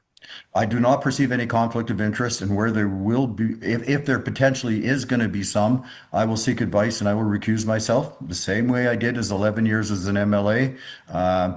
Yeah. All right, fair enough. So speaking of MLA, you were famously expelled from caucus by Jason Kenney during COVID, and COVID sucked for all of us, No kidding. You expressed to me in private conversation how frustrated you were about the whole thing. I have expressed the same to you, that you and I both got put through the ringer during COVID in our own way. You got it way worse than I did. No doubt about that. But it's especially with the turmoil going on with council right now, being a team player is a big subject, and that's very important to the city of Medicine Hat, because what we want to see is the arguing stop. Yes. I think everybody is tired of the conflict. We're tired of watching our neighbors rip each other to pieces and people be cruel to each other. And I know that at one point Danielle Smith had asked you to come back to caucus after she was elected, but she did not offer you finance minister, if I remember correctly. Can you elaborate on all of that? Because I know the bigger talking points, but I don't know all the small details. Okay, yeah, thank you. Appreciate that. Appreciate all you said. Okay, so for starters, Danielle Smith, She asked me to support her in the leadership. I told her that I couldn't and I was staying neutral. After she won, she asked me to apologize to my UCP colleagues. I said, no, I have nothing to apologize for. And then she called me and asked me to come back in. And I said, great, make me a minister, give me responsibility, and I'll be there tomorrow. I do want to clear that up because that's the third or fourth time I've heard that rumor. I did not say I only have to be finance minister. Jeremy, what I said is give me a ministry, give me real responsibility and autonomy, and I will be there tomorrow. And that answer was no. And unfortunately, being a government backbencher was the most unstimulating period of my life. There's very little to do. There's very little autonomy. And so I just, hope that that's that's better off in someone else's hands now. And that's good. When it comes to building a team, I think I was the first one to speak up against Jason Kenney's leadership, whether it was financial or COVID or lack of listening. And I think I was the early innovator. I mean, look where that ended up with a big team behind, forcing his ouster. So I've worked hard on that at this point in time. Now, I do not understand the logic of the UCP law, but here's the law. In Edmonton and Calgary, you can run as a political party or you can run as a slate. And of course, the advantage of a political party is a political party can raise and contribute the same amount as the candidates. So if you can run as a political party, it actually gives you double spending. Okay, but the UCP put in the law that you can only do that in Edmonton and Calgary. You cannot do that in Medicine Hat. So we can't say we're a slate. We can't say we're a political party. But I am building a team. Currently today, I have Cheryl Pfaff, Emmanuel Moritz, and Gord Cowan, who are running on the same ideas, the same values, and talking about being a team. What would be ideal, and I have talked to several more councillors, and I am still working on this, and of course with the election October 20th, I have a few days yet to finalize this. I'd like to add three more councillors to that list. So I say, please elect, or please consider electing these 6 councillors, elect Drew Barnes as mayor. We will work together to put the citizens' needs of Medicine Hat first. We will put the growth and jobs and opportunity increasing for Medicine Hat first. And again, I'll say it again, I've talked to 7 or 8 other councillors, very, very good people that I'm still working with them and working on them. And that kind of collaboration, even if everybody stays separate, which is fine, is what this mayor and this council haven't done. The municipal investigation report clearly outlined how they hadn't talked to each other for years. Are you kidding me? How can you run a multi-million-dollar revenue and expenditure business without talking to each other? Yeah, it's back to the communications deficit. It did not just apply to the people of Medicine Hat. It clearly was a communications deficit within the council that simply spread outwards. And they just were not talking to each other. They were not agreeing on anything. And it's fine to have different views, but in the end, you have to put aside your ego sometimes, and you have to focus on the bigger picture. And those are the people who voted. Yeah, you have to accept that there's going to be disagreement and brainstorm, share ideas behind closed doors. And if there's a difference of votes out in the open, be mature and accept that different people think different and move on. I have a memory of you, ironically, with Stephen Campbell and Tall by Tommy, both of who I've interviewed, because I think they had it was called We Choose Freedom Medicine Hat or whatever it was called, and it was in front of your MLA office at the time, and I remember. It just happened to be, Tall by Tommy came by with his camera, and he was recording as you were walking out to talk to Stephen Campbell, and you got kind of caught up in the middle of that. Do you feel that led to the whole controversy between you and Jason Kenney? No, I don't think so. Sure, at times I came out and I said, the the testing, was deemed inaccurate, and I said we should review the testing. I went on Rosemary Barton, national news. CBC. I got a lot of pushback for those two things.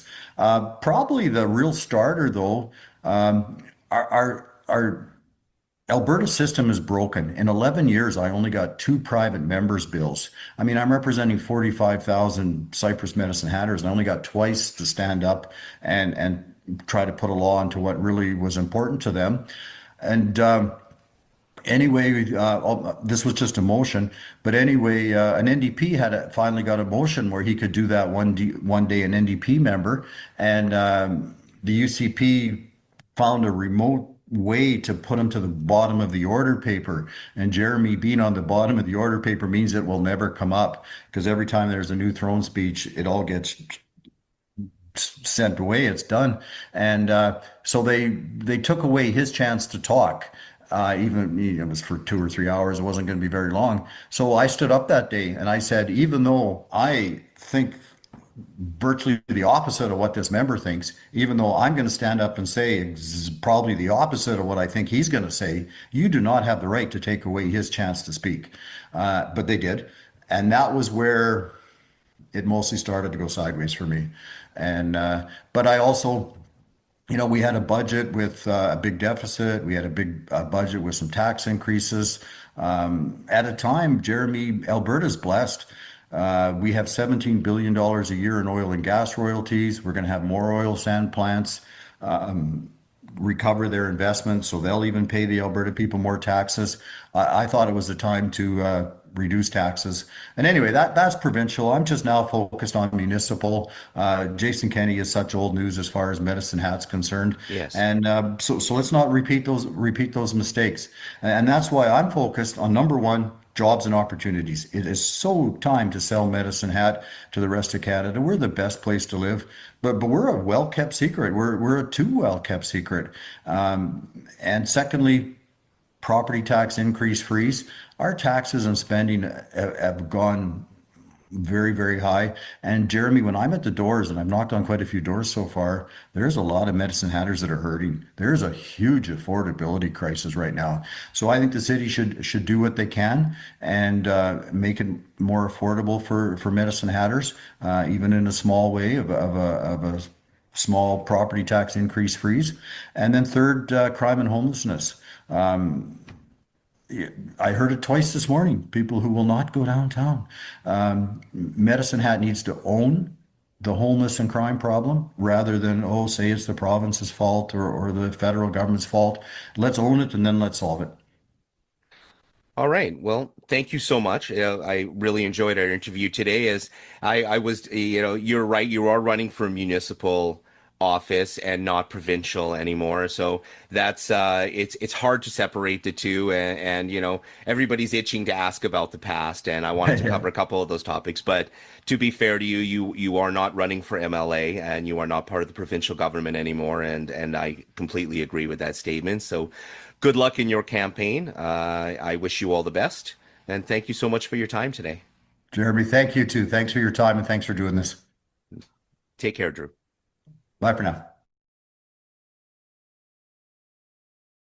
Support for today's episode comes from The Foam Whisperer, Medicine Hat's best kept secret since 2010. Serving Medicine Hat. Medicine Hat, my utility.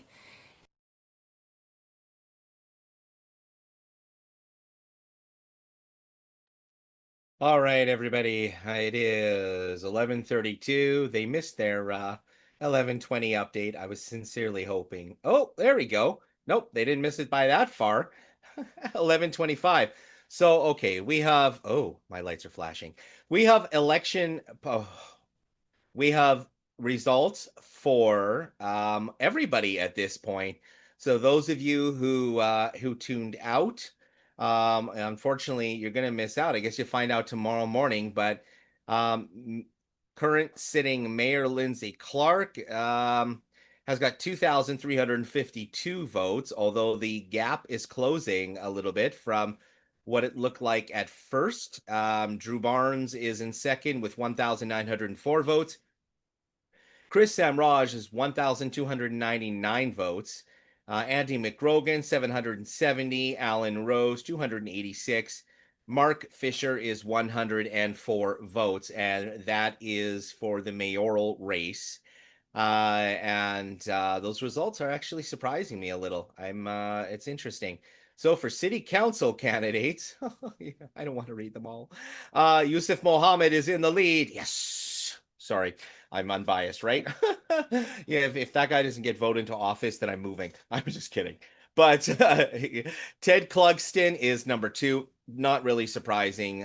Ted has got a decade of experience and he can lend to council. He was the obvious, a very good choice to join the new council. This is interesting. Stuart Young, a little bit of a go-getter, and everybody I talked to likes Stuart Young, very much like Yusuf Mohammed. Never got to meet Stuart Young. We were going to do an interview, never really sorted it out, but interesting. Stuart Young is in 3rd place. Former city councilor Bill Cox is in 4th place. Bill held office 8 years ago and did not make it back into office, but it is good to see Bill back in the saddle. Chris Hellman is in 5th place with 40 votes, right behind Bill Cox, which also has 40 votes. I guess they're tied. Chris Hellman owns Mr. Loop here in town and is also a part owner in a restaurant. I can't remember for the life of me at the moment. We have Adam Cook, Koch, that's pronounced Cook, who owns the restaurant on North Railway. Well, I can't remember what it's called at the moment. That is coming in at 6th place with 37 votes. You guys can see the numbers, so I'm just going to read the names and not call out every single vote because there's 39 of them. Current city councilor Allison Van Dyke, and current city councilor Robert Dumanowski. Kristen Speck, Brian Varga, also a former city councilor who was voted out last time when Lindsay Clark first took office. Cheryl Pfaff, which, geez, I could have sworn Drew Barnes just mentioned her as one of the city council candidates that was running in a team with him. Dan Reinish from Chat News is in at 21 votes. And my interview with Dan was probably up there with one of my favorite ones. We did a little weather piece. I didn't upload it to YouTube, but I'll see if I can figure out a way to play it on here. Stephen Pudwell, who I know nothing about. Shyla Sharps is in at 20, same as Stephen Pudwell. Brian Edward Robinson, 19 votes. Don't know. Pamela Coons. I interviewed Pamela Coons, really liked Pamela. Made a joke about how she was very, very fiscally responsible and that the last company she worked at, they were cracking jokes about having to count squares of toilet paper. I think we might need her in office, but she is in at 18 votes. Emmanuel Moritz. I don't know if Emmanuel Moritz has ever held office. I know that he's run every single time, and he has been in this game a very long time. Kirby Schaefer, 15 votes. Don't know who that is. Laura Lee Butterfield, Kevin Monson is in with 14 votes. I interviewed Kevin. He was actually really good. I enjoyed him. Brock Hale, one of also somebody, I know his family. The Hale family is an amazing family. In at 13 votes. Kelly Allard is in at 11. I'm sure she will move up significantly because Kelly has been in this game a long time. She ran last time and she has been very actively involved in the election. Gordon Edward Cohen. Did I say that right? Anyway, Christian, sorry. Dave Toth, Troy Wasson, Stephen Campbell ran last time when I ran for city council, in at 9 votes. Don Federick, Jay Hitchin, Michael Reed, Clayton Stevens, Mark Douglas Ulbrich, Ron Fode, nice guy. I met Ron Fode, really liked him. Don't know him, no, super nice guy. Randall Noble. I got to interview Randall. I enjoyed Randall. I think he is the manager of the bowling alley here. Jody Faith. Now, Jody has got 3 votes currently. These early results don't mean anything.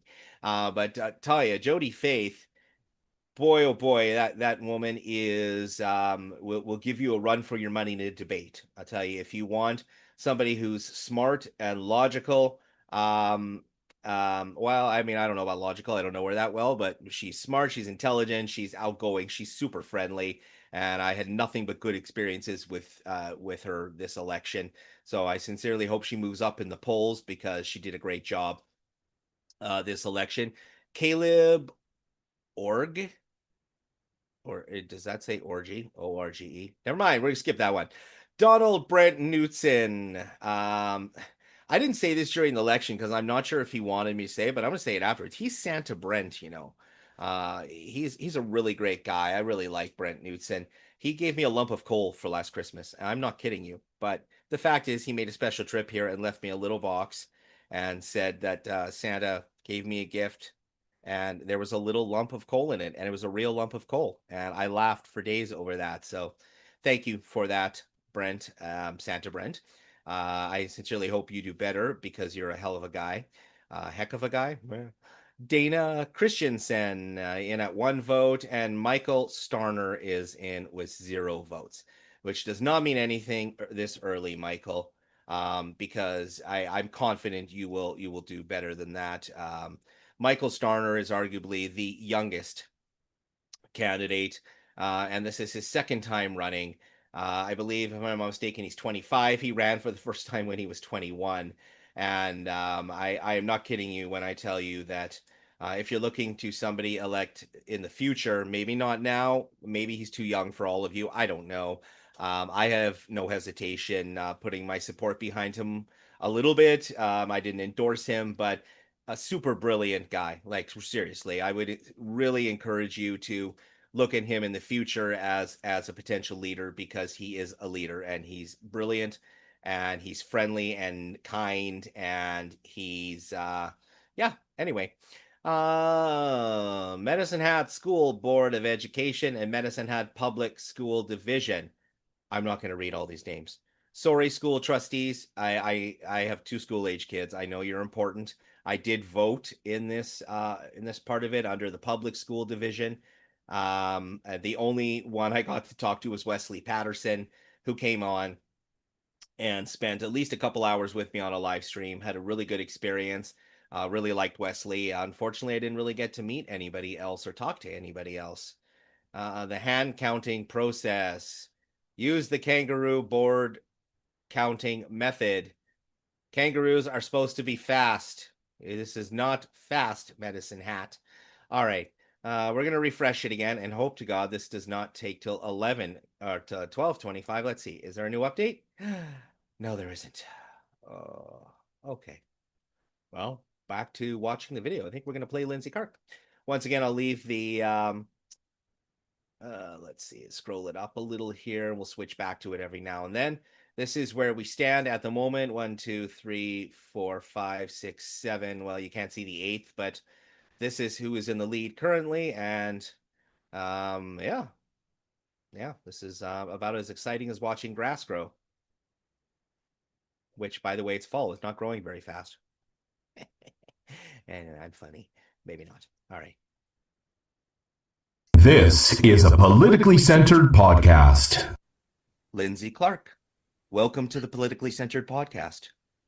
Thank you. Thank you for having me. It is so good to see you this morning. I know we were going to do the interview outside. We had a beautiful spot pick, but the fall weather in Medicine Hat, Alberta did not agree with us this morning. And I much prefer sitting here in my living room other than shivering in the corner of a garden. But it was a beautiful spot, but it did not work. Yeah, you can't have everything. I think this is pretty sweet that we get to be warm in our homes and still be face to face. Absolutely.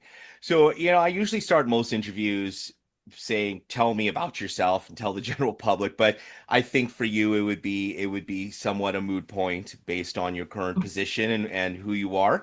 So I'm going to ask you a different question. We're going to start this interview off.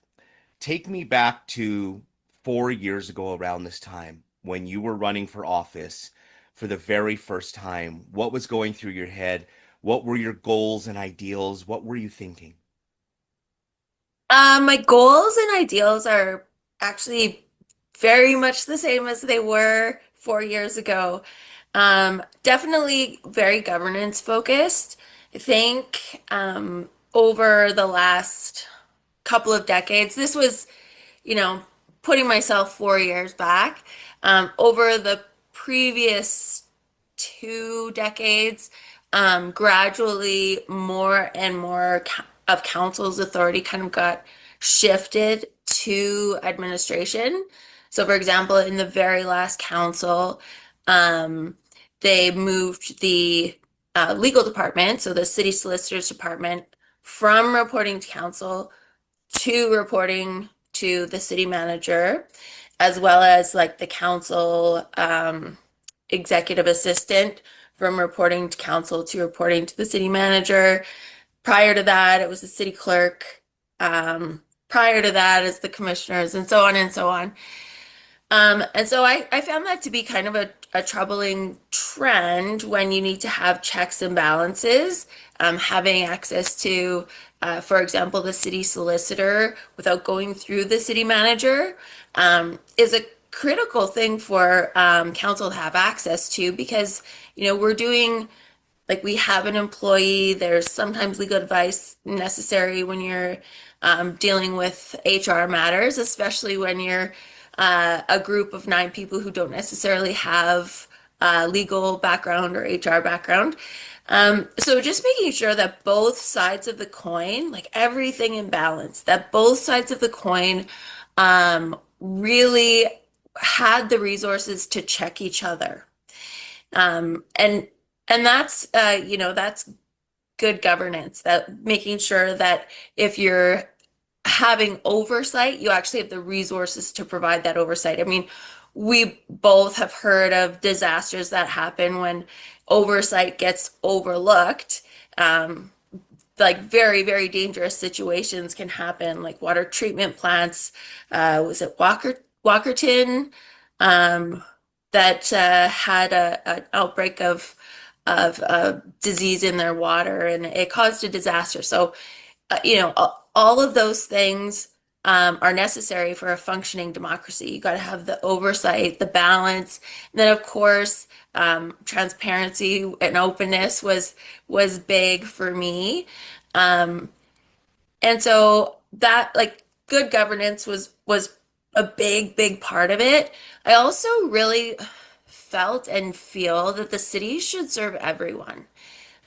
Sometimes it seems like, you know, certain people have more access, better access than others, and I just think as a public body, it is important that we're looking out for and considering the needs of all of our residents, including those who can't vote, like the young people in our community.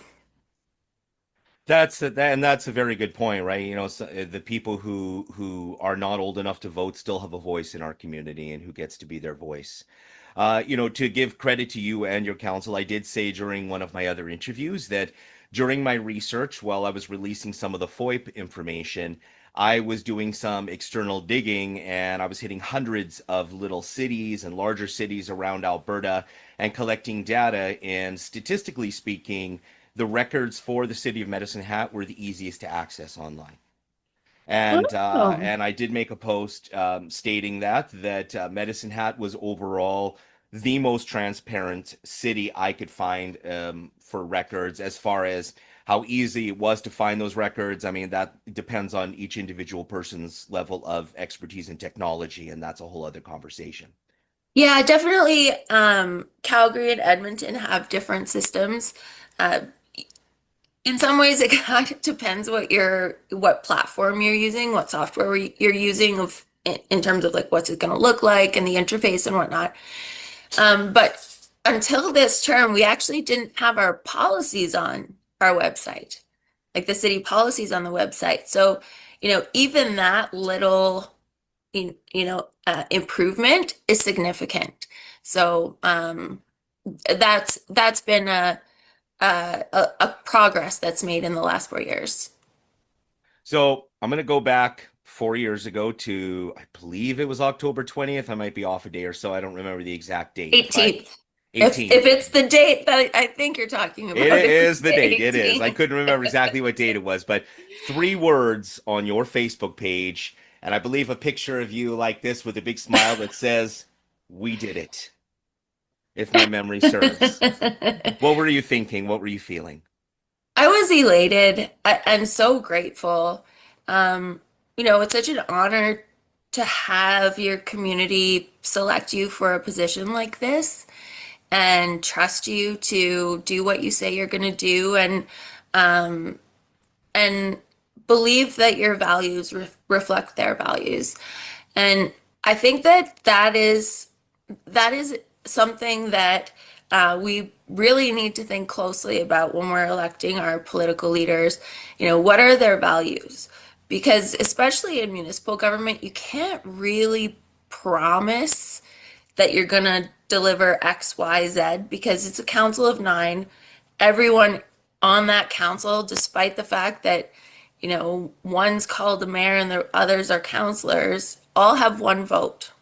No, like the mayor doesn't really have any special powers under our current system. And anybody who has sat as a chair of a board, like I have, understands how frustrating that is to vote against something, have the board vote against you, and then get flack for the decision. Yes. Yes. Yeah. So, but I think as long as you're confident in someone's values that, they are looking out for the best interest of the community, putting their community first, not their ego. I think that's what you really have to be looking for in this election and any local election, because there isn't the same level of control and power that there is at other levels of government to just implement your mandate unilaterally. I've spoken about that in a few of my interviews. What happened to voting for somebody's character? Yeah. that is way out the window. Way out. Yeah. We're gonna leave the Donald Trump conversation out of this interview completely, but I see that as the key pivotal moment in the history of the world where we took character and personality and went, let's just crumple this up, throw it in the garbage can. Yeah. And, yeah, it was shocking. And not to be like too controversial, but we have a lot more reality TV type programs that in a way celebrate behaving badly, or what when we were young we would call behaving badly. And I think that rubs off on people. I often talk about how the social contract seems to have eroded, if not completely disappeared. You forget how important things like manners are. In some ways, they're what keeps us from chaos, from like keeping us in a civilization. Manners are actually probably kind of important to that. So you're absolutely right. Thinking about how their moms would feel about what they're saying and doing sometimes would probably not be ideal. On that note, sorry, Mom. So, what do you feel that you've been able to accomplish in this 4-year term? What do you what are you proud of? What do you feel has been a personal or a failure on the council's part? Just take me back over the last 4 years as much as you can. Some of the things that are on your mind. Well, we've made a lot of progress in terms of that in the energy department and innovation. And I know that it sometimes doesn't seem like it, but if you look back, from the beginning of our term, we've definitely, we created an environmental framework, which is you have the environmental framework, and then that's kind of the basis for the energy transition framework. Energy transition, it can be a triggering term for some people, because it's pretty broad. But I think the gist of it is that we're in a period of time where decarbonization decarbonization policy from like globally, federal government, provincial government, is having impact on how we need to do business. So it's making, you know, natural gas generated power more expensive and kind of incentivizing renewable energy. And so, you know, we've looked into, like, we've participated in, you know, it was kind of a competition to select businesses and partner with them to do pilot projects. And so we have a couple of pilot projects we're working on in our energy department that are using AI and machine learning to improve the efficiency of our grid, basically, or our system. That's really important to me. I think we have a lot of opportunity to, especially owning all of our own utilities, all of our own infrastructure, to, you know, do some of that cutting edge research and pilot projects. I mean, it is sometimes it's a risk because it's a new innovative thing, but I think it's important that we, you know, take calculated strategic risks and be on the cutting edge where possible. And that, of course, understanding an understanding of our risk profile and what amount of risk we're willing to take, and making sure that we're, you know, we're carefully analyzing whether something is within our risk tolerance, I guess. And so the other things, you know, we've done a community wellness plan. We expanded for the fair entry program, which was really really important, especially over the last few years. And of course, working with four or five other municipalities to put together a regional economic development strategy. That is just something that, you know, was in our strategic plan. It was in my platform. Really proud of that. I don't know if you know this, but sometimes it's difficult for municipalities to work together and have an understanding that, you know, if we're a region together, when one of us wins, we all win. Having an attitude of our region is stronger and more competitive together, and figuring out ways that we can work together without sacrificing our autonomy as individual municipalities. And so that type of relationship building over the last 4 years we've made a lot of progress there. And I think we're definitely in a stronger place intermunicipally than we were when we started. Go Yeah. So a couple of things that we started and, you know, didn't necessarily make it to the end, but I think need to be reignited in the next council is we had a government relations strategy and a government relations person that was basically, you know, implementing the strategy and developing relationships with the chiefs of staffs and schedulers of the different ministries, federally and provincially. Like everybody wants to have their picture taken with the minister, and the minister, like we've thankfully had ministers and MLAs and of course the premier give us time in their schedules, but I think even they would admit that a lot of the work, the real nitty-gritty work, is the administrative staff there, or their political staff, their chief of staff and scheduler. So having someone really maintain those relationships kind of gives you more access, and you know, they can remind their minister, hey, did you think about Medicine Hat? They have such and such, and you know, they might be interested in hearing about this. So that government relations piece is definitely important. to carry on and strengthen. Also, we were doing town halls. And so that's something I think is really important. So they were council town halls. Our council meetings don't really allow for people in our community to just, hey, I want 5 minutes to say something. So, I've been thinking about something or I have a question, and I just want 5 minutes to speak to council and administration.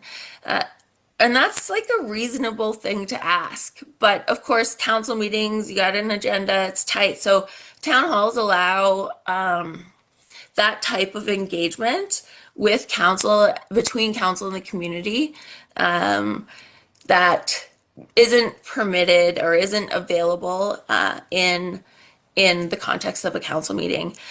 That allows us to get valuable feedback. It's not a matter of let's protect ourselves, or it shouldn't be a matter of let's protect ourselves from hearing anything negative. Yeah, communication is important, right? Yeah. And it's not just there is a I don't know the word I'm looking for, but it's not a lack of communication, but it is this communications gap that there seems to be one between every governing body, no matter how big or how small, and its citizens, and it's a constant challenge. And I was glad you brought that up, because a lot of people do feel like things are dropped on them at the last minute by every level of government without being informed, and the information is out there almost all the time. It's just that people can't seem to find it. It's not in obvious places where people are aware of it. Yeah. How do you see that improving? Well, just one comment on that point is, sometimes also, and I'm guilty of this for sure, is that I'm not paying attention until until it impacts me. So I'm not reading the permit notices, making sure I'm diligently going through them just in case one of them might impact me. You're a human being. Yeah. And we miss things sometimes. Yeah.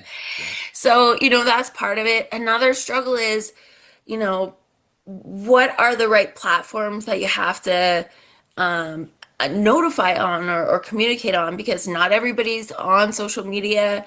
Not everybody is that necessarily internet savvy. Not everybody reads the newspaper. Not every, the local news station is no longer televising. So it's about finding the right mix of like where we need to be communicating and how we need to be communicating. And I also think it's very much cultural. I mentioned a bit ago that I think sometimes we're just afraid about what we're going to hear. And so being open to hear what people have to say and really listen to people when they have something to say is one cultural change or aspect of cultural change that needs to happen. Business, like the private sector, is thirsty for information from their market, from their customers. And that allows them to tweak their products and services kind of in like close to real time, so that they're receiving feedback. I'm assuming are using some big data analysis, and that allows them to get this real time feedback on the new product they released or the new app that they've produced. We need to be like that. We need to be good at customer service. Being good at customer service means making sure that you are in touch enough with you. All right, for those of you who are still on with us at midnight, 12:02, I'm seeing Roast and Toast People complaining about hand ballot counting. I fully endorse that post. This sucks.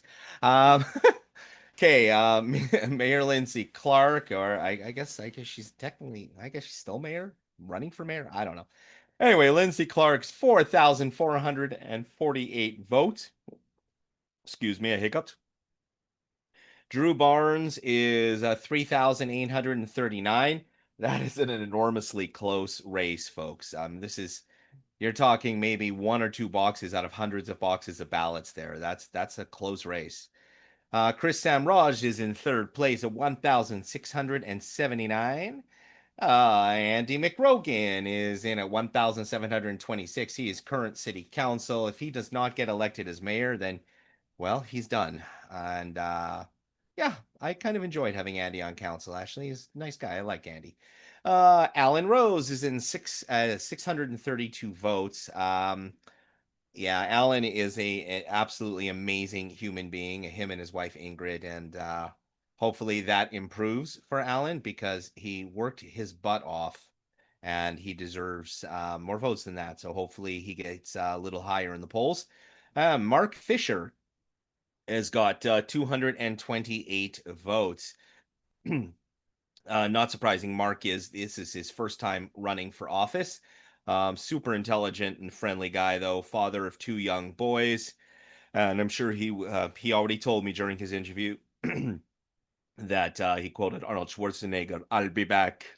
No, sorry, not that guy, but he said he'd be back to run again. So I think he knew he was not going to get in this time, but good for you, Mark. You've done a incredible job, and I'm not going to forget you, that's for sure. I don't think the numbers on council have changed at all. No, they have not. Still, Youssef Mohammed in the lead.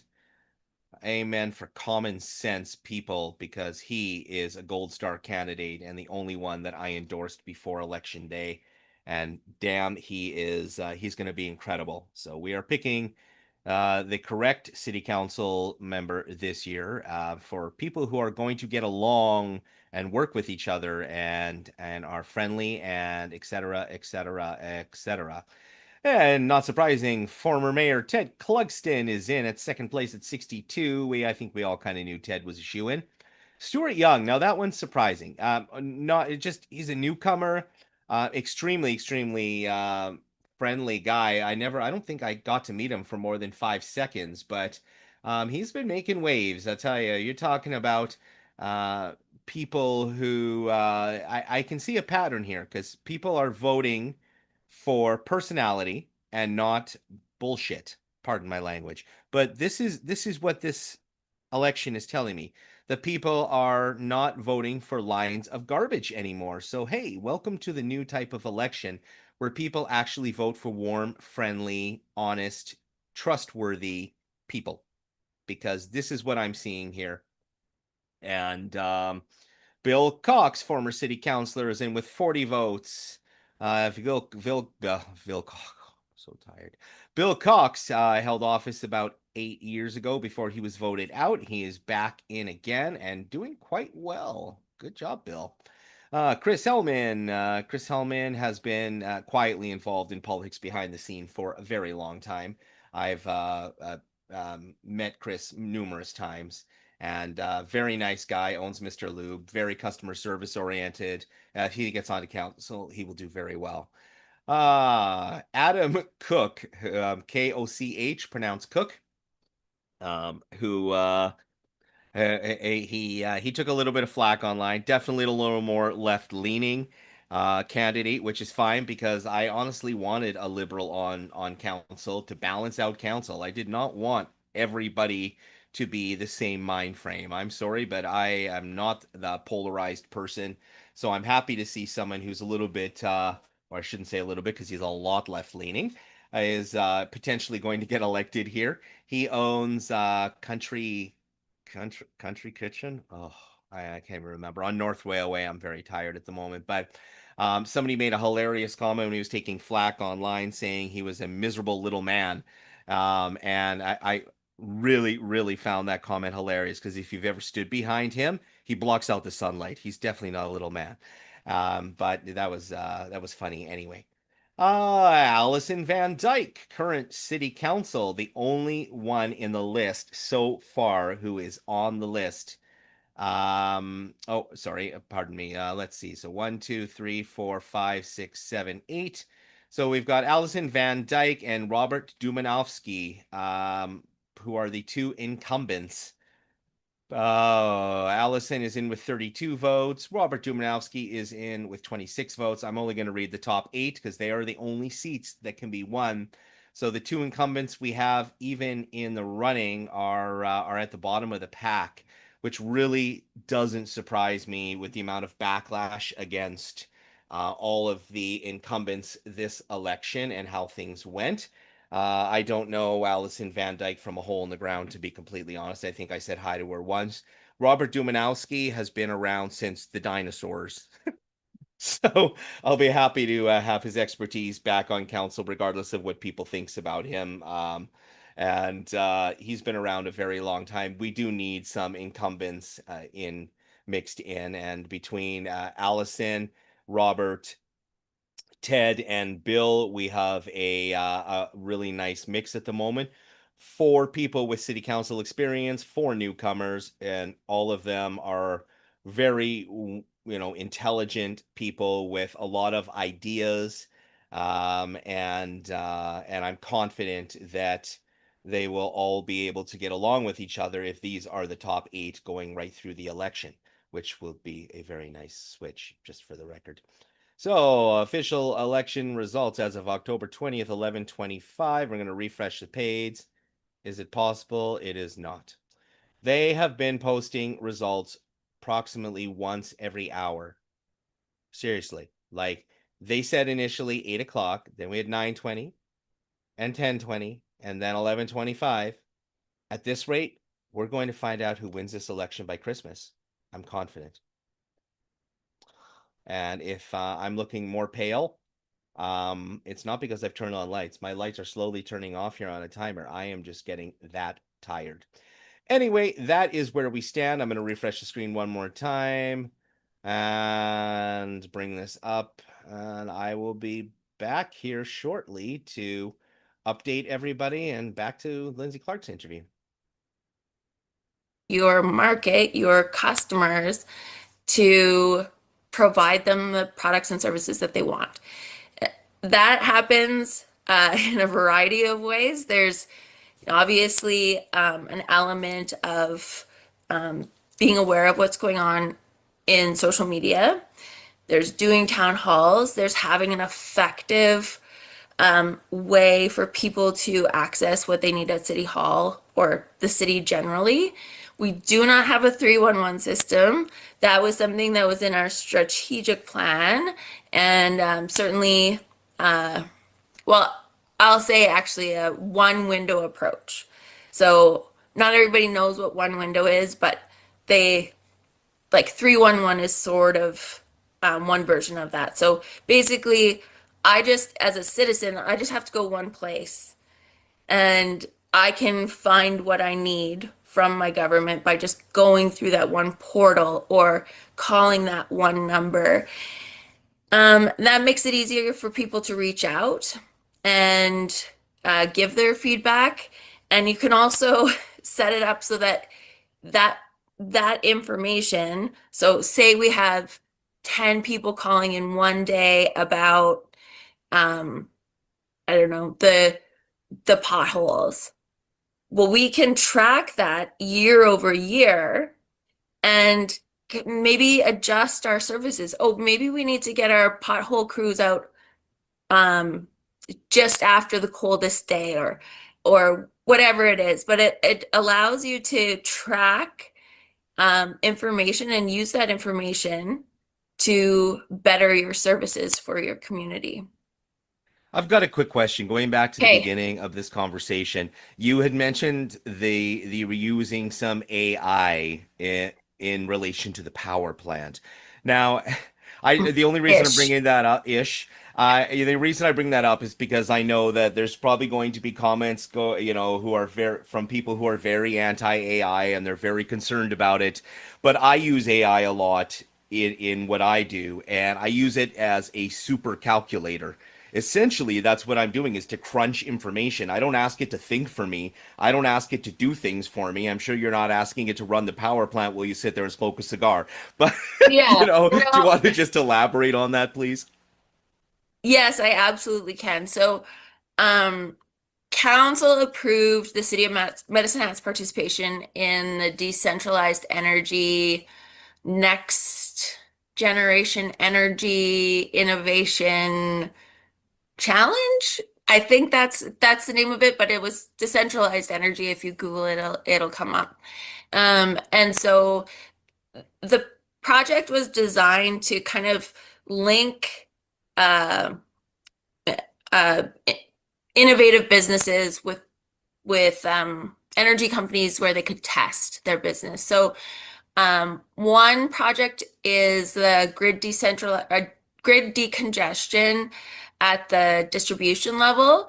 So this is a project with Arcus Power to optimize the deployment of distributed energy storage. So that is like battery storage that's distributed across your distribution area, and how to optimize that. So that's sort of testing a future thing that we could do, and what that would look like and how we could best use that. And then with Edgecom Energy, it's a real-time monitoring software and predictive analytics to improve efficiency. So optimizing energy use, lowering emissions without operational disruption. So in some ways, and I'm not pretending I understand exactly all of the ins and outs, but using, as you say, the computing power that is available to run models and show you what something might look like without actually doing that thing. Does that make sense? Yeah, for all of our viewers, basically what she said there was what I said, super calculator. Yes, that is Yeah, correct. that was That my is takeaway. correct. Yes, yeah. And, the fact is that, people are concerned about their tax dollars, and if you can use an AI program to do what you have to outsource to a group of, mathematicians to do for you, it's going to cost the taxpayers a lot less money. Yeah, yeah. And I would say too, it gives you like quicker results, Yeah. and more real-time results can be achieved.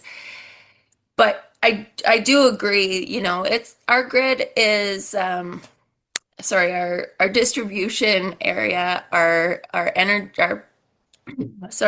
business is, a security is paramount. So we are, and we always have to be careful about, different technologies that we're introducing into our system, and we have a great group of staff working hard on that every day. Yeah, not to get too far off topic, but one of the main things that I follow is how, Russia and China and international agencies are targeting utilities around North America and trying to hack them on a regular basis. So it introduces a whole other factor into Medicine Hat that nobody ever thinks of, that you have to deal with on a daily basis. Yeah, absolutely. And it's, with quantum computing potentially, or at least the general usage of quantum computing introduces a whole other level of risk. So it's a bit like that. I don't know if you read Mad Magazine, but the Spy versus Spy, where, as threats ramp up, the security ramps up, and then the threat. So It's called chess. yeah. Yeah. But I feel really grateful for the staff that we have there, protecting us from all of those invisible threats. So now take me back 2 years ago. That day on city council, let me see if I can remember this. Point of order. You're going on a diatribe. Those were the words used. And for all of our viewers, a diatribe is a really nice name for a rant. I didn't feel like you were going on a rant. Those were the words that were used. You were visibly frustrated. But you were keeping your cool. You weren't screaming and yelling. You weren't throwing pencils at Anne, just for the record. And I watched that video multiple times. Explain to me what you were feeling that started this whole chain reaction of events. Yeah, I think I was pretty confused.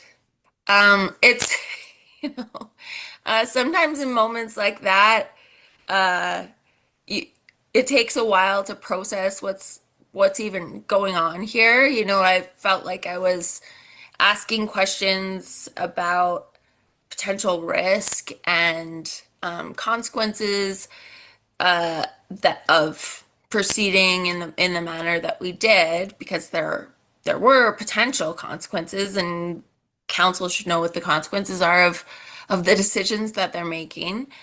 So I was kind of just surprised at like what's happening, and felt kind of out of the loop, I guess.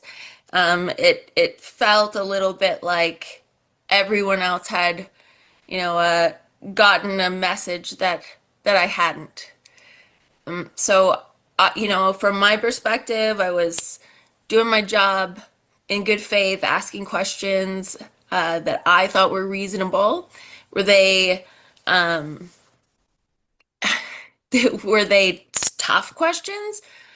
Potentially, but I didn't even feel like they were that tough of questions. Like there were answers readily available to the questions. And I watching the sort of extreme reaction to my questions felt a bit disorienting, to be honest with you. I analyzed because I think several of the counselors, or it possibly was just Shyla Sharps, who had mentioned that she thought council had been informed earlier. So I dug into the previous comments, and I did find that you and your council were informed, but it was a little footnote in a massive piece of information. There was no verbal consultation. There was no meeting. Is that correct? Is what I found correct? Is that is the only time you were informed previous to that moment that this had happened? So basically the series of events were we had discussed whether, 'cause there was a big reorganization in the last term, near the end of the term. And then, that there were some things that maybe weren't working very well or seemed confusing to council.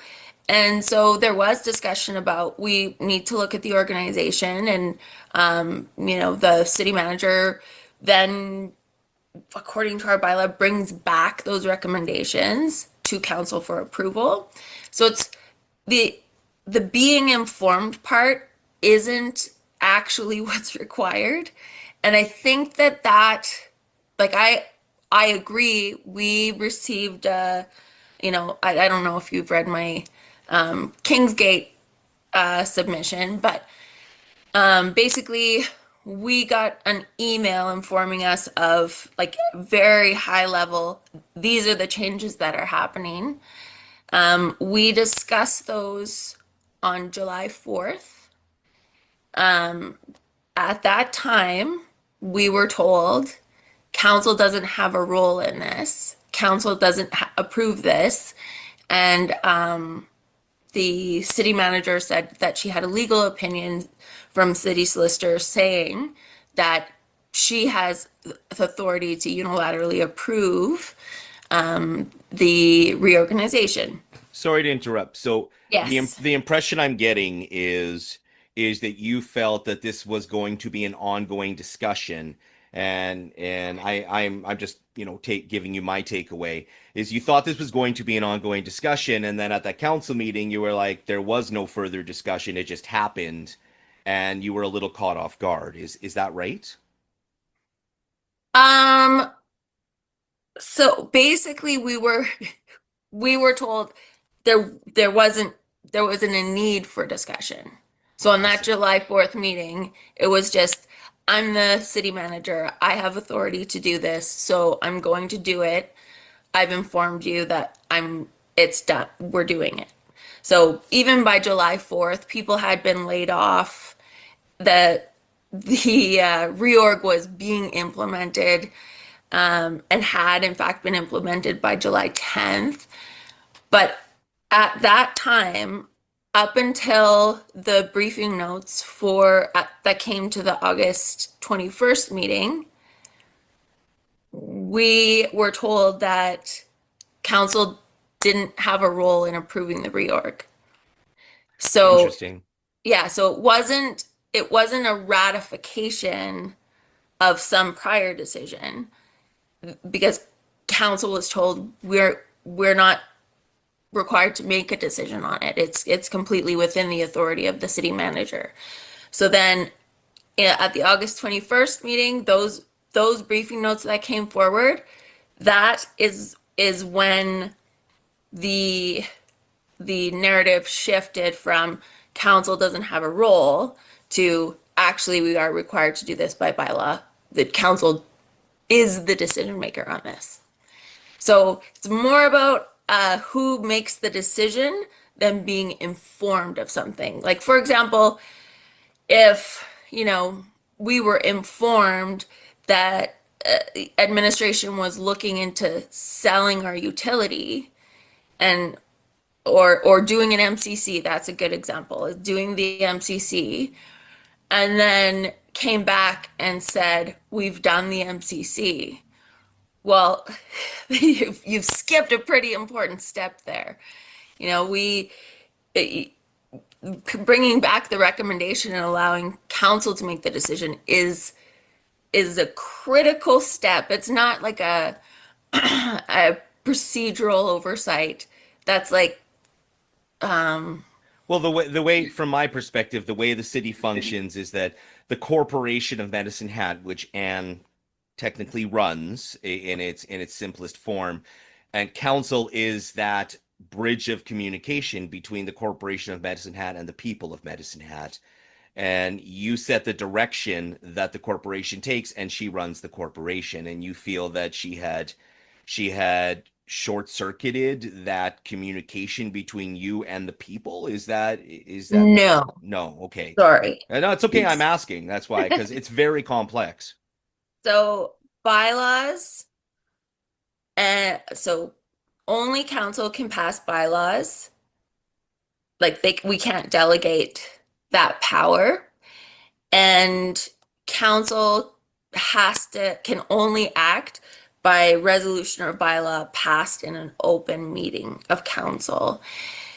So council has authority over a certain scope of things, the policy things, and also whatever we're required by law to be the decision maker on. So our bylaw, the administrative organization bylaw, said that council decides how many people report to the city manager. So the city manager can't just have 20 people reporting to them, a bunch of new positions, just declaring these positions now report directly to the city manager. That's a council decision as the employer of the city manager and the governance board of the city. So that was a legal requirement for us to make that decision.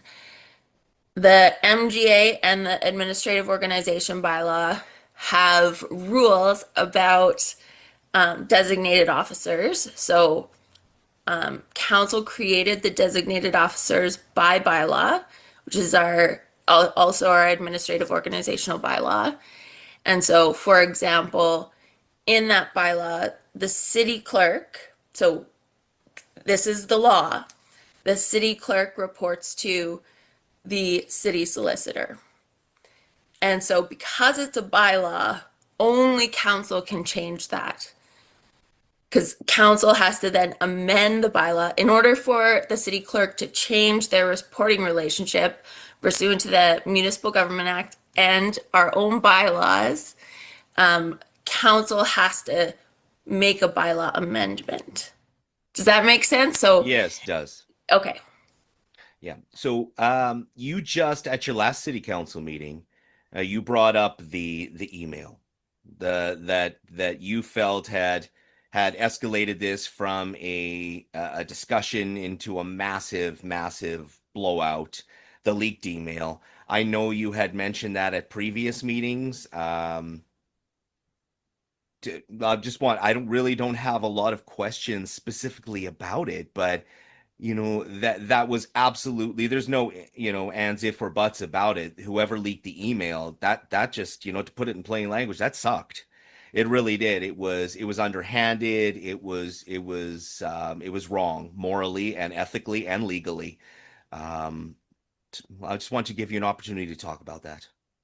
Yeah, I mean, I don't know what the intention of that person was in sharing the email with the city manager, but council needs to have the trust that when they're having, discussions about performance evaluations or other sensitive topics, that information is going to stay within council. And, especially something like that can have such a damaging relationship on, like, it divides council. It causes potentially hurt and lack of trust among council and between council and administration.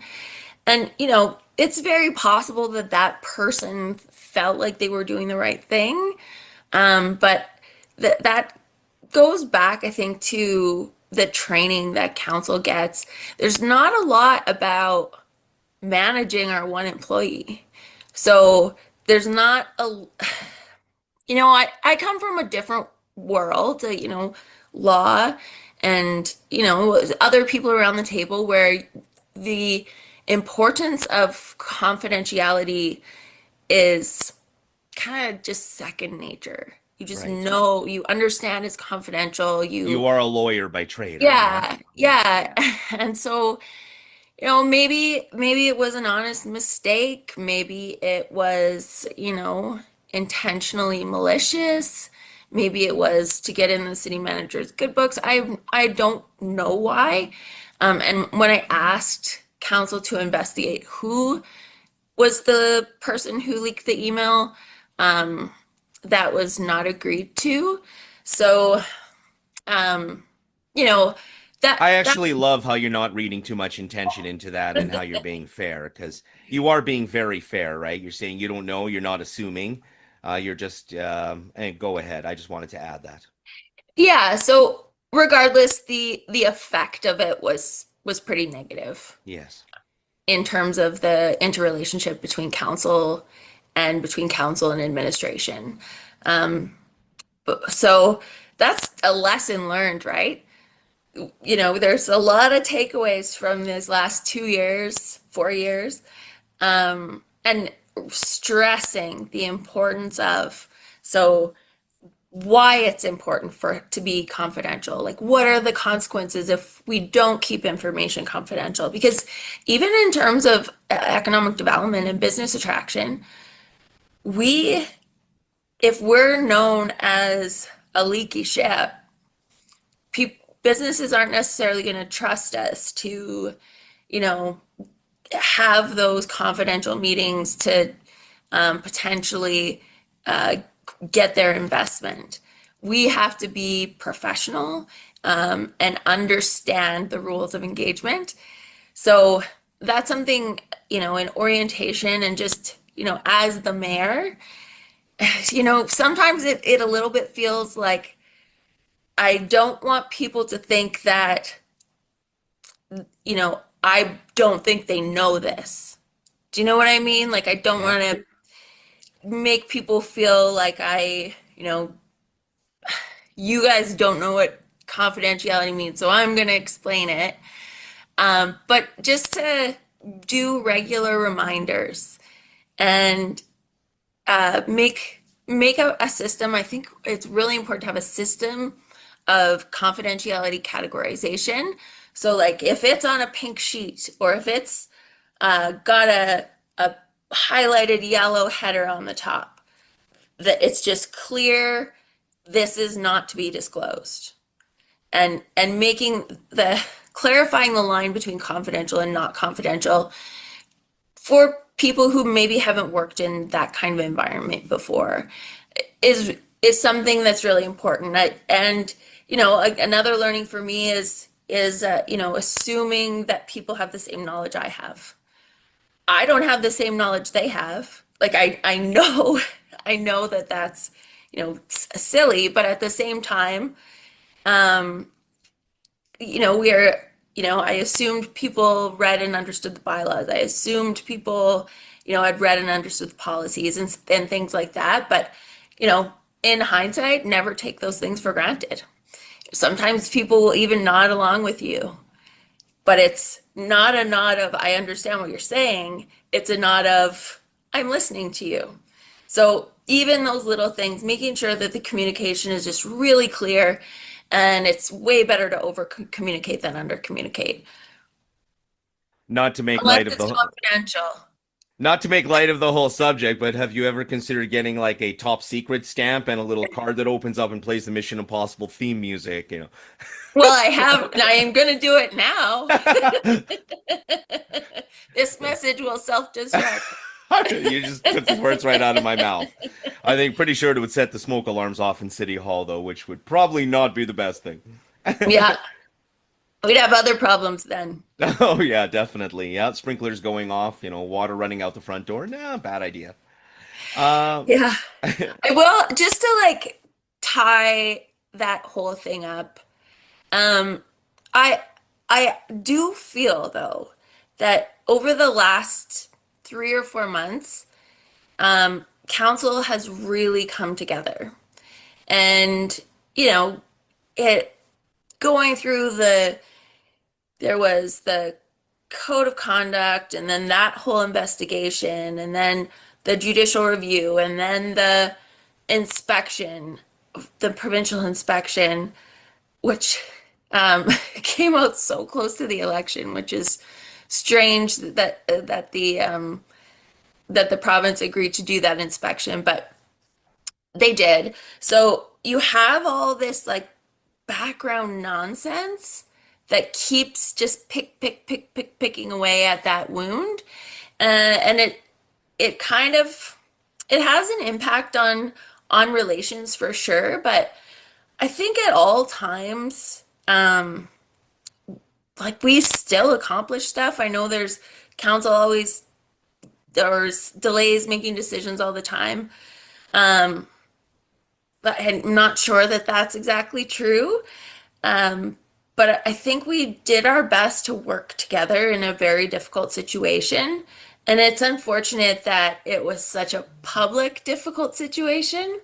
But sorting all of that through and coming together in the end was really satisfying, to have some kind of positive resolution at the end of it. And, if we had another year, another 2 years, probably be, gradually getting even stronger and stronger. But 4 years is what we get. So I was at least very pleased to see that we were able to come together and as a council and end our term like that. The impression that I'm getting is that you were all very, very thankful that it was over. Yeah. And that there's a lot of regret. But it's the thing is that sometimes hindsight, well, actually always hindsight is always 2020, right? And things we would have done different. And as I've said in previous interviews with other incumbents or people who have held office previously, it's very easy for us as the general public to sit there in front of our TV and scream, you should have thrown the pass to the other Yeah. catcher. But, Yeah. being in the hot seat, making decisions, sticking your neck out, that is the hard place to be. And not everybody always makes the best decision because we just don't know the future.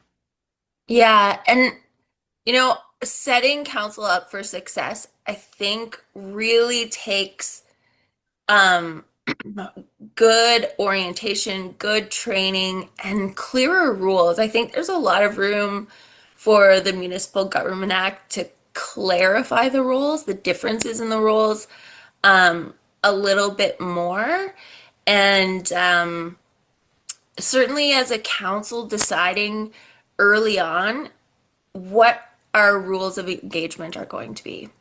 Because we can disagree on issues, like we should have, a diversity among council, but there's probably certain things that we just are no-go. For example, don't let us as a council be divided. So a divided house can't stand.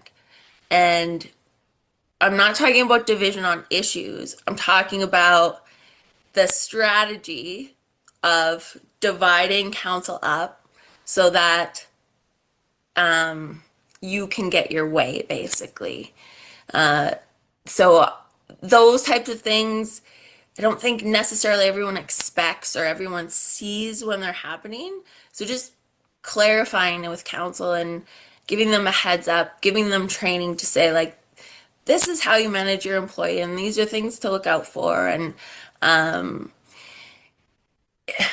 not everybody is going to be telling the truth. So don't just believe everything you hear.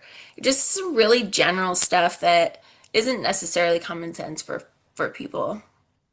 Looking at the next 4 years, if you are running for re-election right now, looking at the next 4 years, if you do get re-elected as mayor, what do you hope that's going to look like? What do you hope to accomplish? You've already verbalized that, you to a certain extent that you feel like, there were 2 years of the term that were so focused on the situation at hand that you weren't able to accomplish as much as you had hoped. So if you do get reelected, then what do you hope to be able to accomplish over the next 4 years?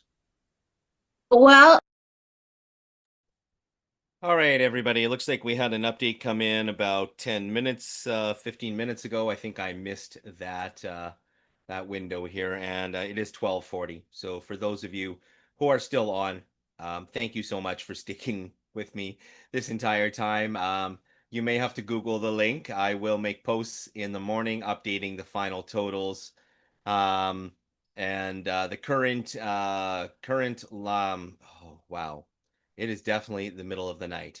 The current top votes, well, that stuff right there. Holy hell, man. Lindsay Clark has got 4,448 votes. Drew Barnes is in second at 3,839. Lindsay has maintained a small lead, or I guess it's kind of a large lead in a municipal election, but it's enough that I don't know if Drew can catch her at this point.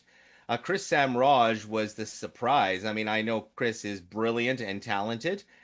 He did better than I honestly thought he was going to do. Nothing personal to you, Chris. You definitely deserved this support because you're an incredible and brilliant human being. But I didn't see you out and doing things a lot on the election. Like the couple of meet and greets I went to, you weren't there. But hey, I guess perception is not reality. Chris Samraj is in third place at 2,679 votes. Former Chief of Police and current City Councilor Andy McGrogan is in fourth at 1,726 votes.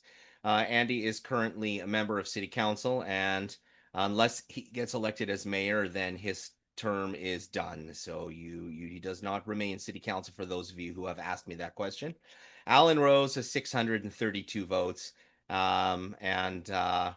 That's disappointing because Alan is a good man, and I say this every time I read the results that he he really deserved more votes than this, because he's a good, intelligent man. So is his wife Ingrid. And this is not a reflection of the campaign he ran, because he's a moderate with a good moral center, and he deserved to do better than this. And Mark Fisher is in last place at 228 votes. On the city council race, I'm going to read the top 8. Yousef Mohammed, which really isn't a shocker. If you asked anybody who talked to the city council candidates, there was not a single person who met this man that did not walk away wanting to do a happy dance. Okay. And if you're old enough to remember the show Perfect Strangers, you'll get that reference. But he is an incredible human being, and the only candidate that I was happy to endorse. I did not endorse any other candidates, so I did not sway the election results. But if I sway the election results to elect such an incredible human being as Yousef Mohammed, then I am happy to be biased towards him, because I didn't know him before this election, but damn, he is a credit to humanity, and I'm serious when I make that comment. If you meet him, you will understand. He's going to do great on council. Ted Clugston, our former mayor, 824 votes. Stuart Young, now that's first timer, a little bit surprising there, only because I really don't know anything about Stuart. Heard lots of good things about him, though. Handed out a lot of stickers to people. That was good. Stickers are fun. 792 at third place, Chris Hellman, who owns Mr. Lube and is also a partner in one of the local restaurants. I can't remember which one, because I'm asleep at the moment. I'm just talking in my sleep. 634 votes. Chris Hellman's a very nice guy. I don't know him very well, but I've met him numerous times, and a good, empathetic man who I believe is a little bit more conservative in his ideals. And he's going to do very, very well on council, very willing to get along with people, and an all-around good moral compass. That was my first impression. Former city councilor Bill Cox is in at 478 votes. Bill, it looks like you're coming back to the chair, my friend. Nice job on that. Adam Daniel Cook. Adam, I'm actually... Yeah, I am so impressed that you are this high up in the polls. Not because I didn't think you would do well, but it's just yeah, you ran a great campaign, and you deserve it. I'm just in such a conservative city. I'm and you were very, very clearly liberal. I'm really happy to see that people were able to put their liberal conservative values aside and vote for somebody who had a lot of brilliant ideas on how to improve the community, and you did, and that's why you're doing so well, in my opinion. Cheryl Pfaff, I know nothing about you. Allison Van Dyke, I don't know much about you, Allison. I met you once. Existing city councilor, so she is an incumbent. Oh wow, Robert Dumanowski has dropped out of contention here. Let's see, 1, 2, 3, 4, 5, 6, 7, 8 seats.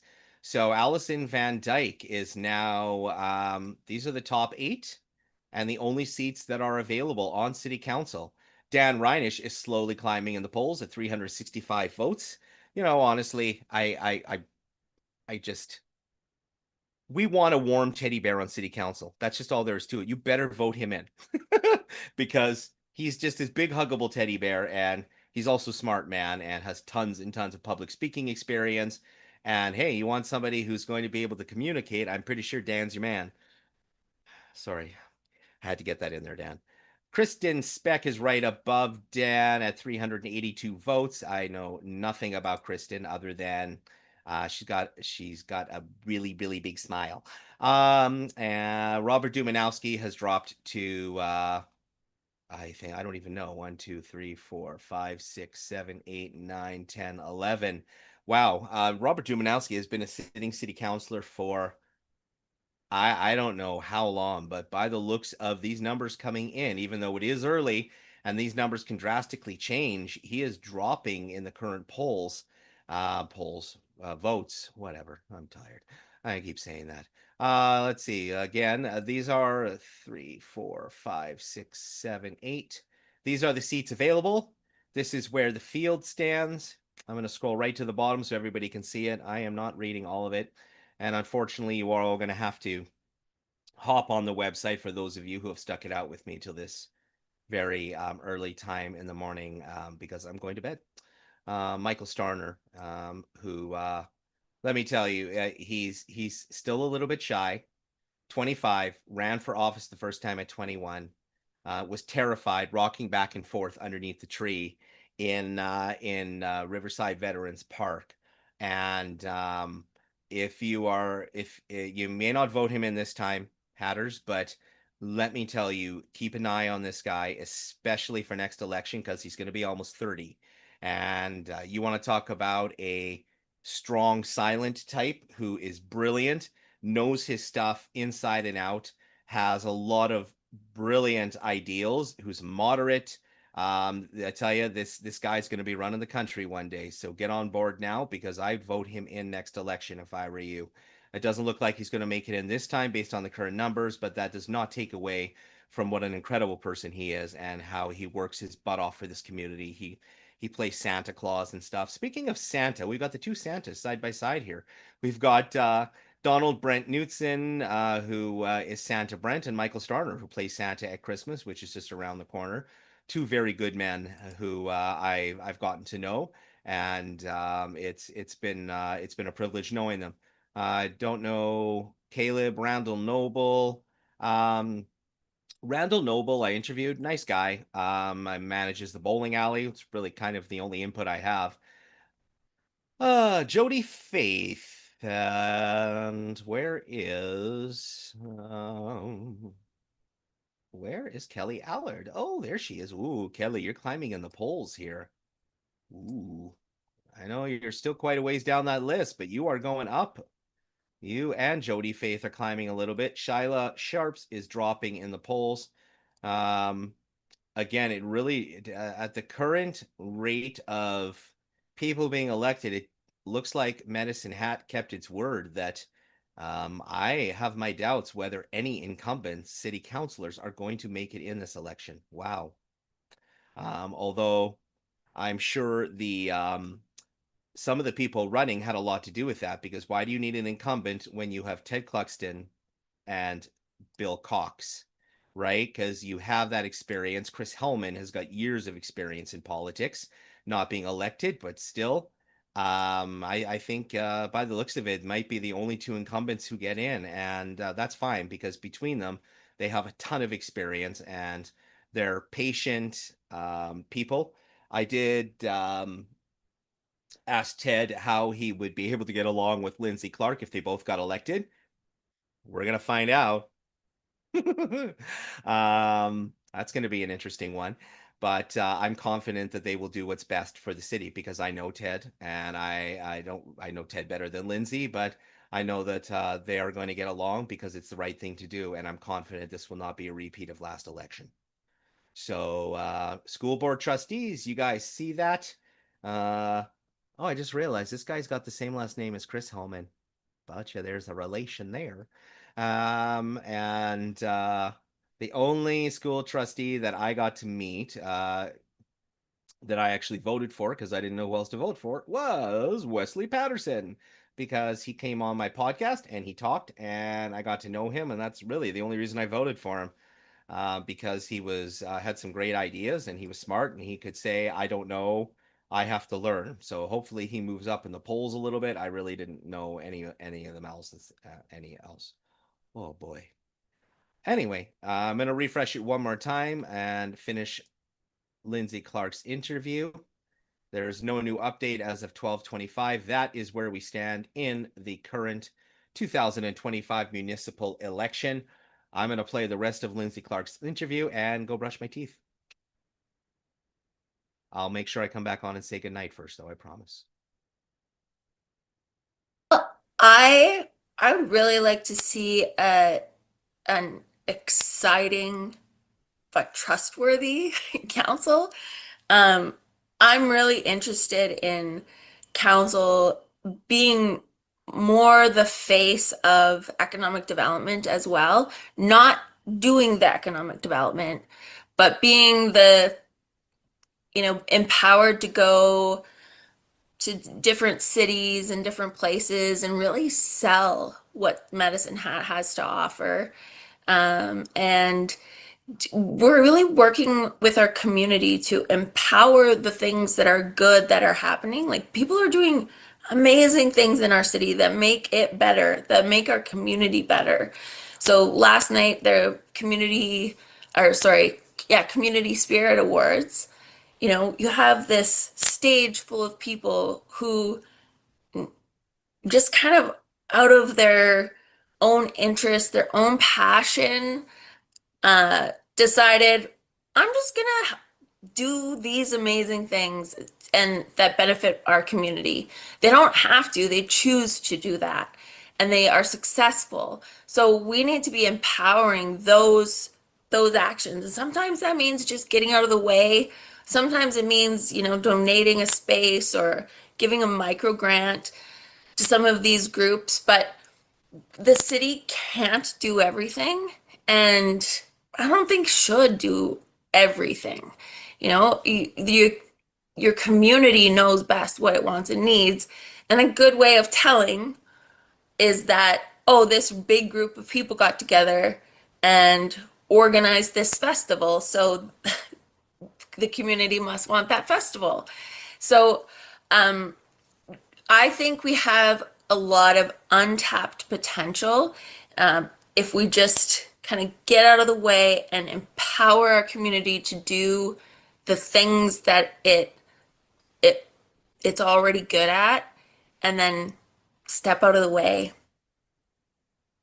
Thank you so much. I'm gonna close this interview on just a little comment. When you Okay. when you and I were chatting, setting up this interview, I had said to you in text, because I think this speaks to your character, and I was very impressed by how you approached it. And I like to give people credit where credit is due. Where I said, how about I come down to City Hall and we do a in-person meeting in the mayor's office?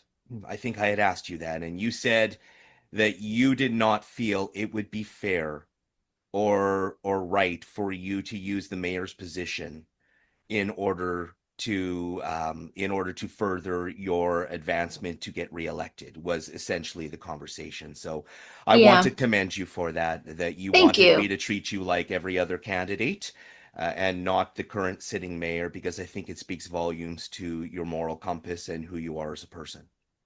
Thank you very much. I appreciate that. So thank you so much for coming on the Politically Centered podcast. It has been my pleasure speaking with you today. I enjoyed myself as well, and I love the name, the podcast. Thank you. You know, I have been thinking about that, and in hindsight, when you have that moment of realization that if you take off each letter, it spells PCP, it caught me a little Oh. off. Yeah, it caught me a little off guard. I'm like, I love this name, and then I'm like, wait a minute, if I were to ever abbreviate this, I think this is that Yeah. moment hit me over the last little while, I have to admit. I believe at one point in Canada's history, there was a party with the acronym CRAP.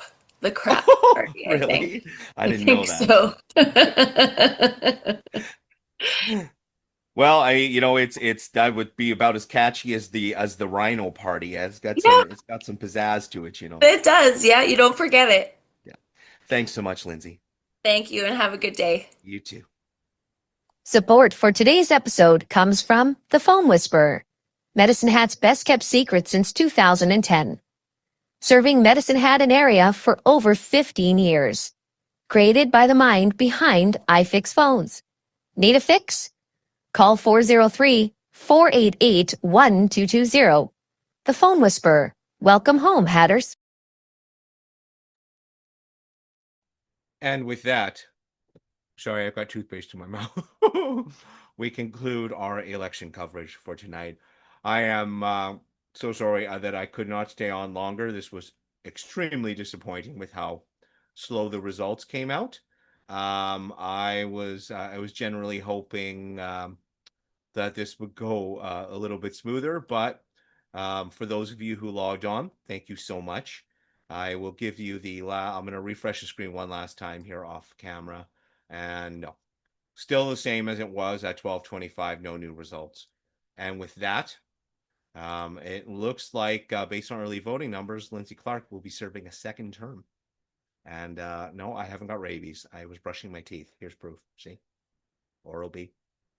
Good stuff. Anyway, I'm going to bed. Thanks very much, everybody. Thank you for tuning into the Politically Centered podcast. Good night.